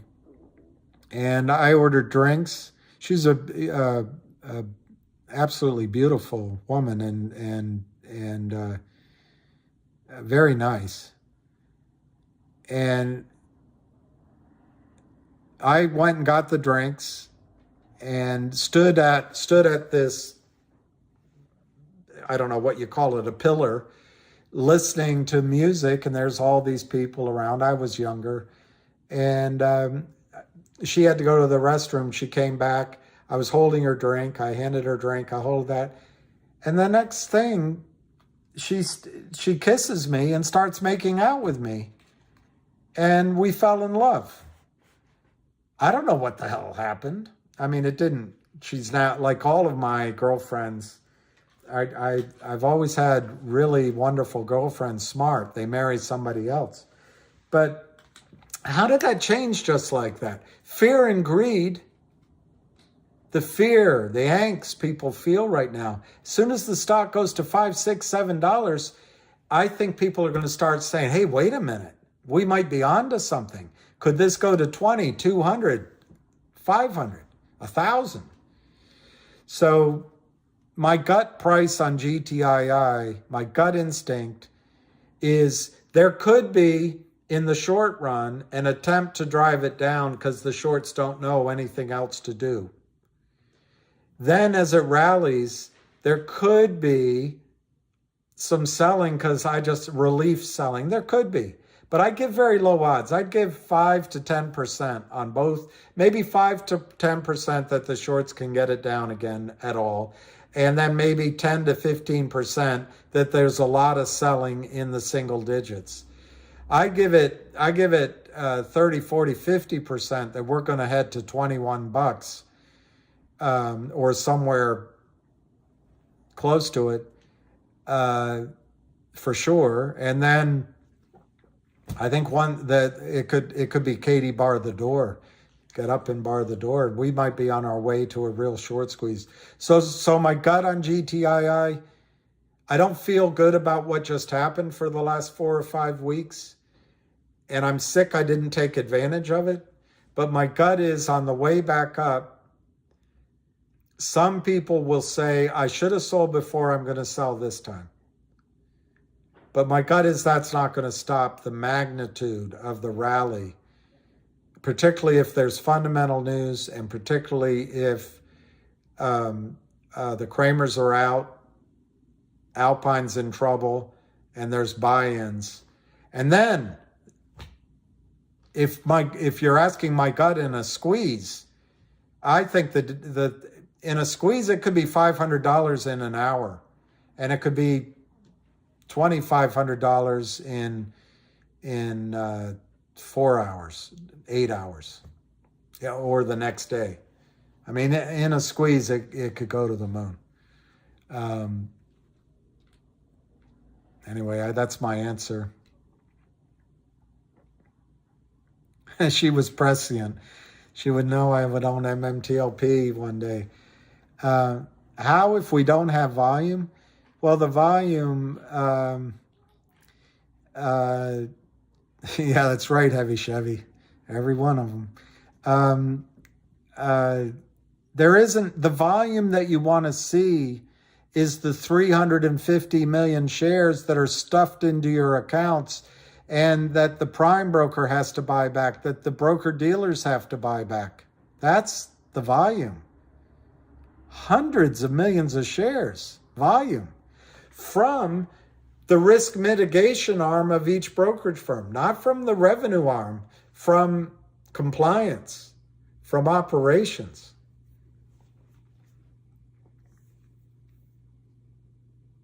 Well, there you go, Herman. I think it's reasonable to assume that the best place to locate oil is where oil is, but different depths. I've looked at the cross sections, and it's mostly a virgin basin. It needs takeaway, but they've been working on that. Conventional failed in the past, but the two big changes in Texas, one came from Murphy Oil, George Mitchell Oil, George Mitchell.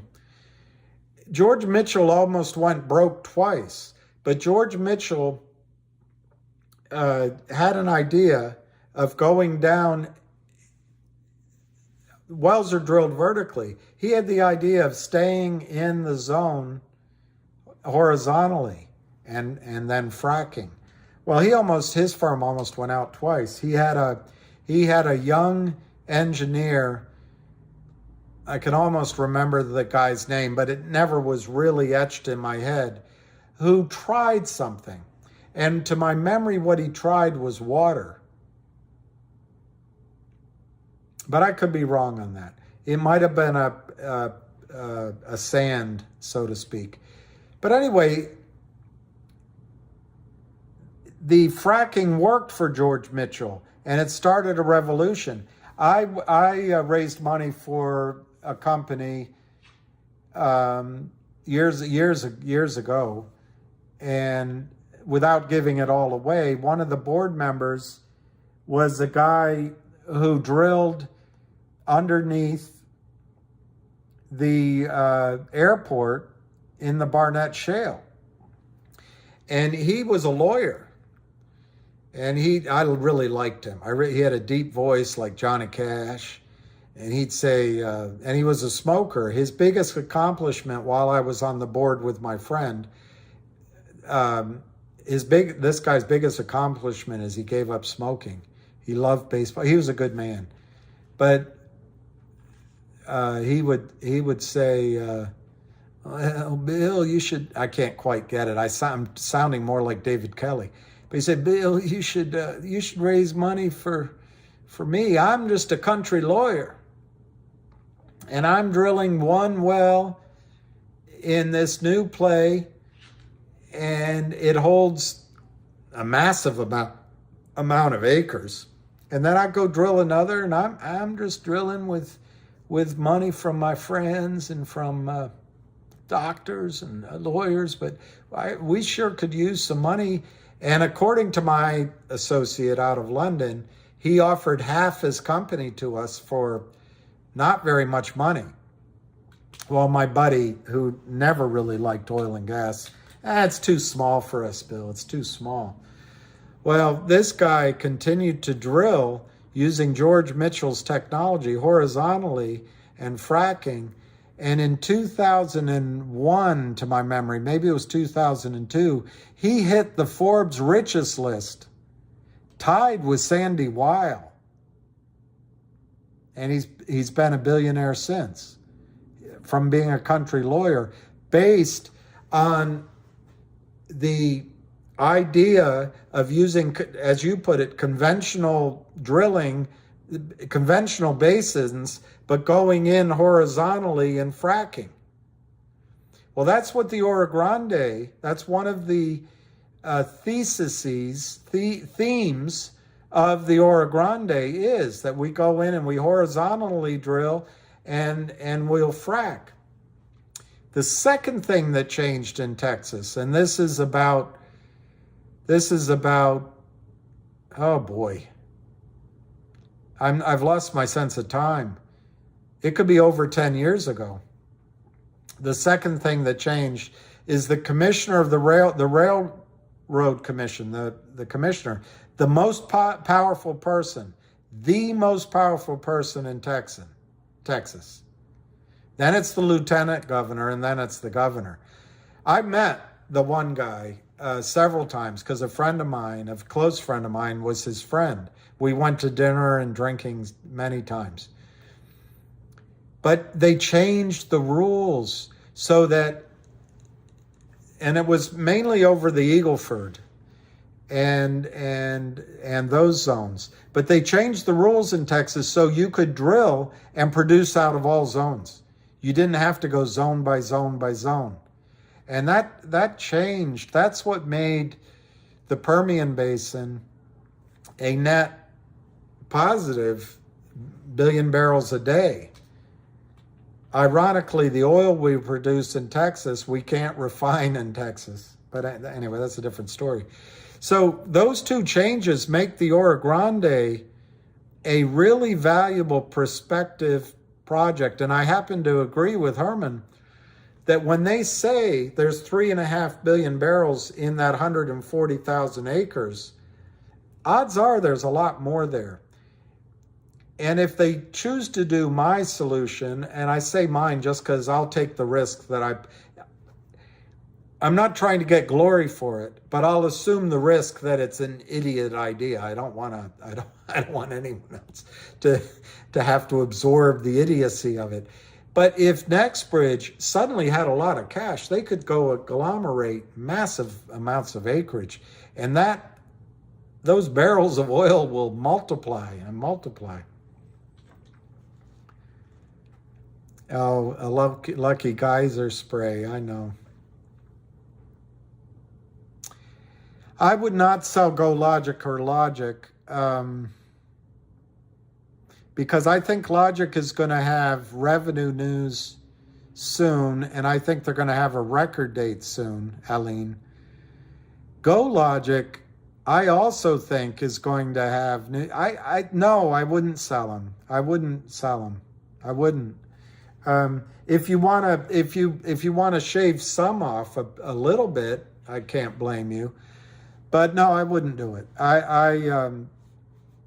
As excited as I am by the merger announcement, we have to recognize what we just went through with the shorts and recognize what, darn it, I'm forgetting his name. The gentleman that just brought up Lou just brought up that he's concerned that other hedge funds could gang up against us.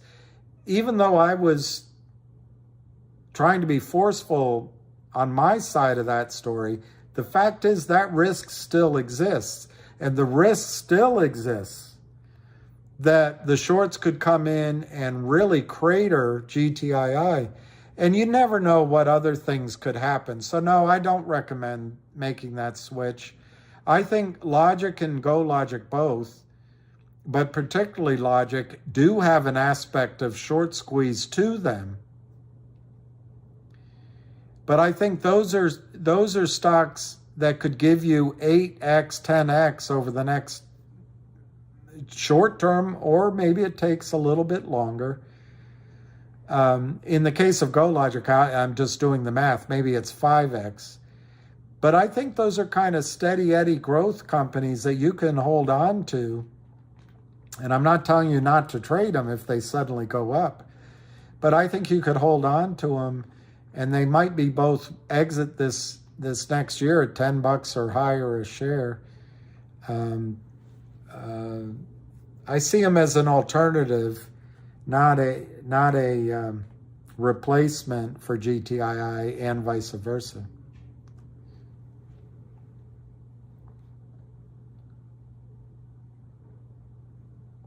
Victor Vega, after the whole COS, he deleted his video. Oh, I think he'll come back, Mike. I think he'll come back. He might have just wanted to, I don't know, start anew. And you don't know if it was his fault. It might be that he was misled.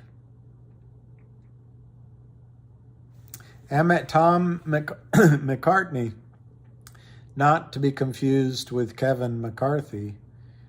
TDA just stated has all the shares they and I need. I can submit transfer out, direct registration system, and certificate request. That's great news. Hop on it. Don't delay. Don't delay. Do not delay. That's great news. That means TD Ameritrade got some real shares and they decided to allocate them to you.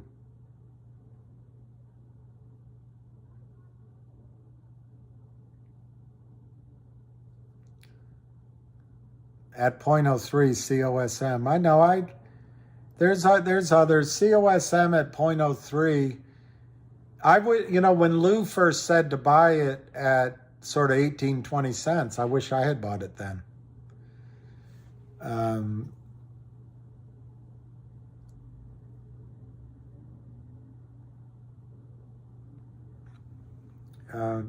Yeah, Rumble might pay better than YouTube.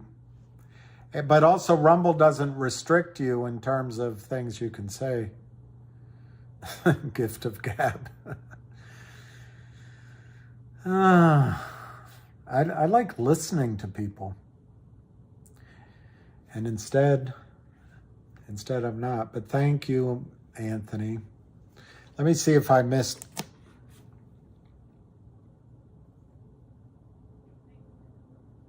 Yes, I'm still going. I have a going problem. What's that commercial? What's the going he has a going problem? I forget the commercial. Oh yeah, before Lou. Yeah, I heard somebody brought it up to me too.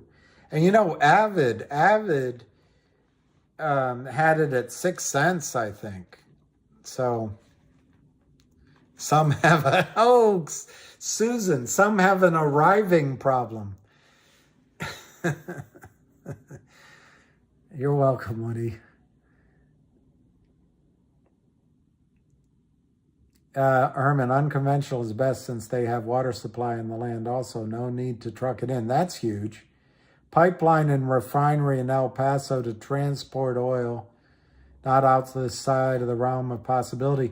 You know what else, Herman? I remember, and you would know better than I do, but to my geology of the Oro Grande and Texas and Mexico, they were thinking about building a, what are those plants called? LNG plant on the west side of, sort of on the west side of Mexico, but on the US, to ship LNG out to, I guess, China. But I tell you what, we're going to regret selling all of our LNG.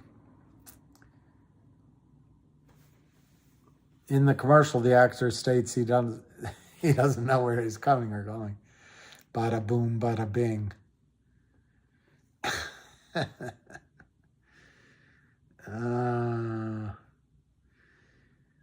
This is getting into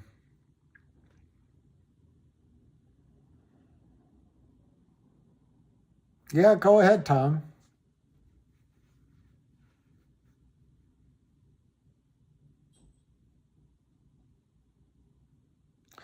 Tom, it could be a stall tactic. That's why I would act on it right away and I'd save everything. But I'll give you an example for the distribution of dividends. A warrant as a dividend, not just giving warrants, but instead doing a warrant as a dividend. Somebody asked me about that. If he's still on, I doubt he is. Darn it. That's what I forgot. What GTII did in April 2 years ago, they issued a warrant at $2.75, but it was a dividend. It was as a dividend, and that whole thing was set up. That's what's on there. Darn it, I wish I'd remembered to answer that. But that's what was on the website that he was asking about. But anyway, for me to get my warrants issued in my name, I had to fill in a request and have E-Trade delivered the IOU warrant they gave me in my account. I had to have them deliver it to Liberty Transfer. I had to make several phone calls and fill out a form. And I got the runaround a bit. I was trying to be nice, but finally I just went out on it. I didn't lose my temper so much as I said, you guys are playing with me because there's a naked short position. Anyway, I showed them what I knew. And guess what? I got my real warrants and they were delivered to Liberty Transfer the next day. So it's possible, Tom, if you've been calling and showing them how much you know, that you're a squeaky wheel and squeaky wheels get oiled in you, they might have some shares for you that are real. I'd pounce on it.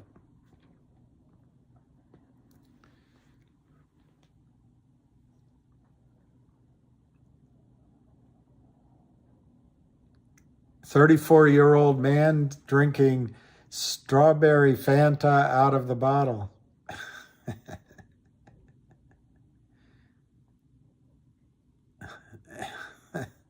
I used to drink grape soda.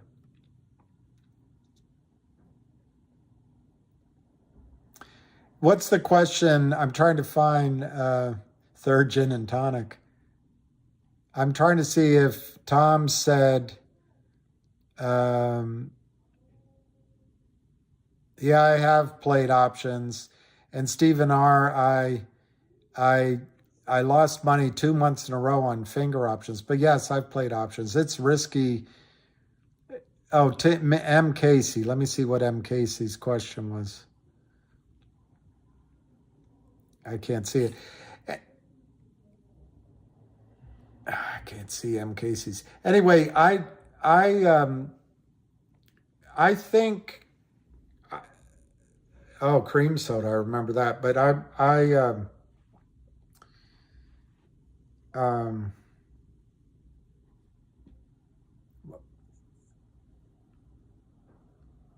been a Pia. I've been a Pia. I do play options, and the thing about options, a friend of mine told me the best way is to buy stock and collect the premiums. That's what I want to do.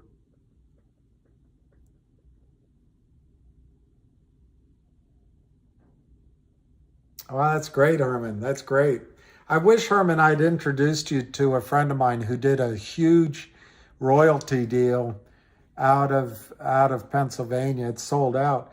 But Herman, if you're interested, I don't have any deal with him, but I recommend him massively. But he's actually putting his old oil and gas company back together again, and it's tremendous. And it's basically straddles Texas and New Mexico. The Koreans had purchased it, and they effed it up. But anyway, leaving shares with broker. I don't know if that's a question. I couldn't find it, but if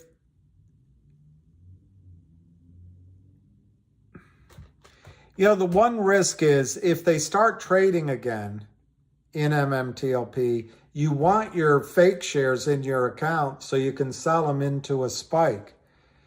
And I really don't know what odds to give. I trust this guy, Richard Kay, and his judgment. And he's saying that maybe by January 20th,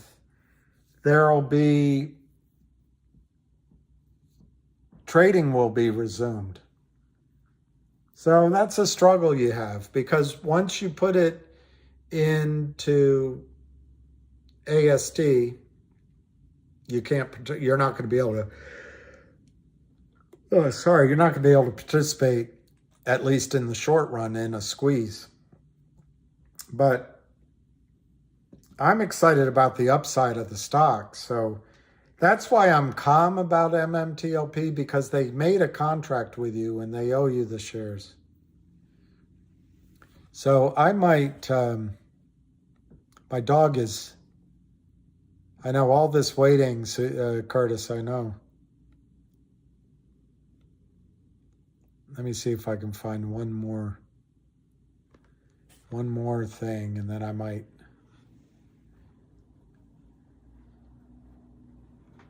Yeah, the 120 date is coming. I saw it from God, my brain. I want to say Howard K, but I'm not sure that's right. Anyway, a lawyer that I listened to on the space call, and he's here, and I trust his recommendation. And why does he think, I might have gotten the name wrong, son, so I apologize. My brain's starting to fail me. Why? I don't know that he gave a reason, but BIOR, let me see, BIOR, I don't know what that is. But what,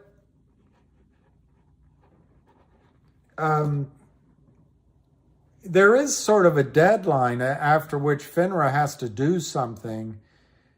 And I think there's probably pressure on FINRA from broker dealers to solve this. And not to be too repetitive, but I think the gray market is an inefficient, incomplete solution. The most elegant solution is just let the buy and sell, the outcall of buy and sell, sort it out. He hates these cans. He hates these cans. Stay away from the cans.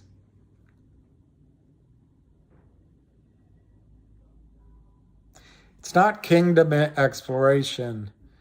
Although somebody called me from Kingdom Exploration. I'm writing it down. And it was Sean Pruitt. I remember that name. But that's not who it was. That's not who it was.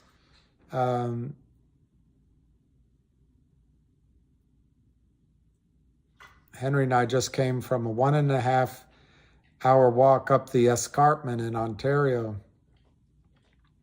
All right, Woody, thank you. Susan, when I went to school one Saturday morning, and we had to get up early, like 6:30, and take a bus out as our geology professor took us across the flatlands toward the beach. It was like an 1.5 hour drive or hour. And then we went to, I want to say it was called the Bodine Escarpment. I could be wrong on that, but I think it was called the Bodine Escarpment. And we all got out, and the professor just got going, and the escarpment was all of about 4 feet, maybe 6 feet. You'd see this escarpment, and he went on and on and on. And I came back, got my seat, and behind me were 2 basketball players, one guy with one seat and the other guy with a different seat on the bus. And Teddy O'Gorman was his name.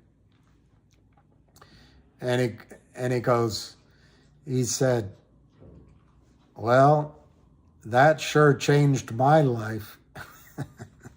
I never forgot it. I burst out laughing. We got up early and did all this rigmarole to see a 4 or 5 foot escarpment. Oh, the Niagara Escarpment. That's massive. All right, good night, Abu. I buy when others are fearful. I always seem to overpay. All right, let me look at the clock. 8:27. I'll give it 3 more minutes, and then I gotta go. I got to pee, like that movie.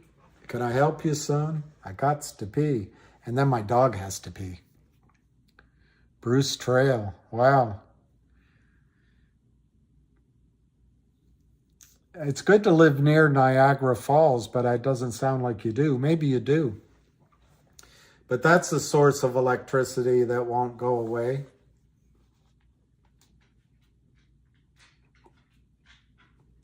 Thank you, Synthetic.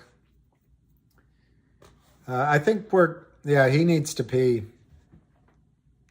I'm going to take him down to 14th and P. That's actually an address here. You'd laugh if you knew that.